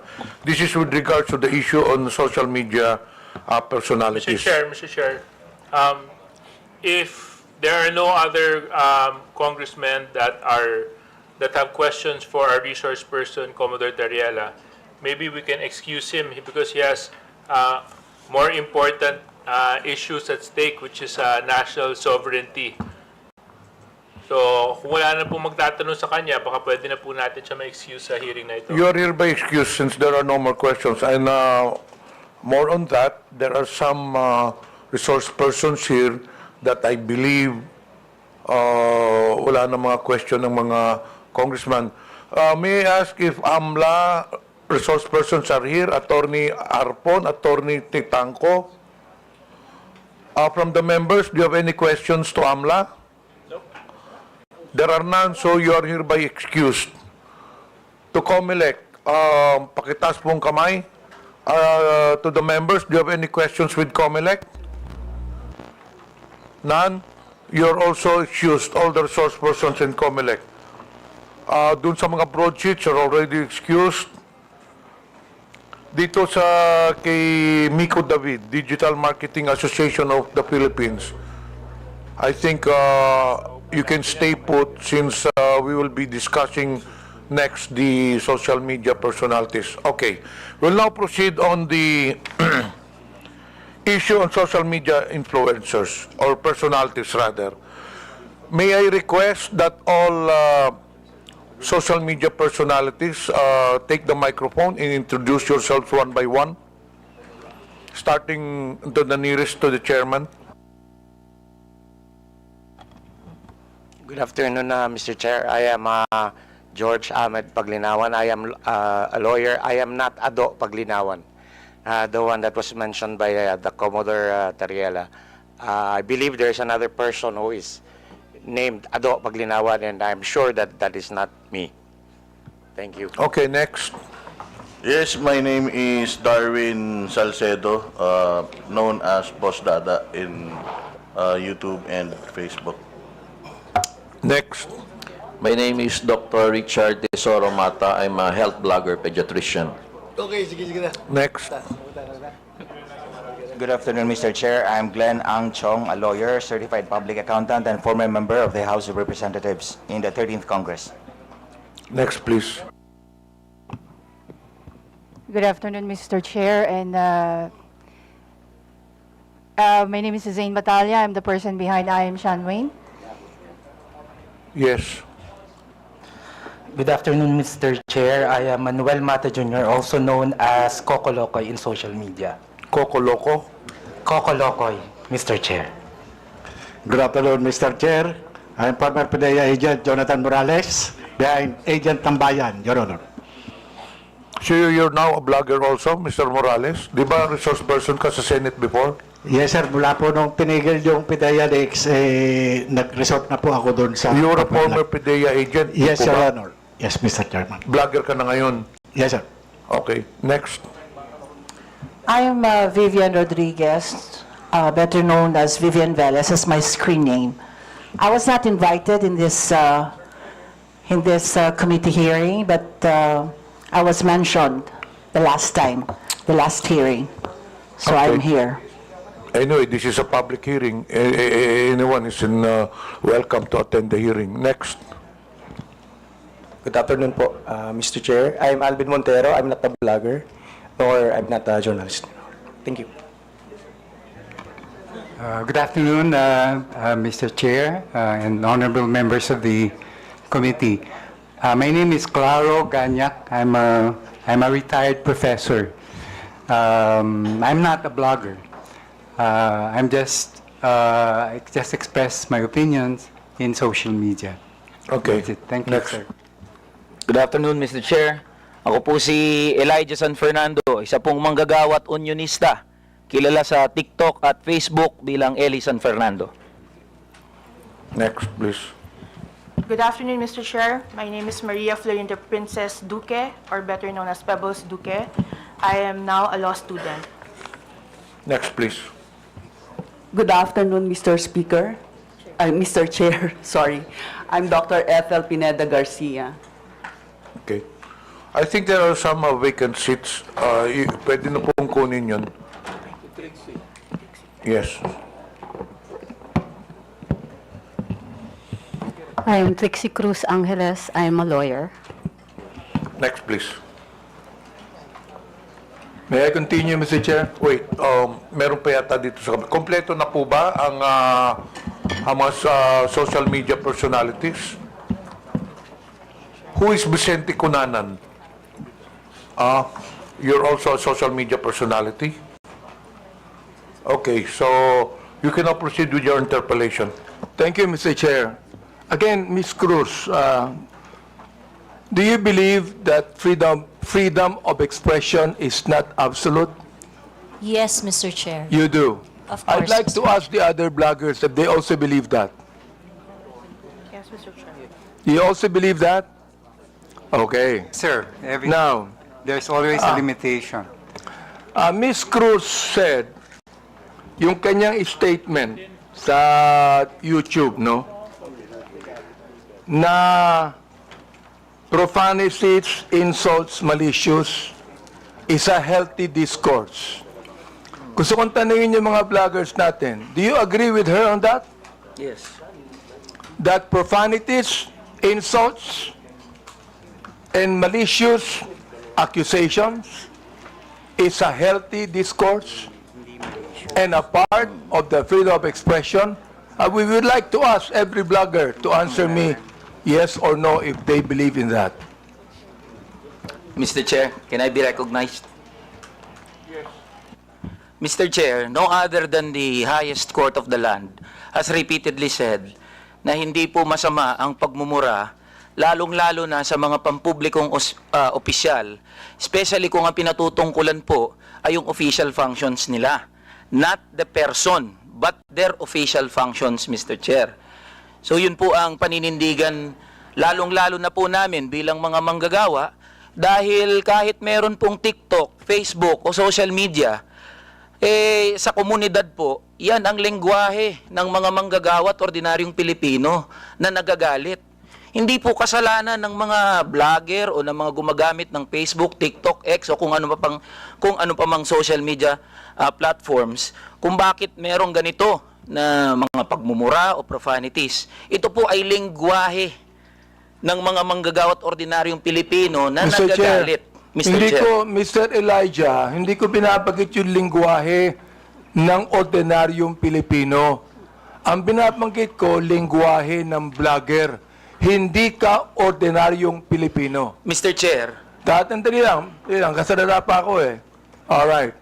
Hindi ka ordinaryong Pilipino. Tama, mali? Ordinaryong Pilipino ako, Mr. Hindi, Chair. hindi ka ordinaryong Pilipino. Vlogger ka eh. No, I'm a manggagawa ako, Vlogger Mr. ka. Chair. Lahat pa ng ordinaryong Pilipino, vlogger? Mr. Chair, manggagawa ho ako Andali lang, na may andali lang. platform ho. Andali So, lang. ordinaryong Pilipino ho ako, Andali Mr. lang. Chair. Mr. Vlogger ka Chair, eh. point of order. We have our rules here. I think the resource person cannot answer without being recognized by the chair. Sorry, Mr. Chair. Okay, to all reminder to all resource persons, let the interpolator finish his line of questioning in his statement, and resource persons can only talk when the chair recognizes them. Okay. Nabanggit mo kanina na yung profanities, yung insult, yung malicious accusations, kung yan ay sinabi sa kanyang, anong tawag doon, functions bilang public official, okay yon. Yung sabi mo, di ba? But not on a personal basis, correct? Ayan. Yes, Mr. Chair. Sabihin natin, naniniwala ako dyan. Pero, hindi naman niya sinabi yan sa akin on my public functions, official functions. It is a personal accusations on me. Mr. Elijah. Mr. Chair, can I be I cannot speak on behalf of Ms. Joey, Mr. Chair. Inaano ko lang yung sinabi mo. Yes, Mr. Chair. Okay, now I'd like to ask Ms. Joey, Ms. Cruz, are you insulting me on my public official functions, or it is a personal accusation on me?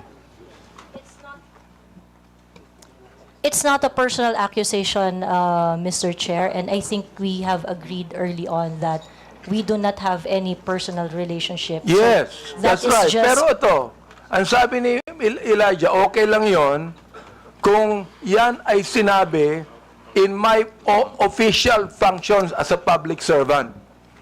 Alam mo ba yung official functions ko? Yes, Mr. Chair, and Alam mo.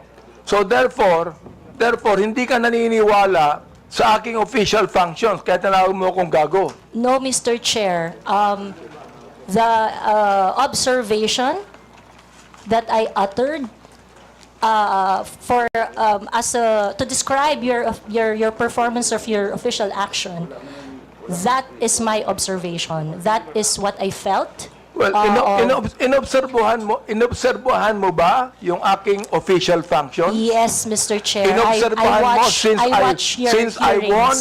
Since I won in 2019? No, Mr. Chair. I closely monitored your performance as a congressman in the 19th Congress. And you hated me for that?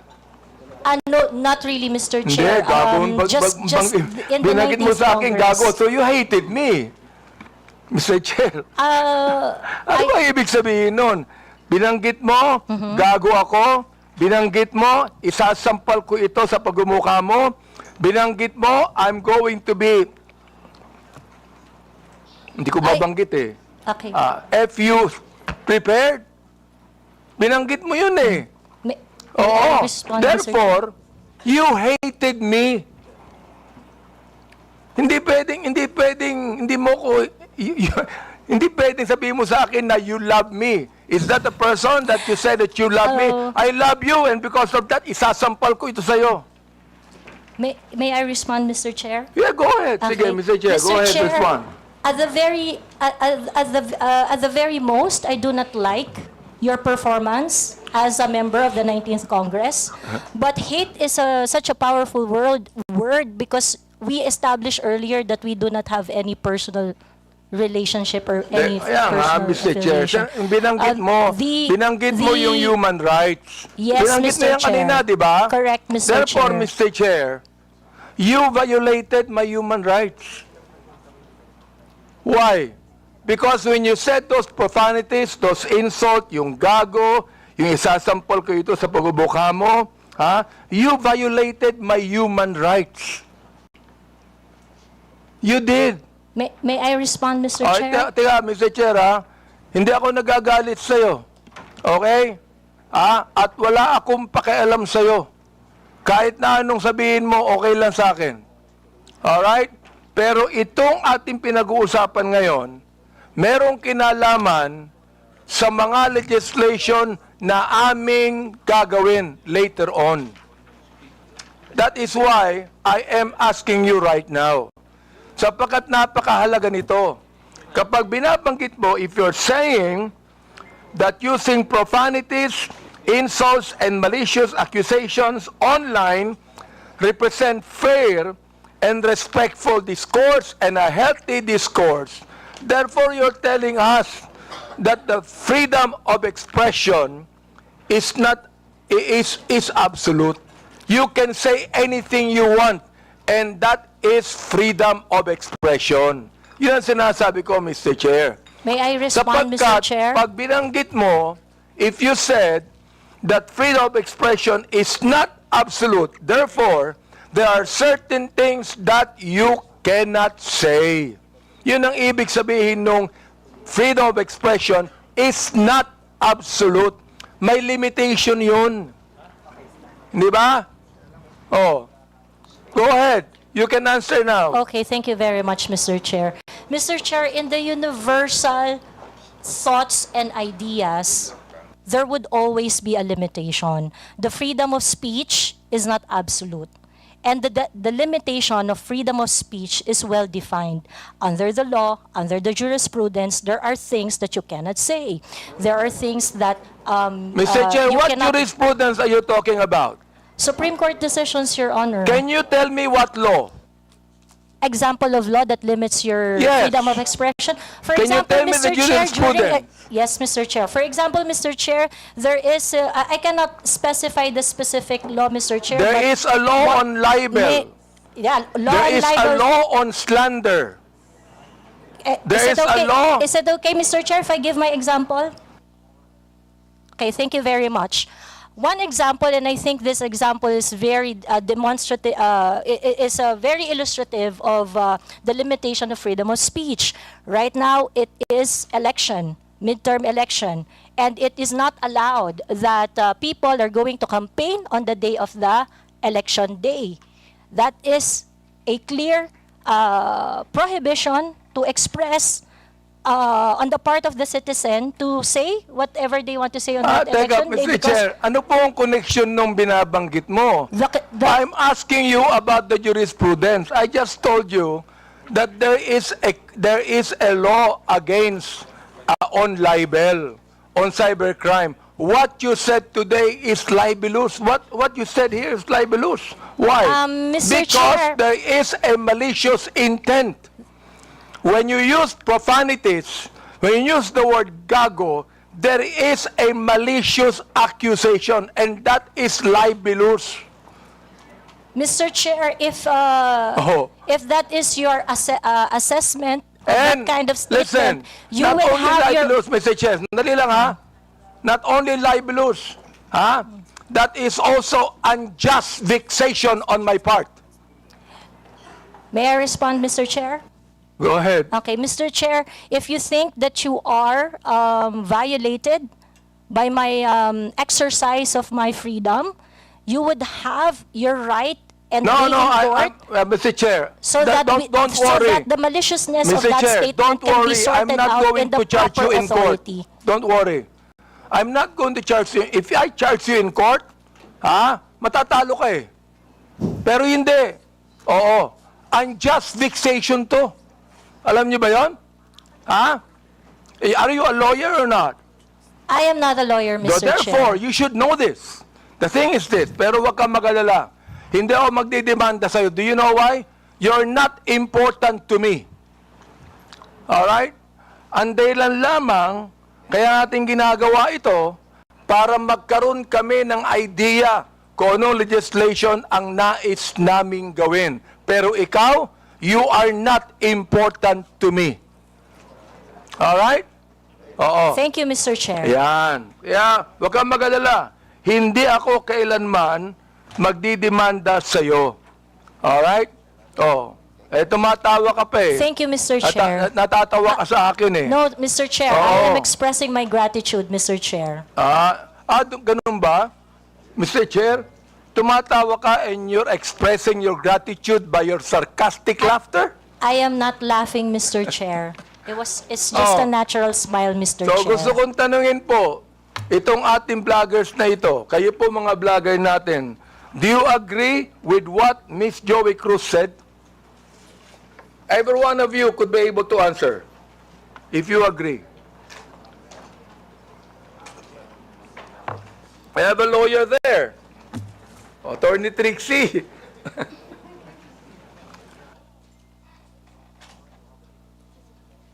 Attorney Trixie, you have the floor. Thank you, Mr. Chair. I disagree with Ms. Joey. I believe that there is, instead of a limitation on the freedom of speech, I believe that speech is either protected or not protected. Thank you very much. Those that are covered by the law, such as the law on inciting to terrorism, inciting to rebellion, and so on, are unprotected speech. And those that are not covered by any limitations by the law are protected speech.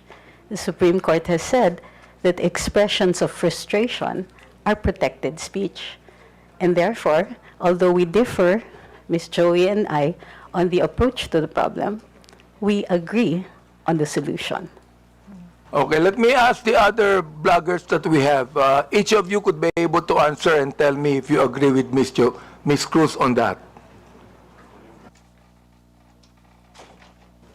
Your Honor, Mr. Chair, I am Dr. Mata. I'm a bit forgiving on those things sometimes, Mr. Chair, because sometimes people are so expressive that we tend to say things. And I could cite, Mr. Chair, your example on the last hearing. You mentioned something as well. I won't mention it now, but you said it's something, but I know it was withdrawn as well. So there's no, I'm not affected by what you said, because sometimes you're just, in your emotions, you tend to say things, which you said, T-A-N-G-A, but it's okay, Your Honor. Mr. Chair, let me answer that, no? When I say T-A-N-G-A, binalik ko lang sa kanya eh. Siya ang unang nagsabi. Siya ang unang nagsabi. Para bang pinukul ka ng balisong, nasa lubong yung balisong, binalik mo sa kanya. Kaya ako binanggit. Hindi ako ang unang nagsabi. Ang unang nagsabi, yung vlogger mismo. Ibinalik ko lamang sa kanya. Oh, ngayon, ako ang masama. Samantalang yung vlogger na nagsabing tanga ang gobyerno, hindi masama. Nung ako ang nagsabing tanga, ako naman ngayon na masama. Ano ba talaga, Mr. Chair? Yes, thank you for your explanation on that, Mr. Chair. Mr. Chair.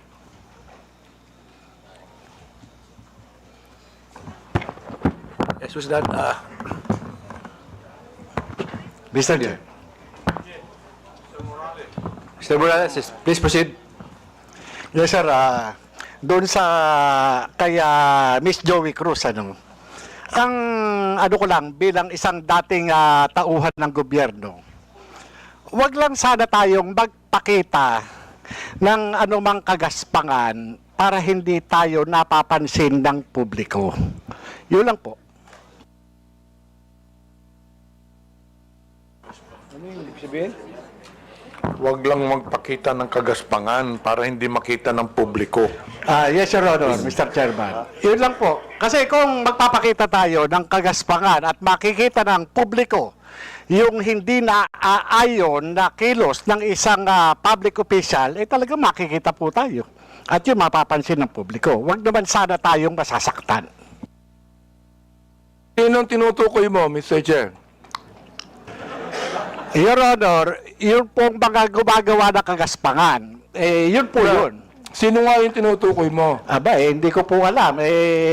Siguro po, maaaring kayo po, Your Honor, mawalang galang na po, nasa inyo po yun kung sino po yung mapapatungkulan nun. Mr. Chair,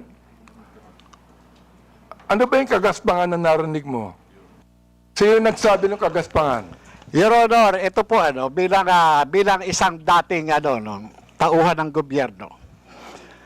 Nagiging maingat dapat ang isang tauhan ng gobyerno habang siya ay nanunungkulan.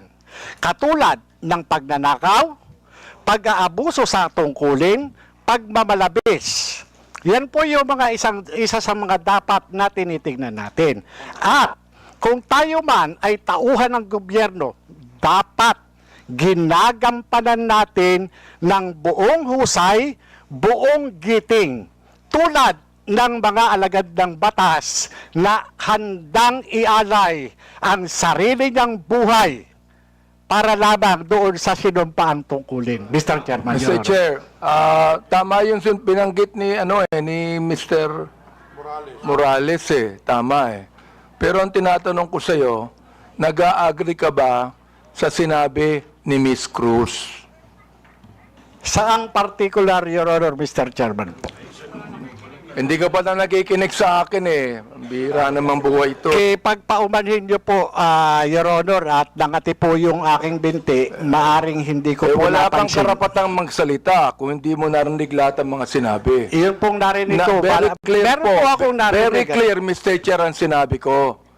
Kanina, pinag-uusapan natin yung lahat ng mga binanggit ni Miss Cruz. And I'm asking you now, kayong mga vlogger, oo, mga objective naman kayo, di ba? Ano ang palagay nyo rito? Palagay nyo ba na itong malicious, ito ulitin ko para malaman mo, itong malicious, profanities, at insults, accusation na ibinigay po ni Miss Cruz, ay kasama po yan sa tinatawag nating protected discourse o kaya naman healthy discourse or freedom of expression? Yun po pinoprotektahan ng batas. Ito po yung pong opinion o saloobin ng isang mamamayang Pilipino patungkol doon po sa pagkukulang ng isang public officer.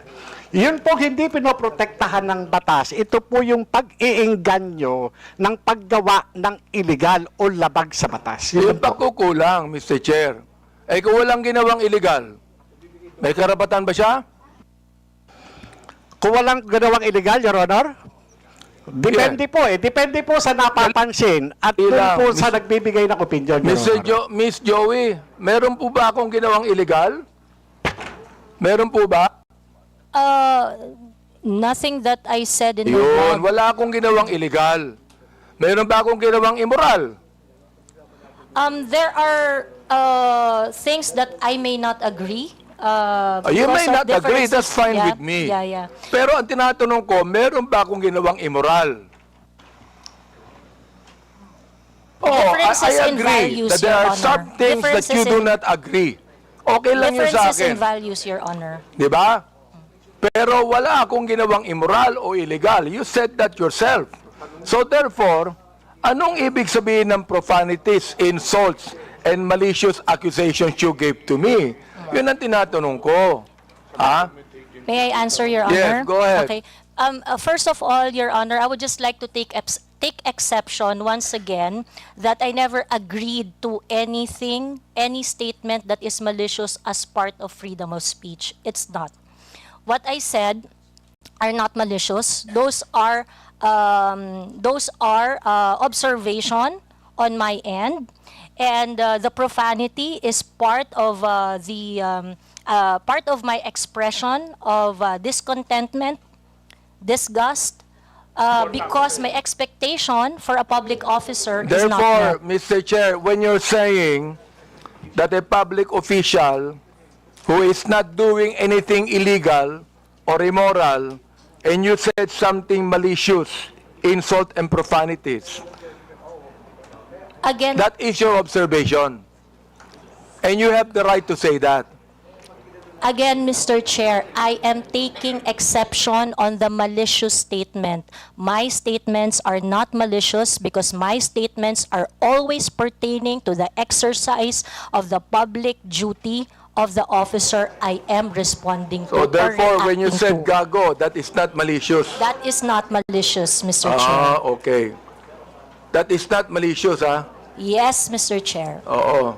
Pero ako, Miss Cruz, kahit kailan, hindi naman kita kilala, hindi ko alam ang ginagawa mo, wala akong karapatang tawagin kitang gago.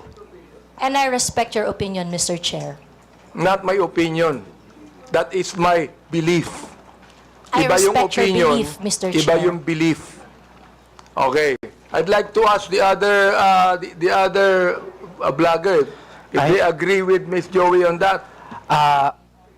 Una po, I agree po na this is not malicious kasi na-establish na po na hindi po namin kayo kilala personally. And kung sabihin namin mahal namin kayo, it is because of your work as public official. Hindi po ibig sabihin mahal po namin kayo bilang kung ano pa man, malisyoso. And when we say we don't like what you are doing, it is also not malicious. It pertains to your job as a government official. So I think magkaiba din po kasi yung sukatan sa public official and also private citizen. So, I think it's important for us to understand the difference of and the limitation doon sa public official and sa private citizen. And I agree po. Lahat po ng sinasabi namin sa inyo, because we don't know you personally, are not malicious. It's not personal. It's about your job lang po. Sometimes, Mr. Chair, I'm not onion-skinned, ayan, kilala ako ni Congressman Glenn. Kaibigan ko yan. I'm not onion-skinned. Ang ibinabanggit lamang natin dito is how do we limit this?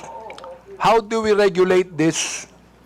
Yun ang aming inaanong batas. How do we regulate this kind of statements? Na masyadong personal to Diba? Hindi ko na nga pinapansin Oo.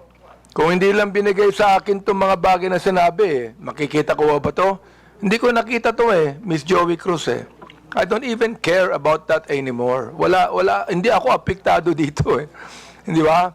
The thing is this, kayo makakatulong sa amin for us to be able to craft a better legislation to what? To tell you that the freedom of expression is not absolute. Yun ang nais naming sabihin dito. So, yung the rest of the bloggers, if, yes, Attorney Glenn, go ahead. Thank you, Mr. Chair. While we recognize the plenary power of this Congress to enact legislation to limit freedom of speech or expression, I would just like also to exhort the members of Congress, the honorable members of Congress, to remember that the exercise of free speech, public officials should not be onion-skinned. I know hindi po kayo onion-skinned, Congressman Honorable Abante. Public officials should not be onion-skinned, and that free speech serves as a scalpel that removes the abscesses of officialdom. I quote the jurisprudence. It's a landmark decision of the Supreme Court. So we have to make a tight balance between limiting the freedom of speech and, of course, when it comes to public acts of public officials. Yun na po, Mr. Chair. May we hear the others, Mr. Chair? Go ahead. Yes, Mr. That Chair. handsome man right there. Ako po, Mr. Chair. May I be recognized po? Mr. Chair, sundan ko lang po yung binanggit po ni Attorney Trixie about protected speech. I don't know the specifics of what Ms. Joey said. Be that as it may, Mr. Chair, kung yung pong mga binanggit niya ay nakapatungkol po sa official function, then it is warranted. If it pertains to the personal po na buhay, then it is unwarranted. Naiintindihan po namin yung predicament, Mr. Chair, ng mga congressman natin, ng mga public official natin na talagang nasa scrutiny ng taong bayan. Pero hinihingi rin po ng taong bayan, lalong-lalo na ng mga manggagawa, ang pag-intindi po ng ating mga congressmen doon sa kung ano yung nararamdaman at ano yung pakiramdam, emosyon ng mga tao patungkol doon sa function po ng ating mga public official. I believe yung mga binanggit po ni Ms. Joey, it is part of protected speech. And I think doon po pwede tayong magkaisa. That's all, Mr. Chair. Meron pa. Yes, Miss, Mr. Chair, good afternoon po. Yung tungkol po sa sinabi ni pagsasamahin ko na po yung tatlo, ni Ma'am Joey, ni Attorney Trixie, at saka ni Sir Elijah. Kami po na mga content creators, nasa public eye din po kami, gaya po ninyo. So, whatever content or opinions that we also post online, nakaka-receive din po kami ng mga gaya ninyo na masasakit na salita. Kaya naiintindihan po namin kung saan din kayo nanggagaling. However, ang difference lang po natin, ang atake sa amin personal, ang atake po sa inyo, on your official function. Ngayon, ang masasabi ko lang po siguro pagdating sa bagay na yan, kami po, pinapabayaan po namin yung mga haters namin at saka bashers to air out what they think and feel about what we say. Hindi ko naman din po sinasabi na dapat ganun din po kayo. It so happen lang that sa inyo po, pagdating sa mga nasasabi nyo po, sa mga press briefing nyo po, sa press con ninyo, or even sa mga pinapublish sa news, ang sa aming mga content creator, naka-anchor kami lagi kung ano lang po ang nasasabi ninyo. Mr. Chair, Ms. Batalya, Yes po. gusto ko lang pong banggitin din, no? Alam mo, natanggap ko itong mga bagay na ito since Quadcom days, eh. Hindi ako binabas ng sino man bago ang Quadcom. Bakit kaya? Di ba? Share if I may. Hindi ako nababas, eh. Oo, ngayon lang talaga. Hindi ko alam kung bakit, eh. Oo, yun ang gusto kong sabihin sana sa inyo. Di ba? Yes,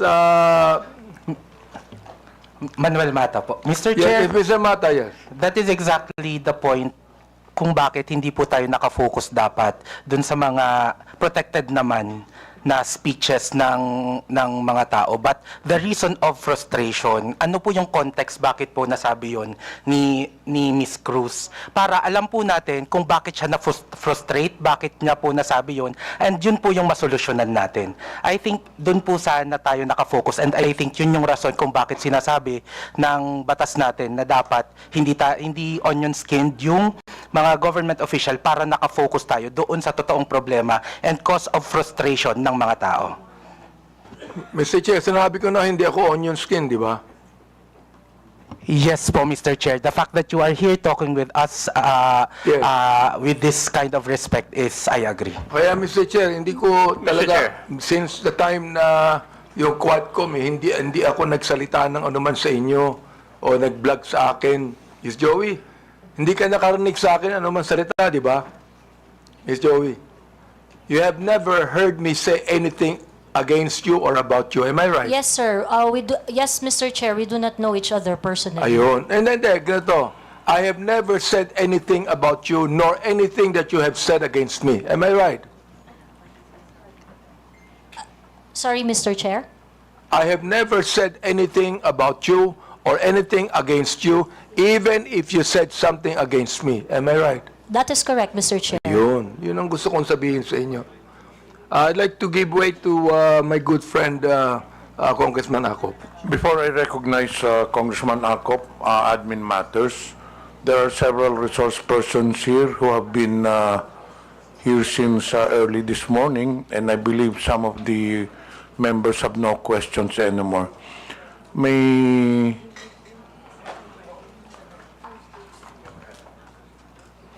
Andito po ba si Attorney Kirsten Bautista?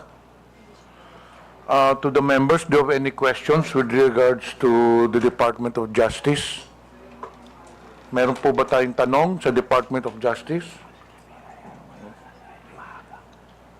Palagay ko meron po, Mr. Chair. Meron, okay. Sa BIR, may tanong pa po ba tayo? I do have some questions to the BIR, Okay, Mr. later. Chair. Okay. Andito pa po ba ang PIR? Okay. So, hindi pa pwede po kayong umalis. Okay, sino pa ba ang... Sa NBI, may tanong pa po ba tayo? Do you have any questions sa NBI? Kayo? Baka meron pa, Mr. Chair. Bonus lang Okay. ulit. Sa PNP, meron po ba kayong tanong sa PNP? Yes? Okay. What about sa KBP? Kay Attorney Rodolfo Larban, who is a KBP legal counsel, and Attorney Mark Tolentino. Do you have any questions with KBP? But of course, you are free to stay, no? If you want to stay. May tanong po ba tayo sa KBP? Wala? Kung walang tanong sa KBP, then KBP is allowed to be excused. But as I've said, you're free to stay. Sa Digital Marketing Association of the Philippines, kay Mr. Miko David, may tanong pa po ba tayo? Anyway, you can stay, but you're allowed to be excused. Sa Global AI Council, Mr. Antonio Mauricio, andito po ba? Your Honor, umalis na, Your Honor. Okay. Sa Press 1 Philippines, andito po ba ang Press 1 Philippines? Do you have any questions? Yeah. Meron. Okay, we'll now proceed. What about Scam Watch Pilipinas, Mr. Joseph? Wait to Congressman Acop for a while, but I still have last question. Mr. Chair, I just want to ask some clarificatory questions. Please proceed. Kung sino po yung nagsabi na dapat maintindihan po natin yung mga tao na because of their frustration ay nakapagsasabi po ng hindi tama. Gusto ko lang sabihin na yung frustrations wouldn't give you the right to violate the law. Hindi po nakapagbibigay ng karapatan sa isang tao na mag-violate ng law because of his frustrations. Because there are avenues, legal or provided by law, para ma-express nyo yung frustrations ninyo. That is precisely the reason why the freedom of expression is not absolute. Thank you, Mr. Chair. Okay, thank you. Before we proceed, may I know if Ms. Vicente Cunanan has taken her oath? Wala pa. Please rise. Comsec, please administer the oath. Please raise your right hand. Do you swear to tell the truth, the whole truth, and nothing but the truth in this inquiry? Please respond with I do. The oath has been administered, Your Honor. Thank you. Honorable Abante, you have the floor. Mr. Chair, meron po bang ibang vloggers na gustong magsalita tungkol dito? Do you have any statement to the social media personalities regarding the issue on Ms. Cruz? Ms. Cruz, just curious, are you a voter of Honorable Abante? No, no, So you're Mr. not a Chair. registered voter in the district of Honorable Abante? No, Mr. Chair. And as you have said earlier, you do not know him personally. Yes, Mr. Chair. And he does not know you personally. Correct, Mr. Chair. So, bakit na nyo naisip na atakihin si Honorable Abante? Just curious.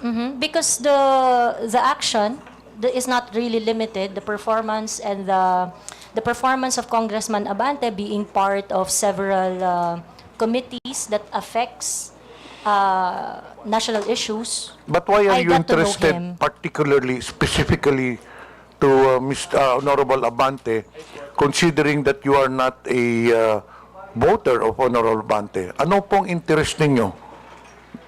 The issues that he tackles in his committee memberships and chairmanships are issues that are affecting the Philippines at large. So in short, you have something against him because you have singled him out. There are 314 congressmen here, pero mukhang ang paborito mo si Honorable Abante. That is incorrect, Your Mr. Chair, Honor, paborito Mr. din niya sa Chair. Ace Barbers. Because there are other congressmen that I give my observations to, and it's not limited to Honorable Congressman Abante. So he's not singled out, Mr. Chair. Mr. Chair, palaging sinasabi ni Ms. Cruz yung observation. I hope, Ms. Cruz, you know, okay lang yung observation. For example, like, I hate Congressman Abante. Okay yan. I do not like Congressman Abante. Okay yan. I don't agree with Congressman Abante. That's fine. Pero yung tatawagin mo kung gago at isasampal mo sa... Teka, gusto ko nang tanungin. Gusto kong malaman, ano ba isasampal mo sa akin? Sabi mo isasampal ko ito sa bugumukha mo. So, pakiklaro nga sa committee ito kung ano yung isasampal mo sa pagmumukha ko. like I said earlier, Mr. Chair, I would like to know when that was posted. And perhaps, it's very likely, Mr. Chair, That that I was posted posted such... on YouTube. Mr. Chair, it's very likely, Mr. Chair, that I said something like that. Now, we And are that's checking it now. very likely the one that is going to be slapped on your face is, it's very likely that I'm referring to facts. Oo It's nga. very likely that I'm referring Mr. to Chair, facts. talagang hindi ko akalain, sasabihin niya sa akin to kung ang, Mr. Chair, kung ang misis ko magsasabi niyan, tanggap ko yan. Pero si Miss Joey, hindi ko naman po siya kilala talaga Ito ito pa, mayroon sasabihin ako sa inyo. Gusto kong tanungin din naman yung ating mga researcher dito ng Press One. So what do you think of Miss Cruz? What do you think of her statements? Everything that she said? Mga researcher po kayo ng Press One. Can you say something about that? Press One, can you please answer? Mr. Chair, we were confined with the facts as researchers. So I think as long as if Miss Joey Cruz is giving her opinions and her opinions alone, I think it is beyond our capacity it is beyond our capacity because she is entitled to her own truth. But again, if it's something to do with the known facts, I think we can debunk what is being said. Ayun po. Yun po, Mr. Chair. Okay, may I ask Mr. De Guzman? Yes, Mr. Chair. Well, in my opinion, Mr. Chair, it's basically as a reputation management practitioner, I think in that aspect, it's not really a matter of freedom of speech, but it's a matter of, number one, respecting for others. Number two, it's a matter of an ethical practice, whether you're a journalist or even a content creator, because basically your audience has a wide range. They are not just limited to a particular segment who would understand, unless, of course, that's the type of brand that you want to project. So you will really break those ethical rules, those courtesies, and the respect. So that's my personal opinion, Mr. Chair. Mr. Chair, can I ask the rest of the bloggers if they would like to say something? Yes, go ahead. Hello.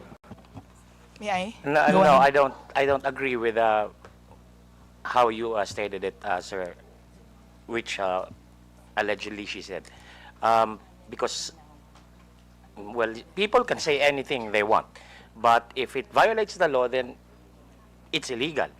And it still has to be determined if what she said really was illegal or what she did was illegal. And that, I think that is for the courts to decide.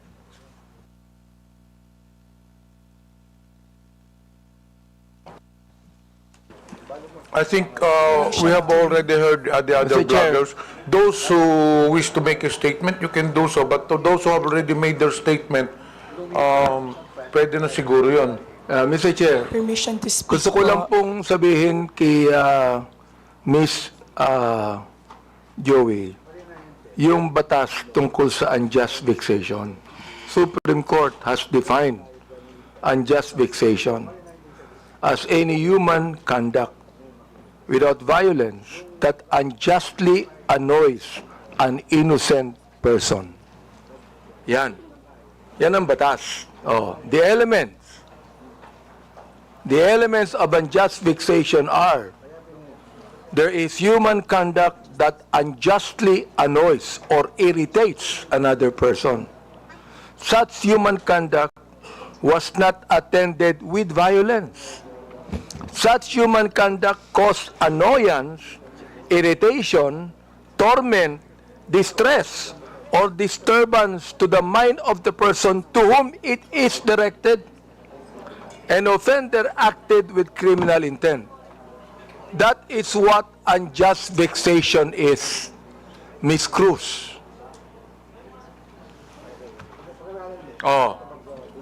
If I say, Miss Cruz, I was irritated by what you said, I was annoyed by what you said, even without violence. I was distressed with what you said. I became depressed with what you said. Oh, di ba, Miss Cruz? So sabi ko, ganito na lang. Ganito, ha? Let's just be very careful. Okay lang po sa akin. Sabihin mo sa akin, I hate Congressman Abante. I don't like him. I don't agree with him. Fine. Pero yung babanggitin mo dito, ha? Gago ako, isasampal ko ito sa pagmumukha mo, I'm going to be FUC prepared. Ay nako, palagay ko, very irritant yon sa pinagsabihan mo. Tama ba ako, Mr. Joey Cruz? May I respond, Mr. Chair? Go ahead, sige. Thank you. Mr. Chair, I understand that it may come across as something that you may not feel comfortable with what I said and things like that.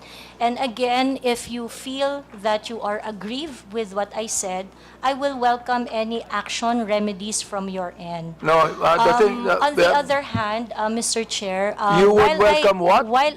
You would welcome what? Any remedy that you may seek, Mr. Chair. Any against legal me. action, is that what you're saying? That is Mr. correct. Chair? Any remedy, not limited to legal action, No, Mr. Chair. I'm not going to resort to any legal action anymore.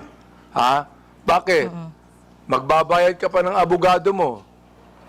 Maglilitis pa tayo ng matagal na panahon. That would also be irritant to you. You do not want that to happen to you, am I right? Huwag mo Yes, sabihin Mr. sa akin Chair. that you welcome any legal action. If you, because you enumerated the elements of the Oo. unjust vexation, Siguro, Mr. Chair. ang pinakamagandang sabihin mo sa akin because I'm annoyed, mag-apologize ka sa akin. Kapag ka sinabi mo ito, oo, hindi ba? O ngayon, kung ayaw May mo, I okay lang respond? sa akin. Ayaw mo, okay lang. Walang problema doon, Mr. Chair. Walang problema We can doon, agree ha? on that, Mr. Oo. Chair. Basta makikita nyo na lang na we are going to craft legislation that would actually regulate what our bloggers is trying to say. Let me ask our DOJ people, ano ba ang palagay nyo? Sinabi ni Miss Joey Cruz. Nandiyan ba po ng DOJ? Mr. Chair, Go ahead. Mr. Chair, right now, the only legislation we have on malicious statements being made is on libel under the revised penal code and on RA 10175 on online libel. All right. Salamat po. Can the NBI also say something about that, Mr. Chair? Yes, Your Honor. Well, Your Honor, for purposes of discussion, we have what we call the doctrine of fair comment. So under the doctrine of fair comment, it means that every discreditable imputation publicly made is deemed false because every man is presumed innocent until his guilt is judicially proved, and every false imputation is deemed malicious.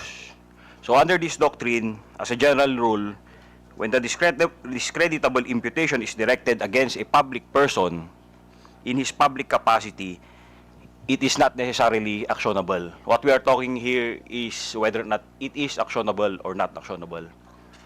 But as an exemption, if the discreditable imputation to a public official is either a false allegation of fact or a comment based on false supposition, it is actionable. So dito po sa doctrine na to, it's up to the person being attacked whether he wants to file a complaint or not. If he wants to file a complaint, then evidence must be submitted in order for the prosecutors to assess the evidence as well as the court kung sasampa man dito sa korte. Thank you, Mr. NBI. I'd like to also say, sapagkat marami ring bashing ang binigay ni Ms. Cruz kay Congressman Ace Barbers, di ba? Ms. Cruz, marami rin Mr. Chair, I would just like to inform the court that there is a pending action that I have against Ace Barber. So I would like to invoke the sub judice rule on that matter. Inbox of GC. Wala namang kasong Wala namang kasong pinile. No, Mr. Chair, I filed a libel suit against Congressman Barbers. Kay Ace Barbers. Yes, Mr. Chair. Oo. Huwag ka na mag-file ng libel suit sa akin. Wala naman akong sinabing masama sa iyo. Yeah, we agreed. We did not say anything personally on each other. Okay. Well, in your numerous blogs, Ms. Cruz, you criticize the government and specific personalities. But you have not released any content addressing the West Philippine Sea issue or taking a stand against China's actions. Why is that? It is something that is beyond my competence, I would say. It is something that I do not know much. Although I would like to correct you, sir, that you said I did not release any content, but I actually do. In those contents, when I'm going to talk about the West Philippine Sea, the South China Sea, I talk about it in such a way that I try to figure out the issues, the facts, and ask. My platform is very interactive. And so my platform is always visited by professionals, professors, experts on their fields, real people doing their real job, sharing their 2 cents on what is going on. So whenever I'm going to talk about the South China Sea, international relations and things like that, it is always an interactive one, an exchange of idea from different point of views. Thank you, Mr. Chair. What is your, Tito, gusto ko lang tanungin, what is your current source of income, Ms. Cruz? We have a family business, Your Honor. Family business. Well, That is correct. are you monetizing your social media content or receiving compensation for your blogs? Yes, Mr. Chair. You are. Yes, Mr. Chair. So it is also some kind of a business to you. It is really not, Mr. Chair. In fact, if you're going to look at my vlog, it's very unprofessional. I do not have a studio. It is very casual. I do not have regular time. I'm going to vlog whenever. But how many followers do you have, Mr. Chair? On YouTube, I think I have around 79,000. In Facebook, I have my Facebook account with 143,000 followers was taken down a couple of days ago, and my social media accounts are usually they don't really last that long because it would usually be reported or taken down. Well, ilan po yung social media account ninyo, Ms. Cruz? I have TikTok, YouTube, and Facebook. So, ibig sabihin nun, you're getting money out of that. Parang sa'yo, that's a source of income, correct? It is a source of income, but Good. it is not a job for me because I can not vlog if I want to. Ano yun, Mr. Chair? I do not have to vlog if I want to. Mr. Chair, I do not have specific schedule when I do vlog. Sa akin, So, let me advise you, Ms. Cruz. Huwag ka na mag-vlog kasi naiinis ka din eh. Naiinis ka din. Hindi pwedeng hindi ka mainis sa sinasabi mo eh. Di ba? Naiinis ka din. Mr. Chair, I'm Naasar ka actually... din. Tama ba ako? Naasar ka rin. Nai-stress ka din dun eh. Not really, Mr. Chair, because I'm a very... I grew up in a household with very political orientation, so it is something that I really like doing. So Mr. Chair, did you grow up in a household where you curse each other? No. My parents are devout So you Catholic. did I'm the not only grow one who up curse in a household. I am the only one who curse in our household. You are the only one that curse. Yes, that is correct. Well, you know, you're a grown-up person. Sana tinuruan ko ng bata ka pa ng magulang mo. Ako tinuruan ako ng bata ng magulang ko eh. Nawag akong magmura eh. They did, Your Kaya hindi ako Honor. nagmumura eh, Mr. Chair. They did teach me. So, tinuruan ako teach ng me magulang that, Your ko ng Honor. bata ako wag magmura eh. Kaya hanggang ngayon, hindi ako nagbumura eh. They did teach me not to curse, Your Honor, but they also taught me how to be your authentic self. Ah, ganon. Okay ka. In one of your posts, you said, ito nakakaawa ang mga pulis under BBM administration. Can you elaborate on that? What led you to the conclusion that you said that? Oh, that is a series of posts on the memorandum that is circling around saying that policemen would have to react on official PNP pages. And I think it is so unfortunate that apart from the regular duties and responsibilities of a policeman, they are being asked to do such kind of menial task. I think it's something that they do not have to do. I vehemently disagree with that kind of policy, so that's why I felt I commiserate with the policemen. You what? You commiserate? Yes, Your Honor. So when you commiserate, you can tell the policeman, police patola kayo, wala kayong kwenta. Is that how you commiserate? I never said that, Mr. Chair. Nabanggit mo yun eh.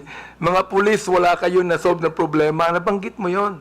Kaya nga gusto ko nang tanungin, are these statements based on any verified data? Do you have a data on that? If I know the Or time they when are I simply your posted it, personal opinion?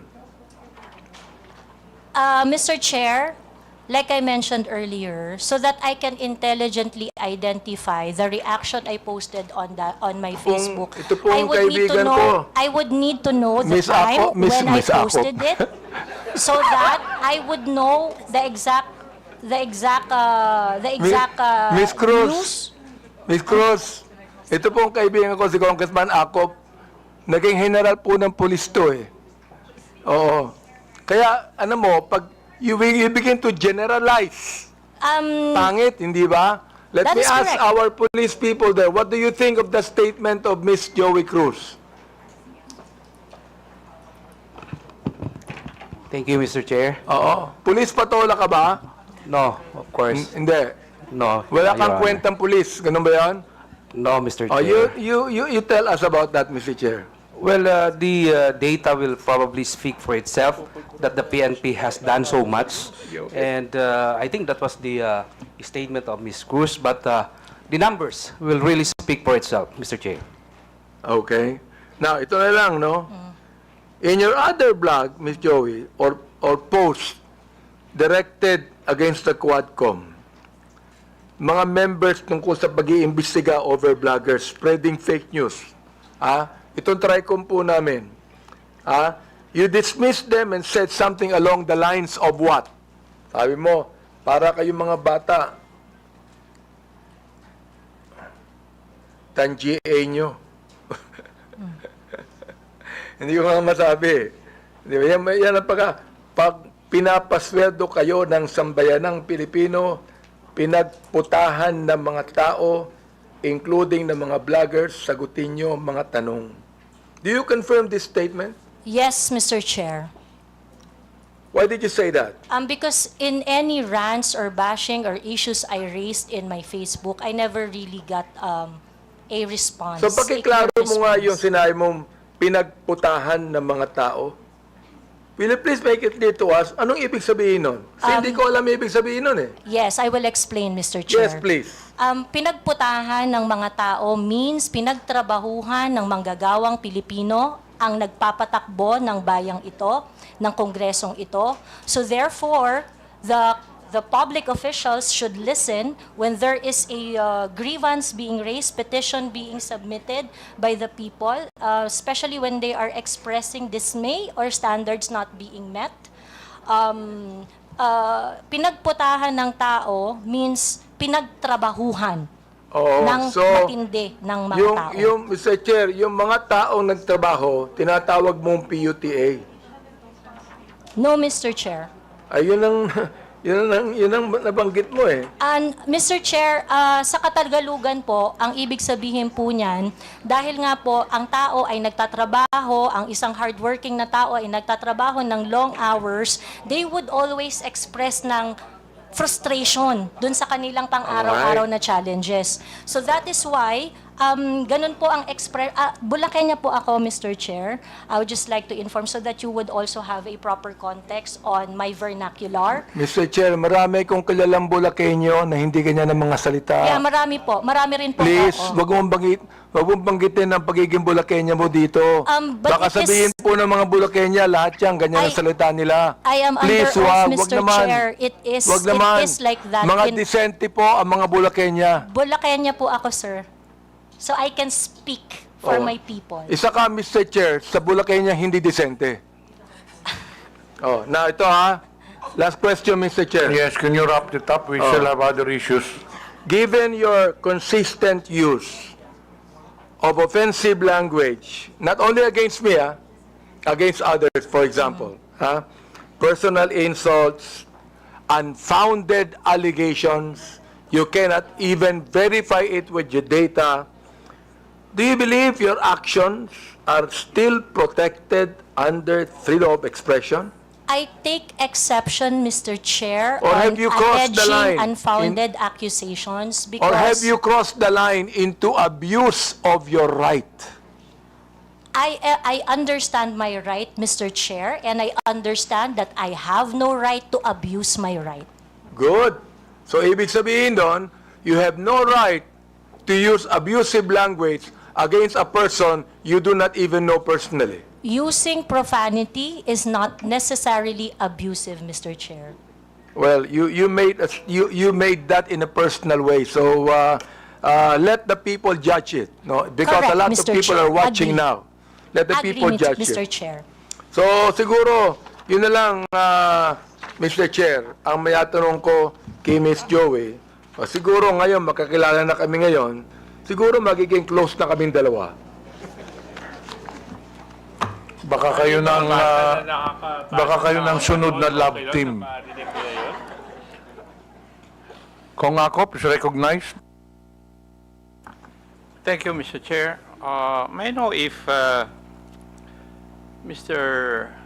Vicente Bencalo Conanan is present this afternoon? Yes, she just took her oath. Would he be the same as Miss Pebbles Conanan? Yes Same. po. Your Honor, Yes. Thank you. I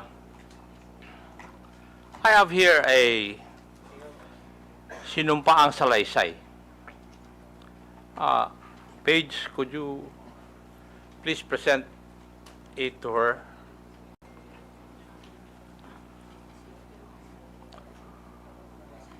Would that be your affidavit? Subscribed and sworn to? Pakitignan yung dokumento na binigay po sa inyo. Yung po ba ay affidavit po ninyo? At pirma nyo po ba yun na andyan? Mr. Chair, yes po. Thank you. Page, pwede bang?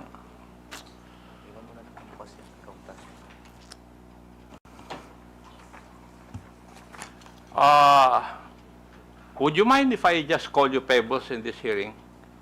Mr. Chair, thank you po. Okay. Hate ko po yung Vicente. Okay. Thank you. Pebbles.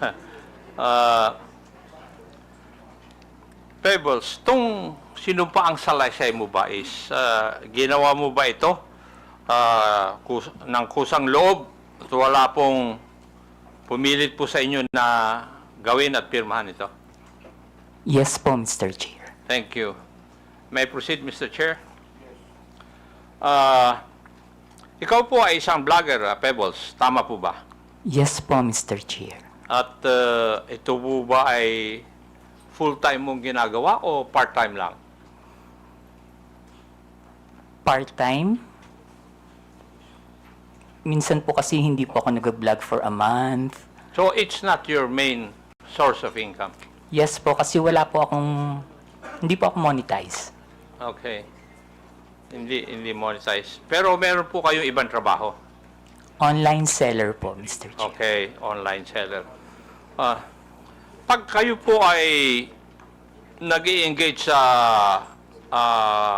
pagbablog, ano po ang pangalan na ginagamit po ninyo? Pebbles po, Mr. Pebbles. Chair. Kasi nga po, hate ko po yung Vicente. Opo. Halata naman dahil ayaw mong gamitin Ano pong social media platforms ang ginagamit po ninyo? Facebook po. Facebook lang? Meron din po akong ex, pero hindi po ako ganong nagpo-post doon. At ilang taon na po kayong nag-vlog? Since 2014 po, Mr. Chair. 2014, that's about 11 years. Opo. Okay, thank you. Now, dito po sa affidavit po ninyo, meron po kayong binanggit tungkol sa isang Maisog rally sa Hong Kong noong July 2024. No, Mr. Chair, yung pong maisog event sa Hong Kong, that was July 7. July 7. July. Ay, wala naman nakalagay dito yung date Ako lang ang naglagay para malaman ko kung magsasabi ka ng totoo o hindi Pwede po bang ipaliwanag po ninyo sa committee ito kung ano po itong Maisog Rally? Yan po yung normal, Mr. Chair, na ginagawa ng TOPS Coalition, yung maisog event na sa iba't ibang lugar, katulad ng sa New York, sa Vancouver, maski dito po sa Pilipinas, sa Liwasan. Yan po yung maisog rally na sinasabi. At ginagawa ito sa iba't ibang lugar ng Pilipinas at saka ibang bansa? Opo. Thank you. Ikaw ba ay kusang loob na pumunta doon sa mga maisog rally na yan? O sa mga lugar na ito? Kapag ini-invite po ako, Mr. Chair, nagpupunta po ako. Pero pag hindi po ako invited, hindi po ako pumupunta. Pag ini-invite ka? Opo. May sumasagot po ba sa iyong pamasahe? Meron po. Meron. Pati yung accommodations po ninyo? Yung pamasahe lang po, pero yung accommodations, kapag isang beses pa lang po kasi ako nakapunta ng abroad na maisog rally. Saan po yun? Sa Hong Kong. Sa Hong Kong. Okay. Doon po, yung friend ko po yung nag-sponsor sa akin ng airfare and hotel. At pwede ko po bang malaman, masabi po ninyo dito sa committee ito, kung saan ka nag-stay at saka ilang araw ka na natili doon sa Hong Kong?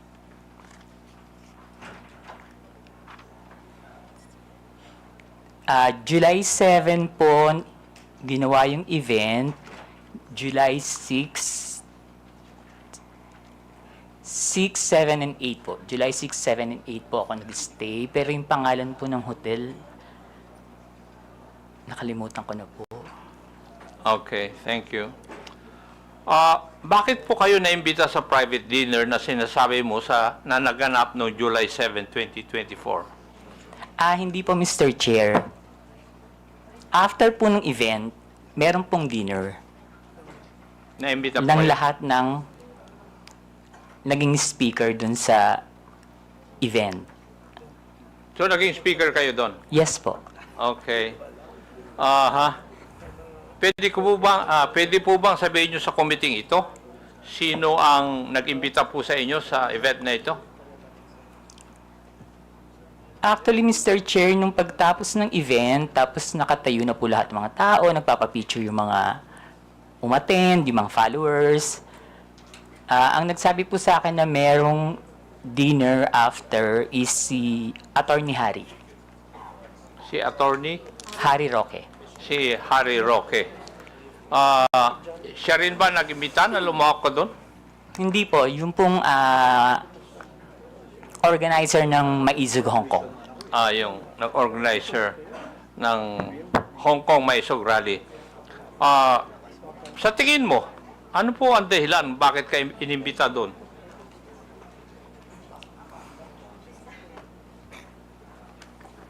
Kapareho rin po nung mga ginagawang rally dito sa Pilipinas na sabihin lahat ng ginagawa ng gobyerno na hindi namin gusto kasi that time kalaban po ako ng gobyerno. Liwanagin po natin yon. Kalaban ka ng gobyerno? Ano Opo. po ang ibig sabihin po ninyo Ano sa po? kalaban ka ng gobyerno? Mr. Chair, Kayo po ba ay critic ng gobyerno? Yes po, O, kritiko yun. po. Kasi Opo, malawak po kritiko yung po ako. sinasabi po nyo na kalaban ka ng gobyerno. sorry, kritiko po ako ng gobyerno. Kritiko ka ng gobyerno. Okay. Meron akong meron pong binabanggit sa iyong affidavit na pagkatapos ng nangyaring maisog rally sa Hong Kong, ikaw ay naimbita na dumalo sa isang pribadong dinner kasama ng mga iba pro-Duterte vloggers at personalities. Meron akong ipapakitang litratong ito sa screen.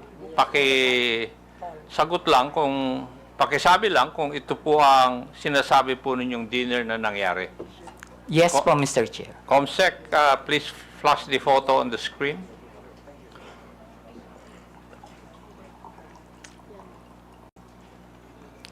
Yes po, Mr. Chair. Yan po yung dinner.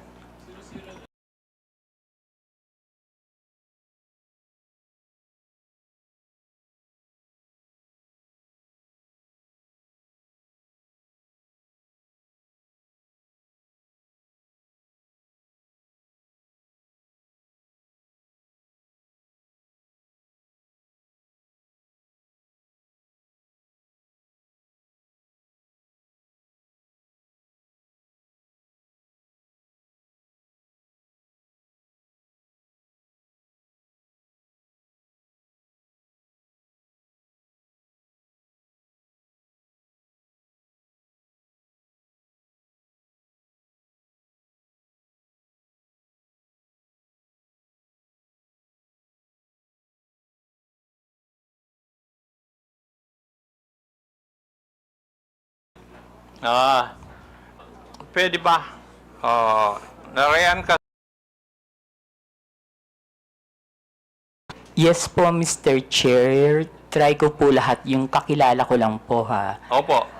Yung pong nakaupo from left side is si Tio Moreno. Yung nakatayo po na Tio Moreno, yung nakaupo dito sa kaliwa? Dito po. Naka-black? Hindi po yung naka-brown. Naka-t-shirt? Yes po. Ay, ipag-doon po kasi ako tumingin. Oh, kasi nasa left sa photo, yes. Okay. And yung nakatayo po na white is si Miss Sas Rogando Sasot. Okay. Ako po yung kasunod. Sumunod po si Miss Joey.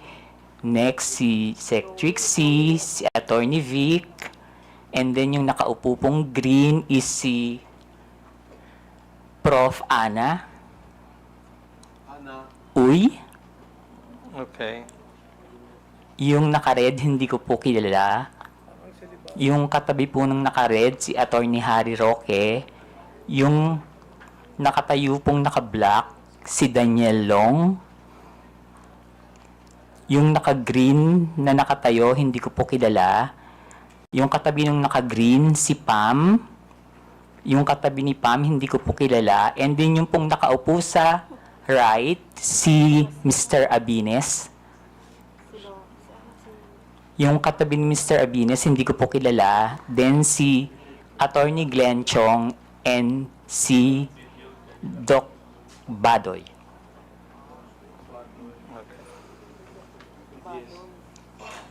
Alam mo ba, Pebbles, kung sino ang nagbayad sa dinner na yan?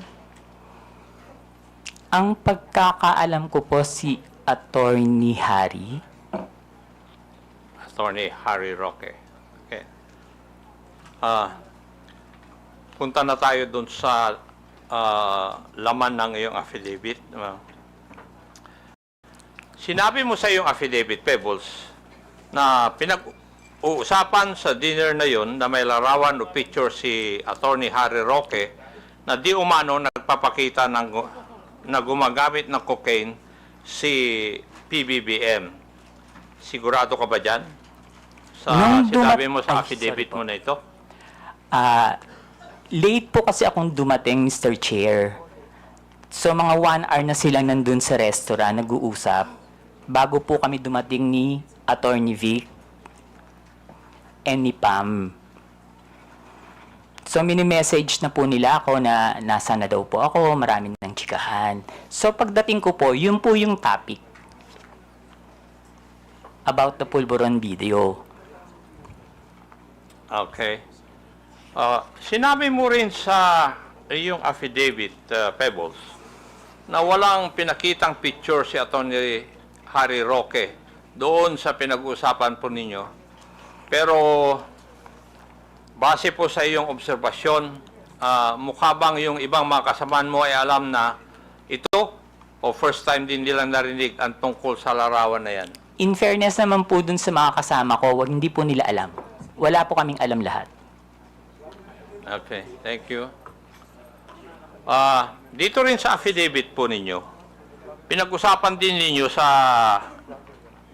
oras po na yon sa dinner kung paano i-release yung sinasabing picture na hawak ni Atty. Roque. Tama Yes. po ba? Yes po, Mr. Chair. At napagkaisahan na mas maigi na yung photo na yon ay pa-release sa isang foreign influencer para mas kapani-paniwala. Mr. Chair, hindi naman po na pagkaisahan, pero nagbibigay po sila ng mga opinion na dapat siguro sa international blogger dapat na maglabas, or yung Australian reporter na nag-interview kay PBBM, pero hindi po siya napagkaisahan. Kumbaga nagbibigay lang po sila ng mga opinion. Okay, thank you. Pebbles, kung totoo man ang picture, bakit kailangan pa maghanap ng foreign influencer to release the picture? Bakit kailangan bigyan ng some semblance of credibility ang pag-release dito? Siguro po, Mr. Chair, para mapanood agad international. Bakit kailangan ng semblance of credibility? Dahil hindi tunay yung litrato or yung photo?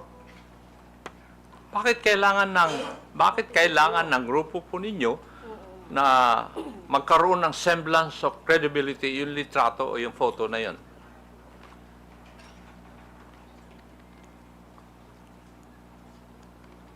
Hindi ko po...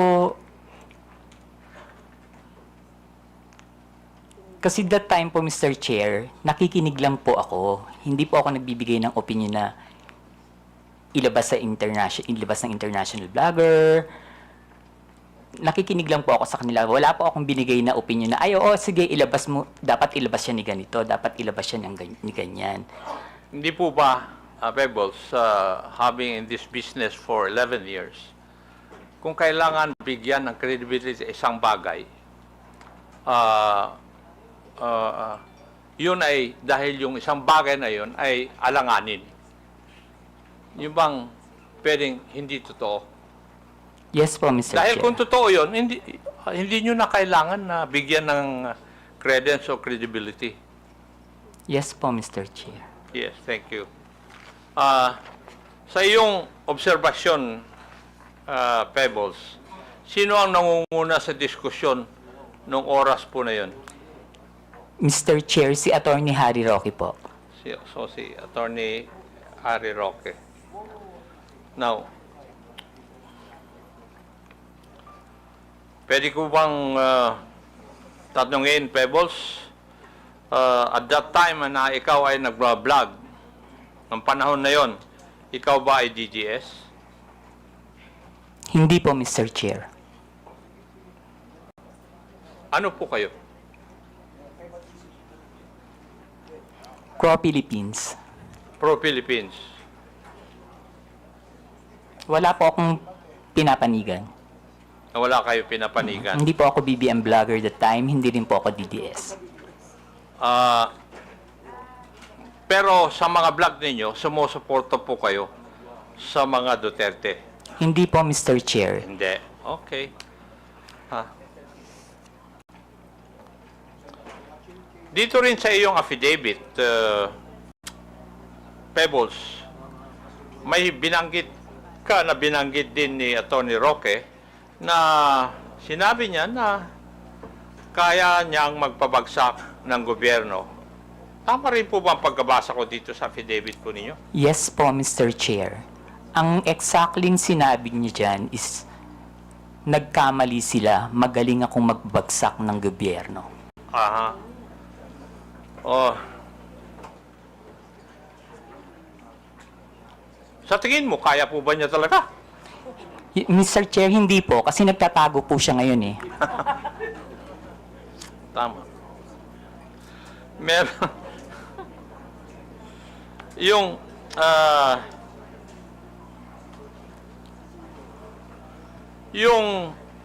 sa iyong interpretasyon, Pebbles, nung gabi na yon, kung ano man ang pinag-usapan nyo doon, specifically yung supposed photo na gumamit ng cocaine si PBM ay parte ng plano na pabagsakin ng gobyerno ayon kay Harry Roque? Sa palagay ko po, Mr. Chair, party po yun ang plano ng gusto nilang pabagsakin ng presidente. Okay. Meron po bang ibang pinag-usapan pa nung gabi ngayon? Wala na po, Mr. Chair. Wala na. Okay. Now, meron ka rin binanggit dito sa iyong affidavit, yung may rally sa Vancouver, Canada. Dito po yata, inirelease officially, yung photo na pinag-usapan ninyo doon sa Hong Kong may rally. Yes po, Mr. Chair.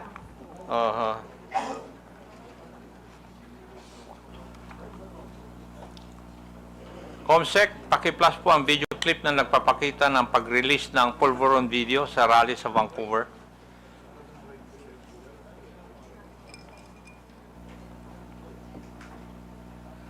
Yan ba'y epekto ng pulburon?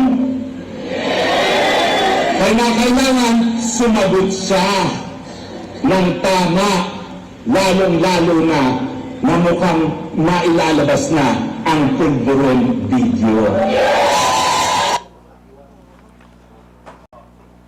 Thank you. Pebbles, nandun ka ba sa rally sa Vancouver? Wala po, Mr. Chair.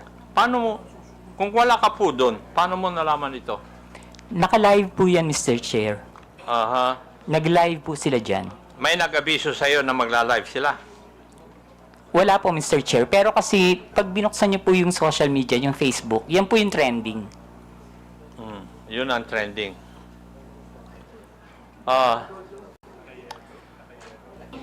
Pebbles, mapapansin sa isang video na si Atty. Roque mismo ang nasa entablado at nangunguna sa rally. Tama? Yes po, Mr. Chair. Siya rin ang nagbibigay ng pahayag sa harap ng mga tao, kaya masasabi ba natin na aktibo siyang bahagi ng event na ito? Yes po, Mr. Chair.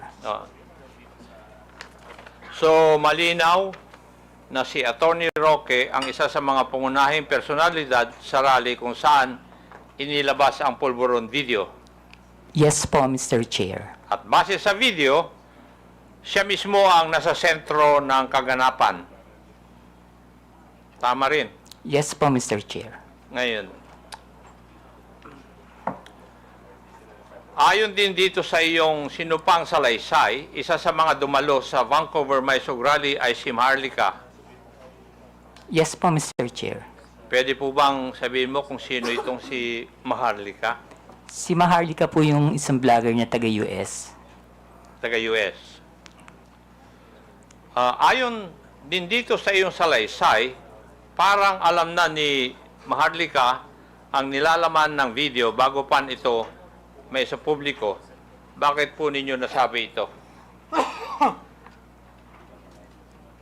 Paulit po, Mr. Chair. Ayon dito sa iyong salaysay din, parang alam ni Maharlika ang nilalaman ng video bago pa man ito may sa publiko. Yes po, Mr. Chair. Ano po ang basehan ninyo? Kasi noon pa po niya sinasabi na may video. Okay.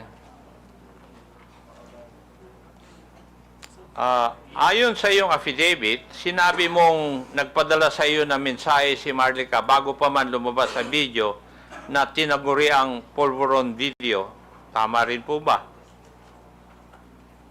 Yes po, Mr. Chair. Ano po yung nilalaman ng mensahe sa iyo? Na may video po at naka-green na damit si PBBM. Okay. At sinabi mo rin sa iyong affidavit, hinikayat ka ni Maharlika, nasakyan mo ang ilalabas na video. Ano po ang ibig sabihin nito sa iyong konteksto? Ang sabi niya po is, sakyan ko na lang. Kasi po, ang sinasabi ko po sa kanya is, nakakainis kayo, bakit kayo may kopya? Kami wala. So, bakit naman kaya sinabihan ka ni Maharlika tungkol sa video bago pa man lang ipalabas to?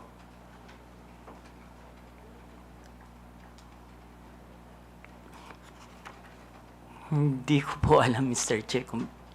Kasi po, sa totoo lang po, Mr. Chair, si Maharlika, kaibigan ko po yan, pero kahit kaibigan ko siya at meron siya mga issues, hindi po siya nagsasabi sa akin kung sino yung mga puting ahas niya. At hindi rin naman po ako nagtatanong. Okay. Hindi na po ako magtatanong doon. May ipapakita akong video. Paki-plus po yung video na sinubmit ni Pebbles bilang Annex B ng kanyang affidavit. COMSEC. Ito po ba yung video na pinag-uusapan po natin na Pebbles? Yes po, Mr. Chair. At yan din ang video na pinadala sa iyo ni Maharlika noong July 22? Yes po, Mr. Chair. Ito rin po ba ang tinaguriang pulburon video? Yes po, Mr. Chair. Pwede po bang ipaliwanag nyo sa akin? Ano po bang sinasabi o nakikita dito sa video na ito? Naggumagamit po ang presidente ng droga. Okay. Meron din dito sa iyong affidavit. Binanggit mo yung isang raw version at yung enhanced version. Pakipaliwanag po sa amin. Ano po ang ibig sabihin nito sa iyong affidavit? Yung raw version po kasi, kapag tiningnan nyo, hindi nyo siya masasabi na kahit na hindi po siya talaga, hindi nyo rin po talaga masasabi na si PBBM. So, in-enhance po nila yung video para mas maging maliwanag at mas makita. Okay. Ang ibig nyo bang sabihin, na-edit yung video? Yes po, Mr. Chair. Version? Maski po yung raw video, hindi po ako naniniwala na si PBBM yan. Ano po yung inyong basehan? Kasi po... Mr. Chairman, pwede pakiulit yung sinabi mo kanina, Miss Kunanan? Alin po, Mr. Chair? Yung indisi, ano yun? Sino yun? Sa raw at saka enhanced version? Hindi po si PBBM yan. Indisi? PBBM. Hindi po yan yung presidente. Thank you, Mr. Chairman. Ano po yung basehan po ninyo, Pebbles? Kasi po, Mr. Chair, hindi naman po talaga yun yung mukha ni PBBM. Noon ko po pa kasi siya kilala. And kung yung edad niya that time, kung titingnan po mabuti yung nasa video, kung 30 plus pa lang siya or 40, parang wala pa po yatang cellphone nun. Okay.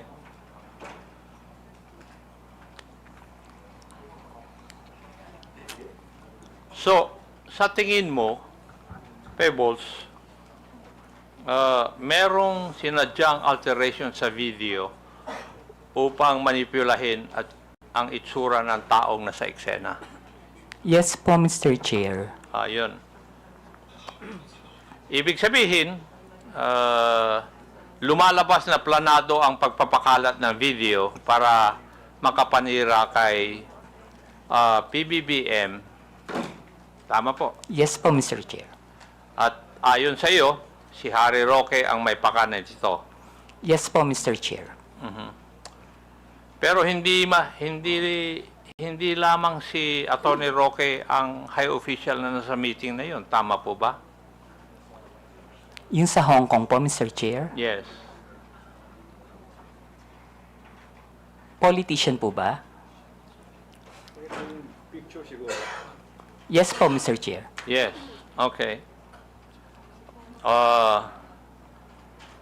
Huling katanungan, Pebbles. At sana masagot mo ito. Bakit ka nagsasalita ngayon at bakit ka pumirma ng isang affidavit? Para itama po ang mali. Para itama. Aha. Okay. Thank you, Mr. Chair. I would just like to manifest that yung polvoron video, according to the Philippine National Police Cybercrime Office and National Bureau of Investigation, which have conducted a video spectral analysis, and these officers concluded that the tragic nuts and anti-tragus or parts of the ear of the man in the video did not match those of the PBBM.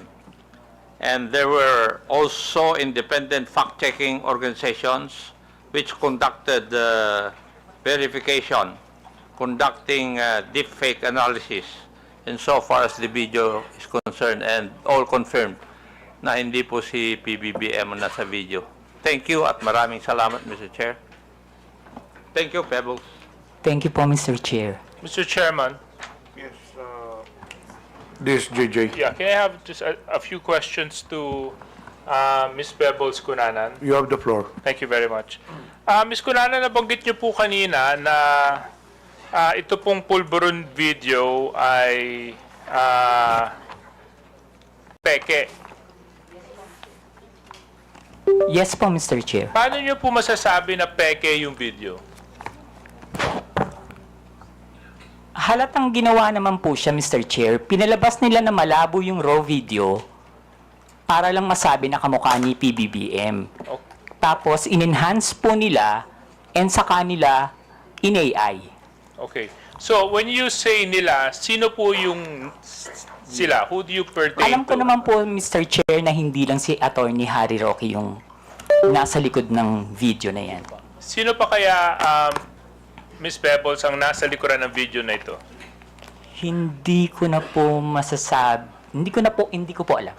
Hindi nyo na po masasabi. But sa palagay nyo po ba, yung mga kasama nyo sa dinner sa Hong Kong ay kasama dun sa pagpapalaganap ng peking video na ito? Hindi po, Mr. Chair. Hindi masasabi. Okay. Hindi po sila kasama.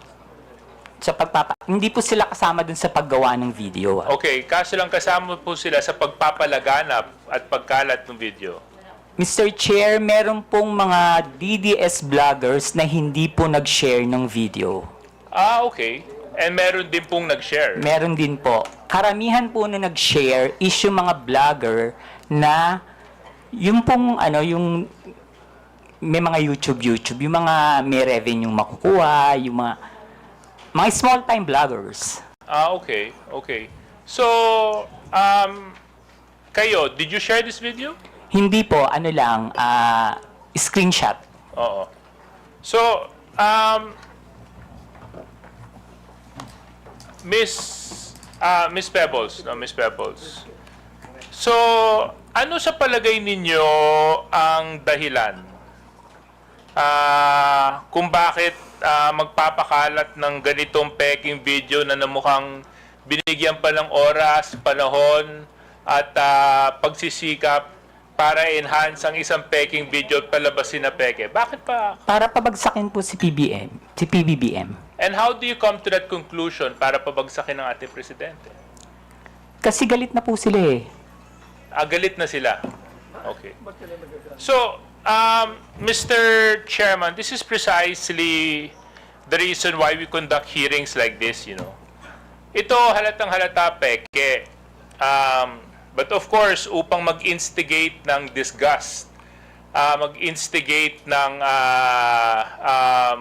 galit, at ipahiya ang isang nakapwesto, and for this And for this case, our president, some people would go to the extent of using AI deepfakes to alter videos and to come out with fake news that destroy the very credibility of certain individuals.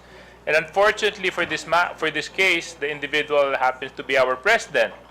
And of course, that has more and greater ramifications dahil presidente po siya ng bansa. Kung ordinaryong mamamayan lang yon, siguro ang ramifications nun siguro makakapekto lang sa kanya yung pamilya niya. Kasi nandito, bansa na po ang pinag-uusapan natin.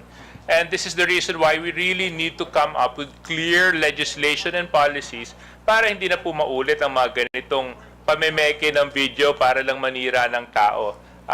Pinasasalamatan ko po si Ms. Pebbles para sa katapangan ninyo para sabihin yung katotohanan patungkol po dito sa pekeng pulberon na video na ito.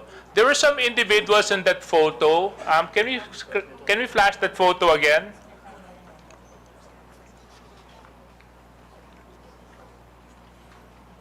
Comsec, yung photo dun sa Chinese restaurant or restaurant sa Hong Kong. Yan. Okay. Miss Pebbles, nabanggit niyo po kanina at ito naman po ay pwede niyo sabihin sa akin o kung sa palagay niyo pong very private yung information, pwede naman pong hindi. You stayed for 3 days in Hong Kong and that trip was sponsored, correct? Yes po, Mr. Chair.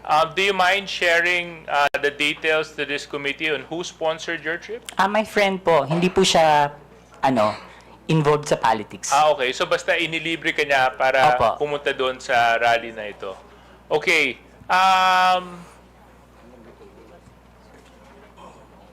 What was the year of this photo? July 7, 2024 po, Mr. Chair. Okay. The individual present, sino? Joey?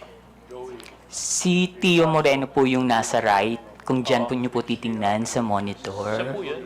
Chairman siya ba yun? Opo, si Joey po. Si Miss Ma'am, Joey. can Si you Miss Joey po yun. Can you confirm if you are this individual in the photo? Yes, sir. Thank you. Yes, sir. Thank you. And then,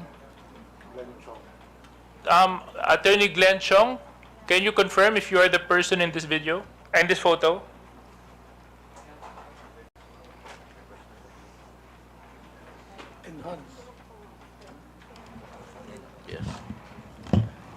Mr. Chair, I can't see clearly, but I confirm that I attended a dinner in Hong Kong. Attorney Trixie, yes, do you confirm that you are the individual in this photo? I am. Okay, thank you very much. Attorney Vic Rodriguez, hindi, wala po siya dito, no? Sino po yung nakapula? Hindi ko po kilala, Mr. Chair. Baka sa kanila po merong nakakakilala. Attorney Trixie, can you identify the individual wearing the red shirt beside Attorney Harry Roque? Sorry, not from this distance, sir. May I? Yes, you can come closer. Of course. Dapat pala nilagyan namin kayo ng TV dyan sa harapan, no?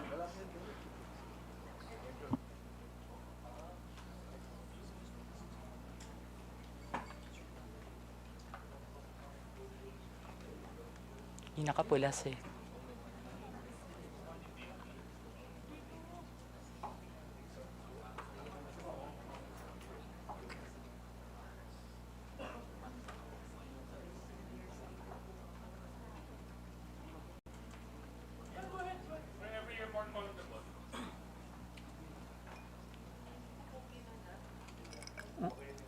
Mr. Chair, hindi ko rin po kasi siya talaga kilala.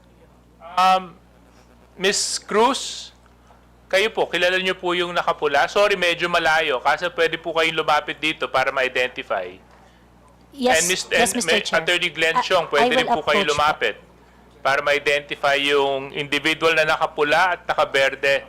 We just want to identify the individuals present in the dinner.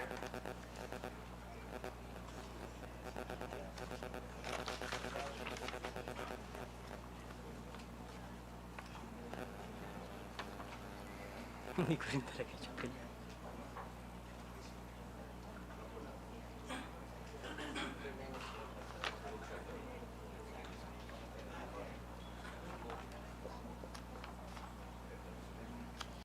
Kilala nyo? Hindi? Hindi nyo rin kilala?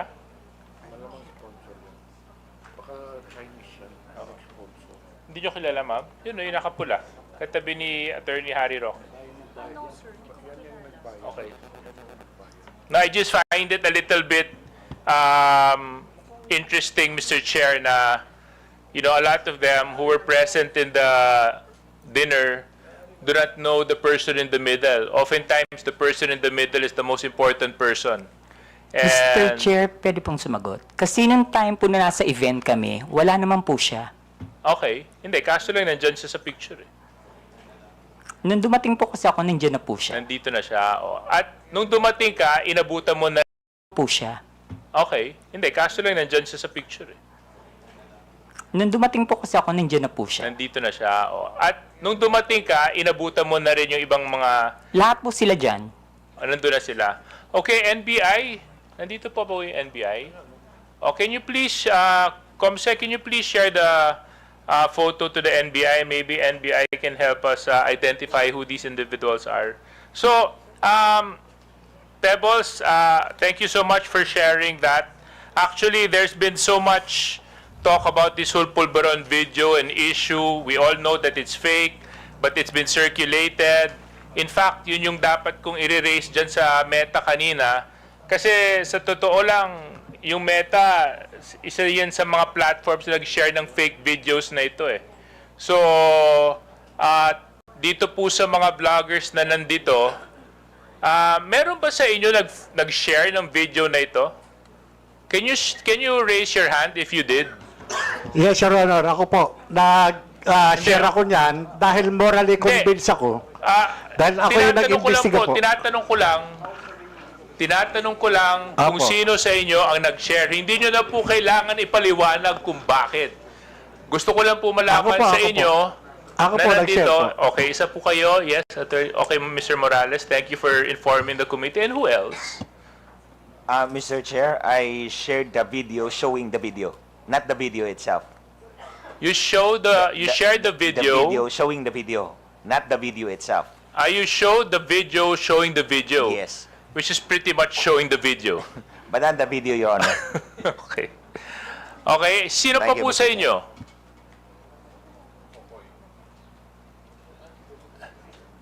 Yes? I think, Mr. Chair, I also shared the video and I am also asking for answers. Okay. So, yun lang siguro yung isa sa mga magandang learning experience natin sa committee na ito, peke, deepfake ang ginamit. Medyo questionable naman talaga kung titingnan mo at first glance. Maybe we should have used a little bit of caution and a little bit of prudence and practice a little bit of responsibility when sharing this video. Kasi pwede nyo naman po ipa-verify, pwede nyo naman po malaman kung totoo o hindi bago nyo ipakalat, bago nyo ilagay sa wall ninyo, bago nyo ilagay sa page ninyo. Eh.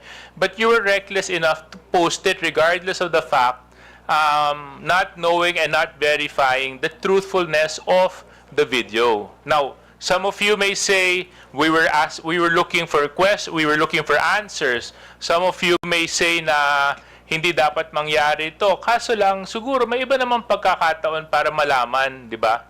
I'm sure kung kayo po yung tao na nasa kabilang banda, hindi nyo rin po magugustuhan na gawan kayo ng deepfake video at palabasin na gumagawa kayo ng isang bagay na labag sa ating batas. So, with that being said, Mr. Chair, I just like to wrap up my questions by asking BIR. BIR, nandito po kayo? O nakaalis na sila? Oh, you, ma'am. He went out for a while. I think he had a bathroom break or restroom Okay, break. thank you for letting me know. So when he comes back na lang, Mr. Chair, tatanong ko lang yung BIR kung dun sa documents na hinihingi namin ni Kong Romy Acop kung na bigay na nila dito sa committee. Thank you very much, Mr. Chair. Mr. Chair, Yes.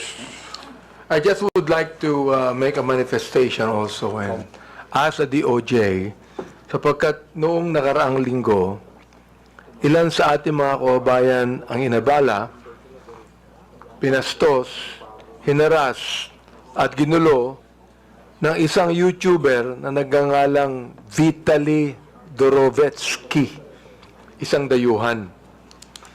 So, meron po tayong news clip dyan na gusto ko sanang ilabas din dito noong mga nangyari noong isang linggo tungkol sa YouTuber na ito na isang foreigner, ano po, sa atin. Vitaly Zodorovetsky, Mr. Vitaly. Meron po siyang 10.2 million subscribers sa YouTube, 7.6 million followers sa Facebook, 758,000 followers sa Instagram, at 600,000 followers sa .x, dating Twitter. O ibig sabihin, kanyang karaming interesado sa kanyang mga posts. Kaya pwede po ba na ating panoorin ng news clip na ito? Ang pangbabastos niya sa mga gwardya at empleyado sa Taguig City. Merong pang CQ na tinangkang agawan ng baril. Nasa frontline ng balitang niya, si Ian Suyo. Aakalain mong isang simpleng vlog lamang yan.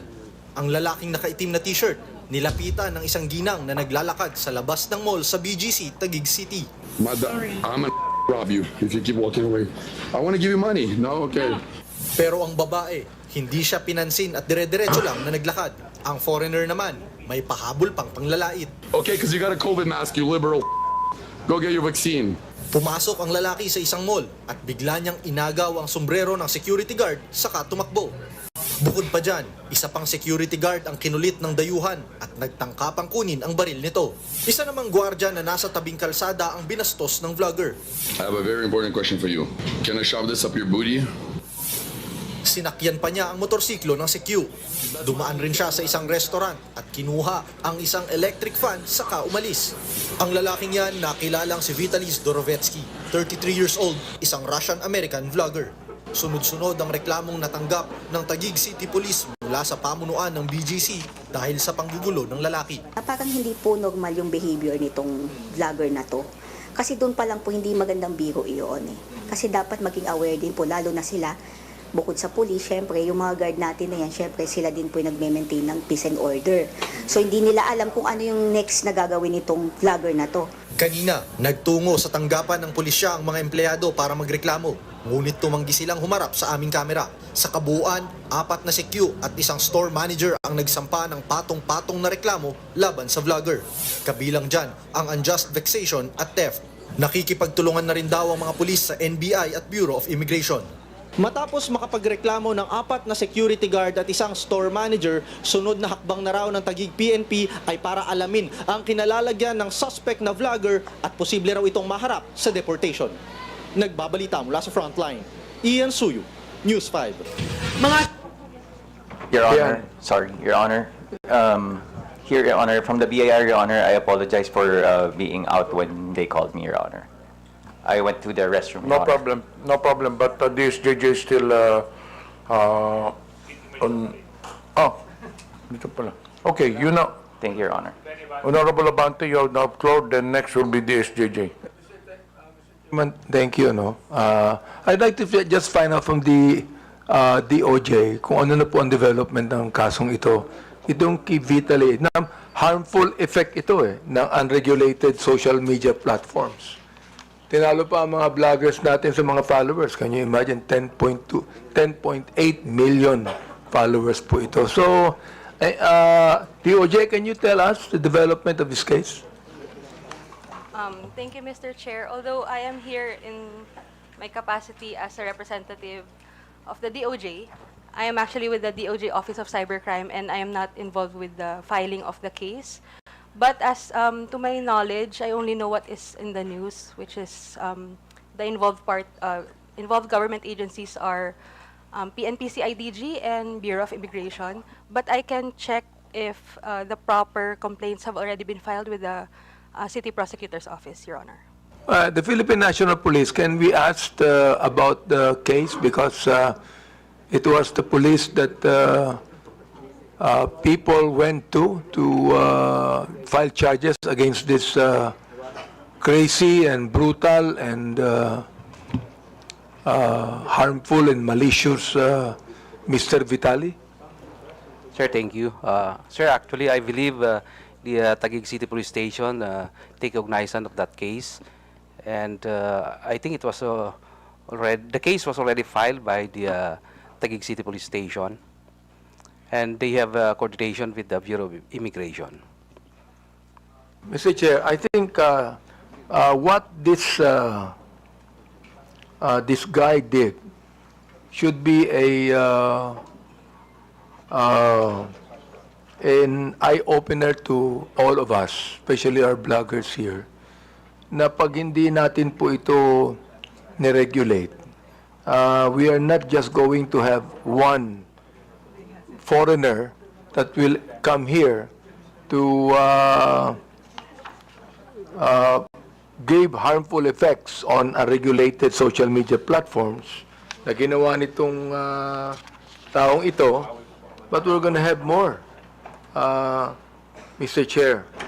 So, if left unchecked, masakit mang tanggapin, ngunit magkakaroon tayo ng mas maraming Mr. Vitali sa ating bansa. So, Mr. Chair, I just would like to make a manifestation here exposing this Mr. Vitali. I hope that our law enforcement agencies would really do something about this at atin pong i-check pa ang ilang mga foreigner bloggers natin na gumagawa ho ng malaking kalokohan dito po sa ating bansa. At pinapanood po ito ng 10.2 million subscribers sa YouTube, 7.6 million followers sa Facebook, 758,000 followers sa Instagram, at 600,000 followers sa X, Mr. Chair. Gusto ko lang pong sabihin dito sa ating committee na meron tayong dapat na gawin. The law enforcement agencies should really fast-track this case and find out kung sino pa ang mga foreign bloggers natin na gumagawa ng itong klaseng kalokohan. Thank you, Mr. Chair. Yun lamang. Deputy Speaker J.J. Suarez is recognized. Yes. Mr. Chair, very quickly lang sa BIR. BIR, have you submitted to the committee the documents that we have requested from you last hearing? Your Honor, we have yet to submit the documents, Your Honor, but we have it already, Your Honor. As to the, Your Honor, as to the taxability or the compliances of the, are we talking about the platforms, Your Honor? Like the Yes, Facebook? yes, the taxes that the platforms contribute. Yes, Your Honor. As for the taxes, Your Honor, what we can say now, Your Honor, is their compliance, whether or not they complied or not, or whether or not they have a pending audit, Your Honor. But as to the submission, Your Honor, of the taxes paid, Your Honor, I do apologize, Your Honor, but as of the moment, Your Honor, without the exceptions provided in the tax code, Your Honor, we cannot provide the data based on the based on 270 of the tax code, Your Honor, for prohibition to prohibiting us to divulge any details of a taxpayer, Your Honor, without one is an executive session or a written written consent of the taxpayer, Your Honor. So, but do you confirm that ByteDance, Meta, do pay their taxes, correct? Your Honor, yes, Your Honor. As Meta, Your Honor, since they are a foreign corporation that do not have a physical presence in the Philippines, Your Honor, their taxes, the taxes they incur is withheld by the Anyway, business. Mr. Chair, siguro antayin ko na lang yung mga documents na manggagaling kay Attorney Uy. Yeah, and then Attorney Uy, can you just submit it to the committee and we can evaluate and move forward? Thank you very Yes, much, Your Mr. Honor. Chair. Thank you, Your Honor. Mr. Chair, Yes. I'd like to tell the BIR also that sabi nga dito ng Meta, they gave us a briefing on Meta's policies and enforcement that they have invested, no? Invested. Na ibig sabihin, they should be really paying taxes, no? Because they have invested, sabi nila, are estimated to enable 34 billion US dollars in additional GDP and support creation of 380,000 jobs in the country upon completion. So they have the Pacific Light Cable Network, Jupiter Cable System, Apricot Cable System, Bill Frost Cable System. Are these 4 companies in the listings of the BIR? Your Honor, as to the specific corporations that you just mentioned, Your Honor, we will try to look with our system, Your Honor. It is the first time that we heard that names of the corporation, Your Honor. However, Your Honor, as to the counterpart Facebook Philippine representative office, Your Honor, as we check, Your Honor, they do pay their appropriate taxes, Your Honor. Who is that, Mr. Chair? Facebook Philippines representative office. Facebook Philippines. Representative office, But Your Honor. these 4 companies I mentioned, you don't know anything about it? Not yet, Your Honor, but we will look into it, Your Honor. So please submit to us any kind of data that you have. Yes, Your Honor. As far as these 4 companies are concerned, because they gave us a briefing and they made a statement that they have actually invested so much in the Philippines. Yes, Your Now, Honor. we know for a fact that Meta, who should be the regulatory agency for Facebook, is also engaged in business in this country. Because of this, they must pay the right taxes. Yes, Your Honor. We will comply with the request of the committee, Your Honor. Thank you very much. Thank you, Mr. Chair. Senior Deputy Speaker Don Gonzales is recognized. Thank you, Mr. Chairman. I have something, question and issues to DICT. I have some questions. Nandito ba yung mga taga-DICT, Mr. Chairman? Mr. Chairman, nandiyo ba yung DICT? Do we still have DICT? Wala na yata because accordingly they have a coordinating meeting considering that they have a change of leadership sa DICT. Well, Chairman, thank you. Mr. Chairman, salamat. Kung wala na, next hearing na lang po siguro. Maraming salamat, Mr. Chairman. Do you still have questions to the members? If not, we will deliberate on admin matters. During the last hearing, we invited we issued subpoenas to 11 social media personalities. Only 8 appeared. So the subpoena was still in effect, as I've announced during the last hearing. And today, again, there are 3 personalities who did not appear while the subpoena is still in effect. Mr. Alan Troy Sas Rolando Sasot, Ms. Lorraine Marie Tablang Badoy Partosa, and Mr. Jeffrey Almendras Celis. So it's up to this committee to take action on this. Mr. Chairman. Chairman. Yes, Honorable Paduano. Mr. Chairman, on record, I have with me a letter from Ms. Alan Troy Rugando Sasot, and the first and second reply of Ms. Sasot is still the same, no? She is Alan, he siguro. Anyway, she is residing abroad in Beijing, and once again, the reply is still the same. Now, Mr. Chairman, with this, we have invited her, during the first hearing, and this is now the 4th hearing, Mr. Chairman. But, before I move for the status of Ms. Alan Troy Rugando Sasot. Mr. Chairman, may I respectfully move that we will ask the DFA and the Bureau of Immigration for the status, present status of Ms. Sasot, and for the two agency to report to this committee ASAP, so that we will know what's really the status of Ms. Sasot. And with that, Mr. Chairman, since for invitation, and that includes a subpoena ad testificandum for Ms. Sasot, may I respectfully move, Mr. Chairman, that we cite in contempt Ms. Sasot in violation of Section 11, Paragraph A of our internal rules, refusal to answer summons without legal excuse.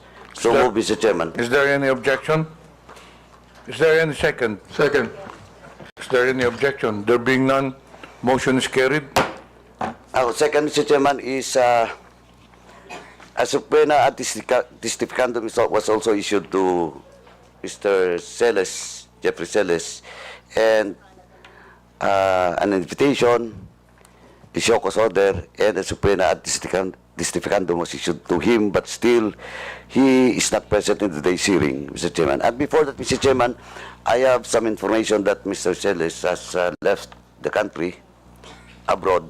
So once again, Mr. Chairman, I respectfully move that we will direct the Department of Foreign Affairs and the Bureau of Immigration to the status of Mr. Celes. So move, Mr. Chairman. Is there any second? Any second from the members? Second. Any objection? There being none, motion is carried. Now, next, Mr. Chairman, may I respectfully move that in violation of Section 11, Paragraph A, refusal to answer summons without legal excuse, I move that we cite in contempt Mr. Jeffrey Celes. So move, Mr. Chairman. Any second? Any objection? There being none, motion is carried. At lastly, Mr. Chairman, for all those, for the three, the last one is for Ms. Lorraine Marita Blanc Badoy Partosa. We have a letter addressed to this committee with regards to the subpoena ad testificandum that was issued to Ms. Badoy. She's now in Hong Kong, and attached is the travel schedule and ticket. Before I move, Mr. Chairman, I respectfully move that, once again, may we ask the Bureau of Immigration to the travel records of Ms. Badoy. So move, Mr. Chairman. Any second? Any objection? There being none, motion is carried. Now, Mr. Chairman, may I respectfully move that we cite in contempt Ms. Badoy Partosa in violation of Section 11, Paragraph A of our internal rules for refusal to answer summons without legal excuse. So move, Mr. Chairman. Any objection? There being none, motion is carried. Now, in the case of Ms. Mary Jane Kiambao Reyes, Mr. Chairman, we have received a copy of her letter. Is now abroad, and for the record, she was present last hearing, Mr. Chairman. And with this, Mr. Chairman, he was just invited into today's hearing, and I think the content of this her excuse letter is valid. So, may I as well invite Ms. Mary Jane Kiambao Reyes for the next hearing, Mr. Chairman. Now, in the case of Mr. Aaron Peña, he was also present in the last hearing, but now I sent us a letter, reply to the invitation to today's hearing. Nasa Davao po siya ngayon, tapos may event. No? So, since he was present last hearing, once again, Mr. Chairman, we will just invite Mr. Aaron Peña in the next hearing. Now, in the case of Mr. Ernesto Abines Jr. and Mr. Elmer Hugalbot, that was issued the subpoena last hearing, we have received a copy, a reply letter coming from both Mr. Abines and Mr. Hugalbot. And again, the reason why they're not present in this hearing is all about their financial capacity to spend in attending this hearing. That's why, Mr. Chairman, I respectfully move that we will once again issue the subpoena anti-stificandum to both Ernesto Abenes and Mr. Elmer Galbot, and for this committee to address the issues of financial capacity of Mr. Abenes and Galbot. Siguro, tayo na pong kumuha ng ticket so that in the next hearing they will be present. Now, Is that a motion? yes, Mr. Chairman. Any second? Any objection? There being none, motion's carried. Now, lastly, Mr. Chairman, once again, we'll just issue for all those unserved subpoena to Ms. Catherine Binag, Ms. Claire Contreras, Mr. Lord Byron Cristobal, Jeffrey Cruz, Alex Distor, Mr. Edwin Hamora, Mr. Julius Milanose Mawe, Mr. Joe Smith Medina, Mr. Cyrus Preglo, Ms. Maricar Serrano, and Mr. Kester Ramon Jan Balibalos Tan, for once again serve the subpoena anti-stificandum because this is still unserved, and for the COMSEC to coordinate with the SAA and SAA to coordinate with the government agency, especially the PNP, for this subpoena anti-stificandum for all those mentioned names to be served for the next hearing, Mr. Chairman. So move. Any objection? There being none, the motion's carried. May I remind the 11 personalities that was just mentioned, the subpoenas were issued to you last hearing, so the subpoena is still in effect.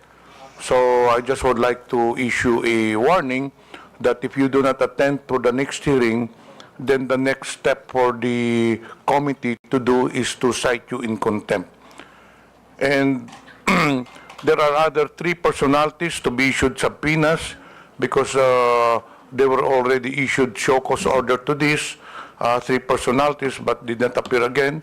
Mr. Alvin Curay, Ms. Maria Christine Cloud Curay, Mr. J. Yumang Sonsa. Mr. Chairman, I move to issue a subpoena anti-stificandum for 3 mentioned names, Mr. Alvin Curay, Ms. Maria Christine Cloud Curay, Mr. J. Yumang Sonsa. So move, Mr. Chairman. Any objection? There be none. Motion's carried. Now, lastly, Mr. Chairman, I'd just like to inform this committee that we have received a copy reply to our invitation for Mr. Mark Anthony Lopez. He was present at the hearing, and he refused to be present today for reason that he has already explained and discussed to us his participation as a blogger. But nonetheless, Mr. Chairman, for me, supposedly, he has all the time in today's hearing to explain why he should not be cited in contempt, because during the last hearing, Mr. Chairman, I already warned all those resource persons that be cautious not to issue statements maligning, attacking the ongoing investigation, Mr. Chairman. And I have a copy of the blog after the hearing, no? While I personally talked to him and warned him about a possible violation, no, for discussing and maligning and attacking this committee hearing. And I'd just like to read in toto, Mr. Chairman, the content of his blog. Point to ponder, and quote, "It was bluntly obvious that there was a concerted effort to humiliate us and bring us down on our knees, and when it was deemed a success yesterday, the ensimadas, Talianistas, Dilawans, Peking Pula, and even mainstream media are gleefully celebrating and pouncing on our forced breakdown and takedown in tri-comm hearing. Imagine all that effort, hype, and hysteria dedicated to a puny bunch of bloggers.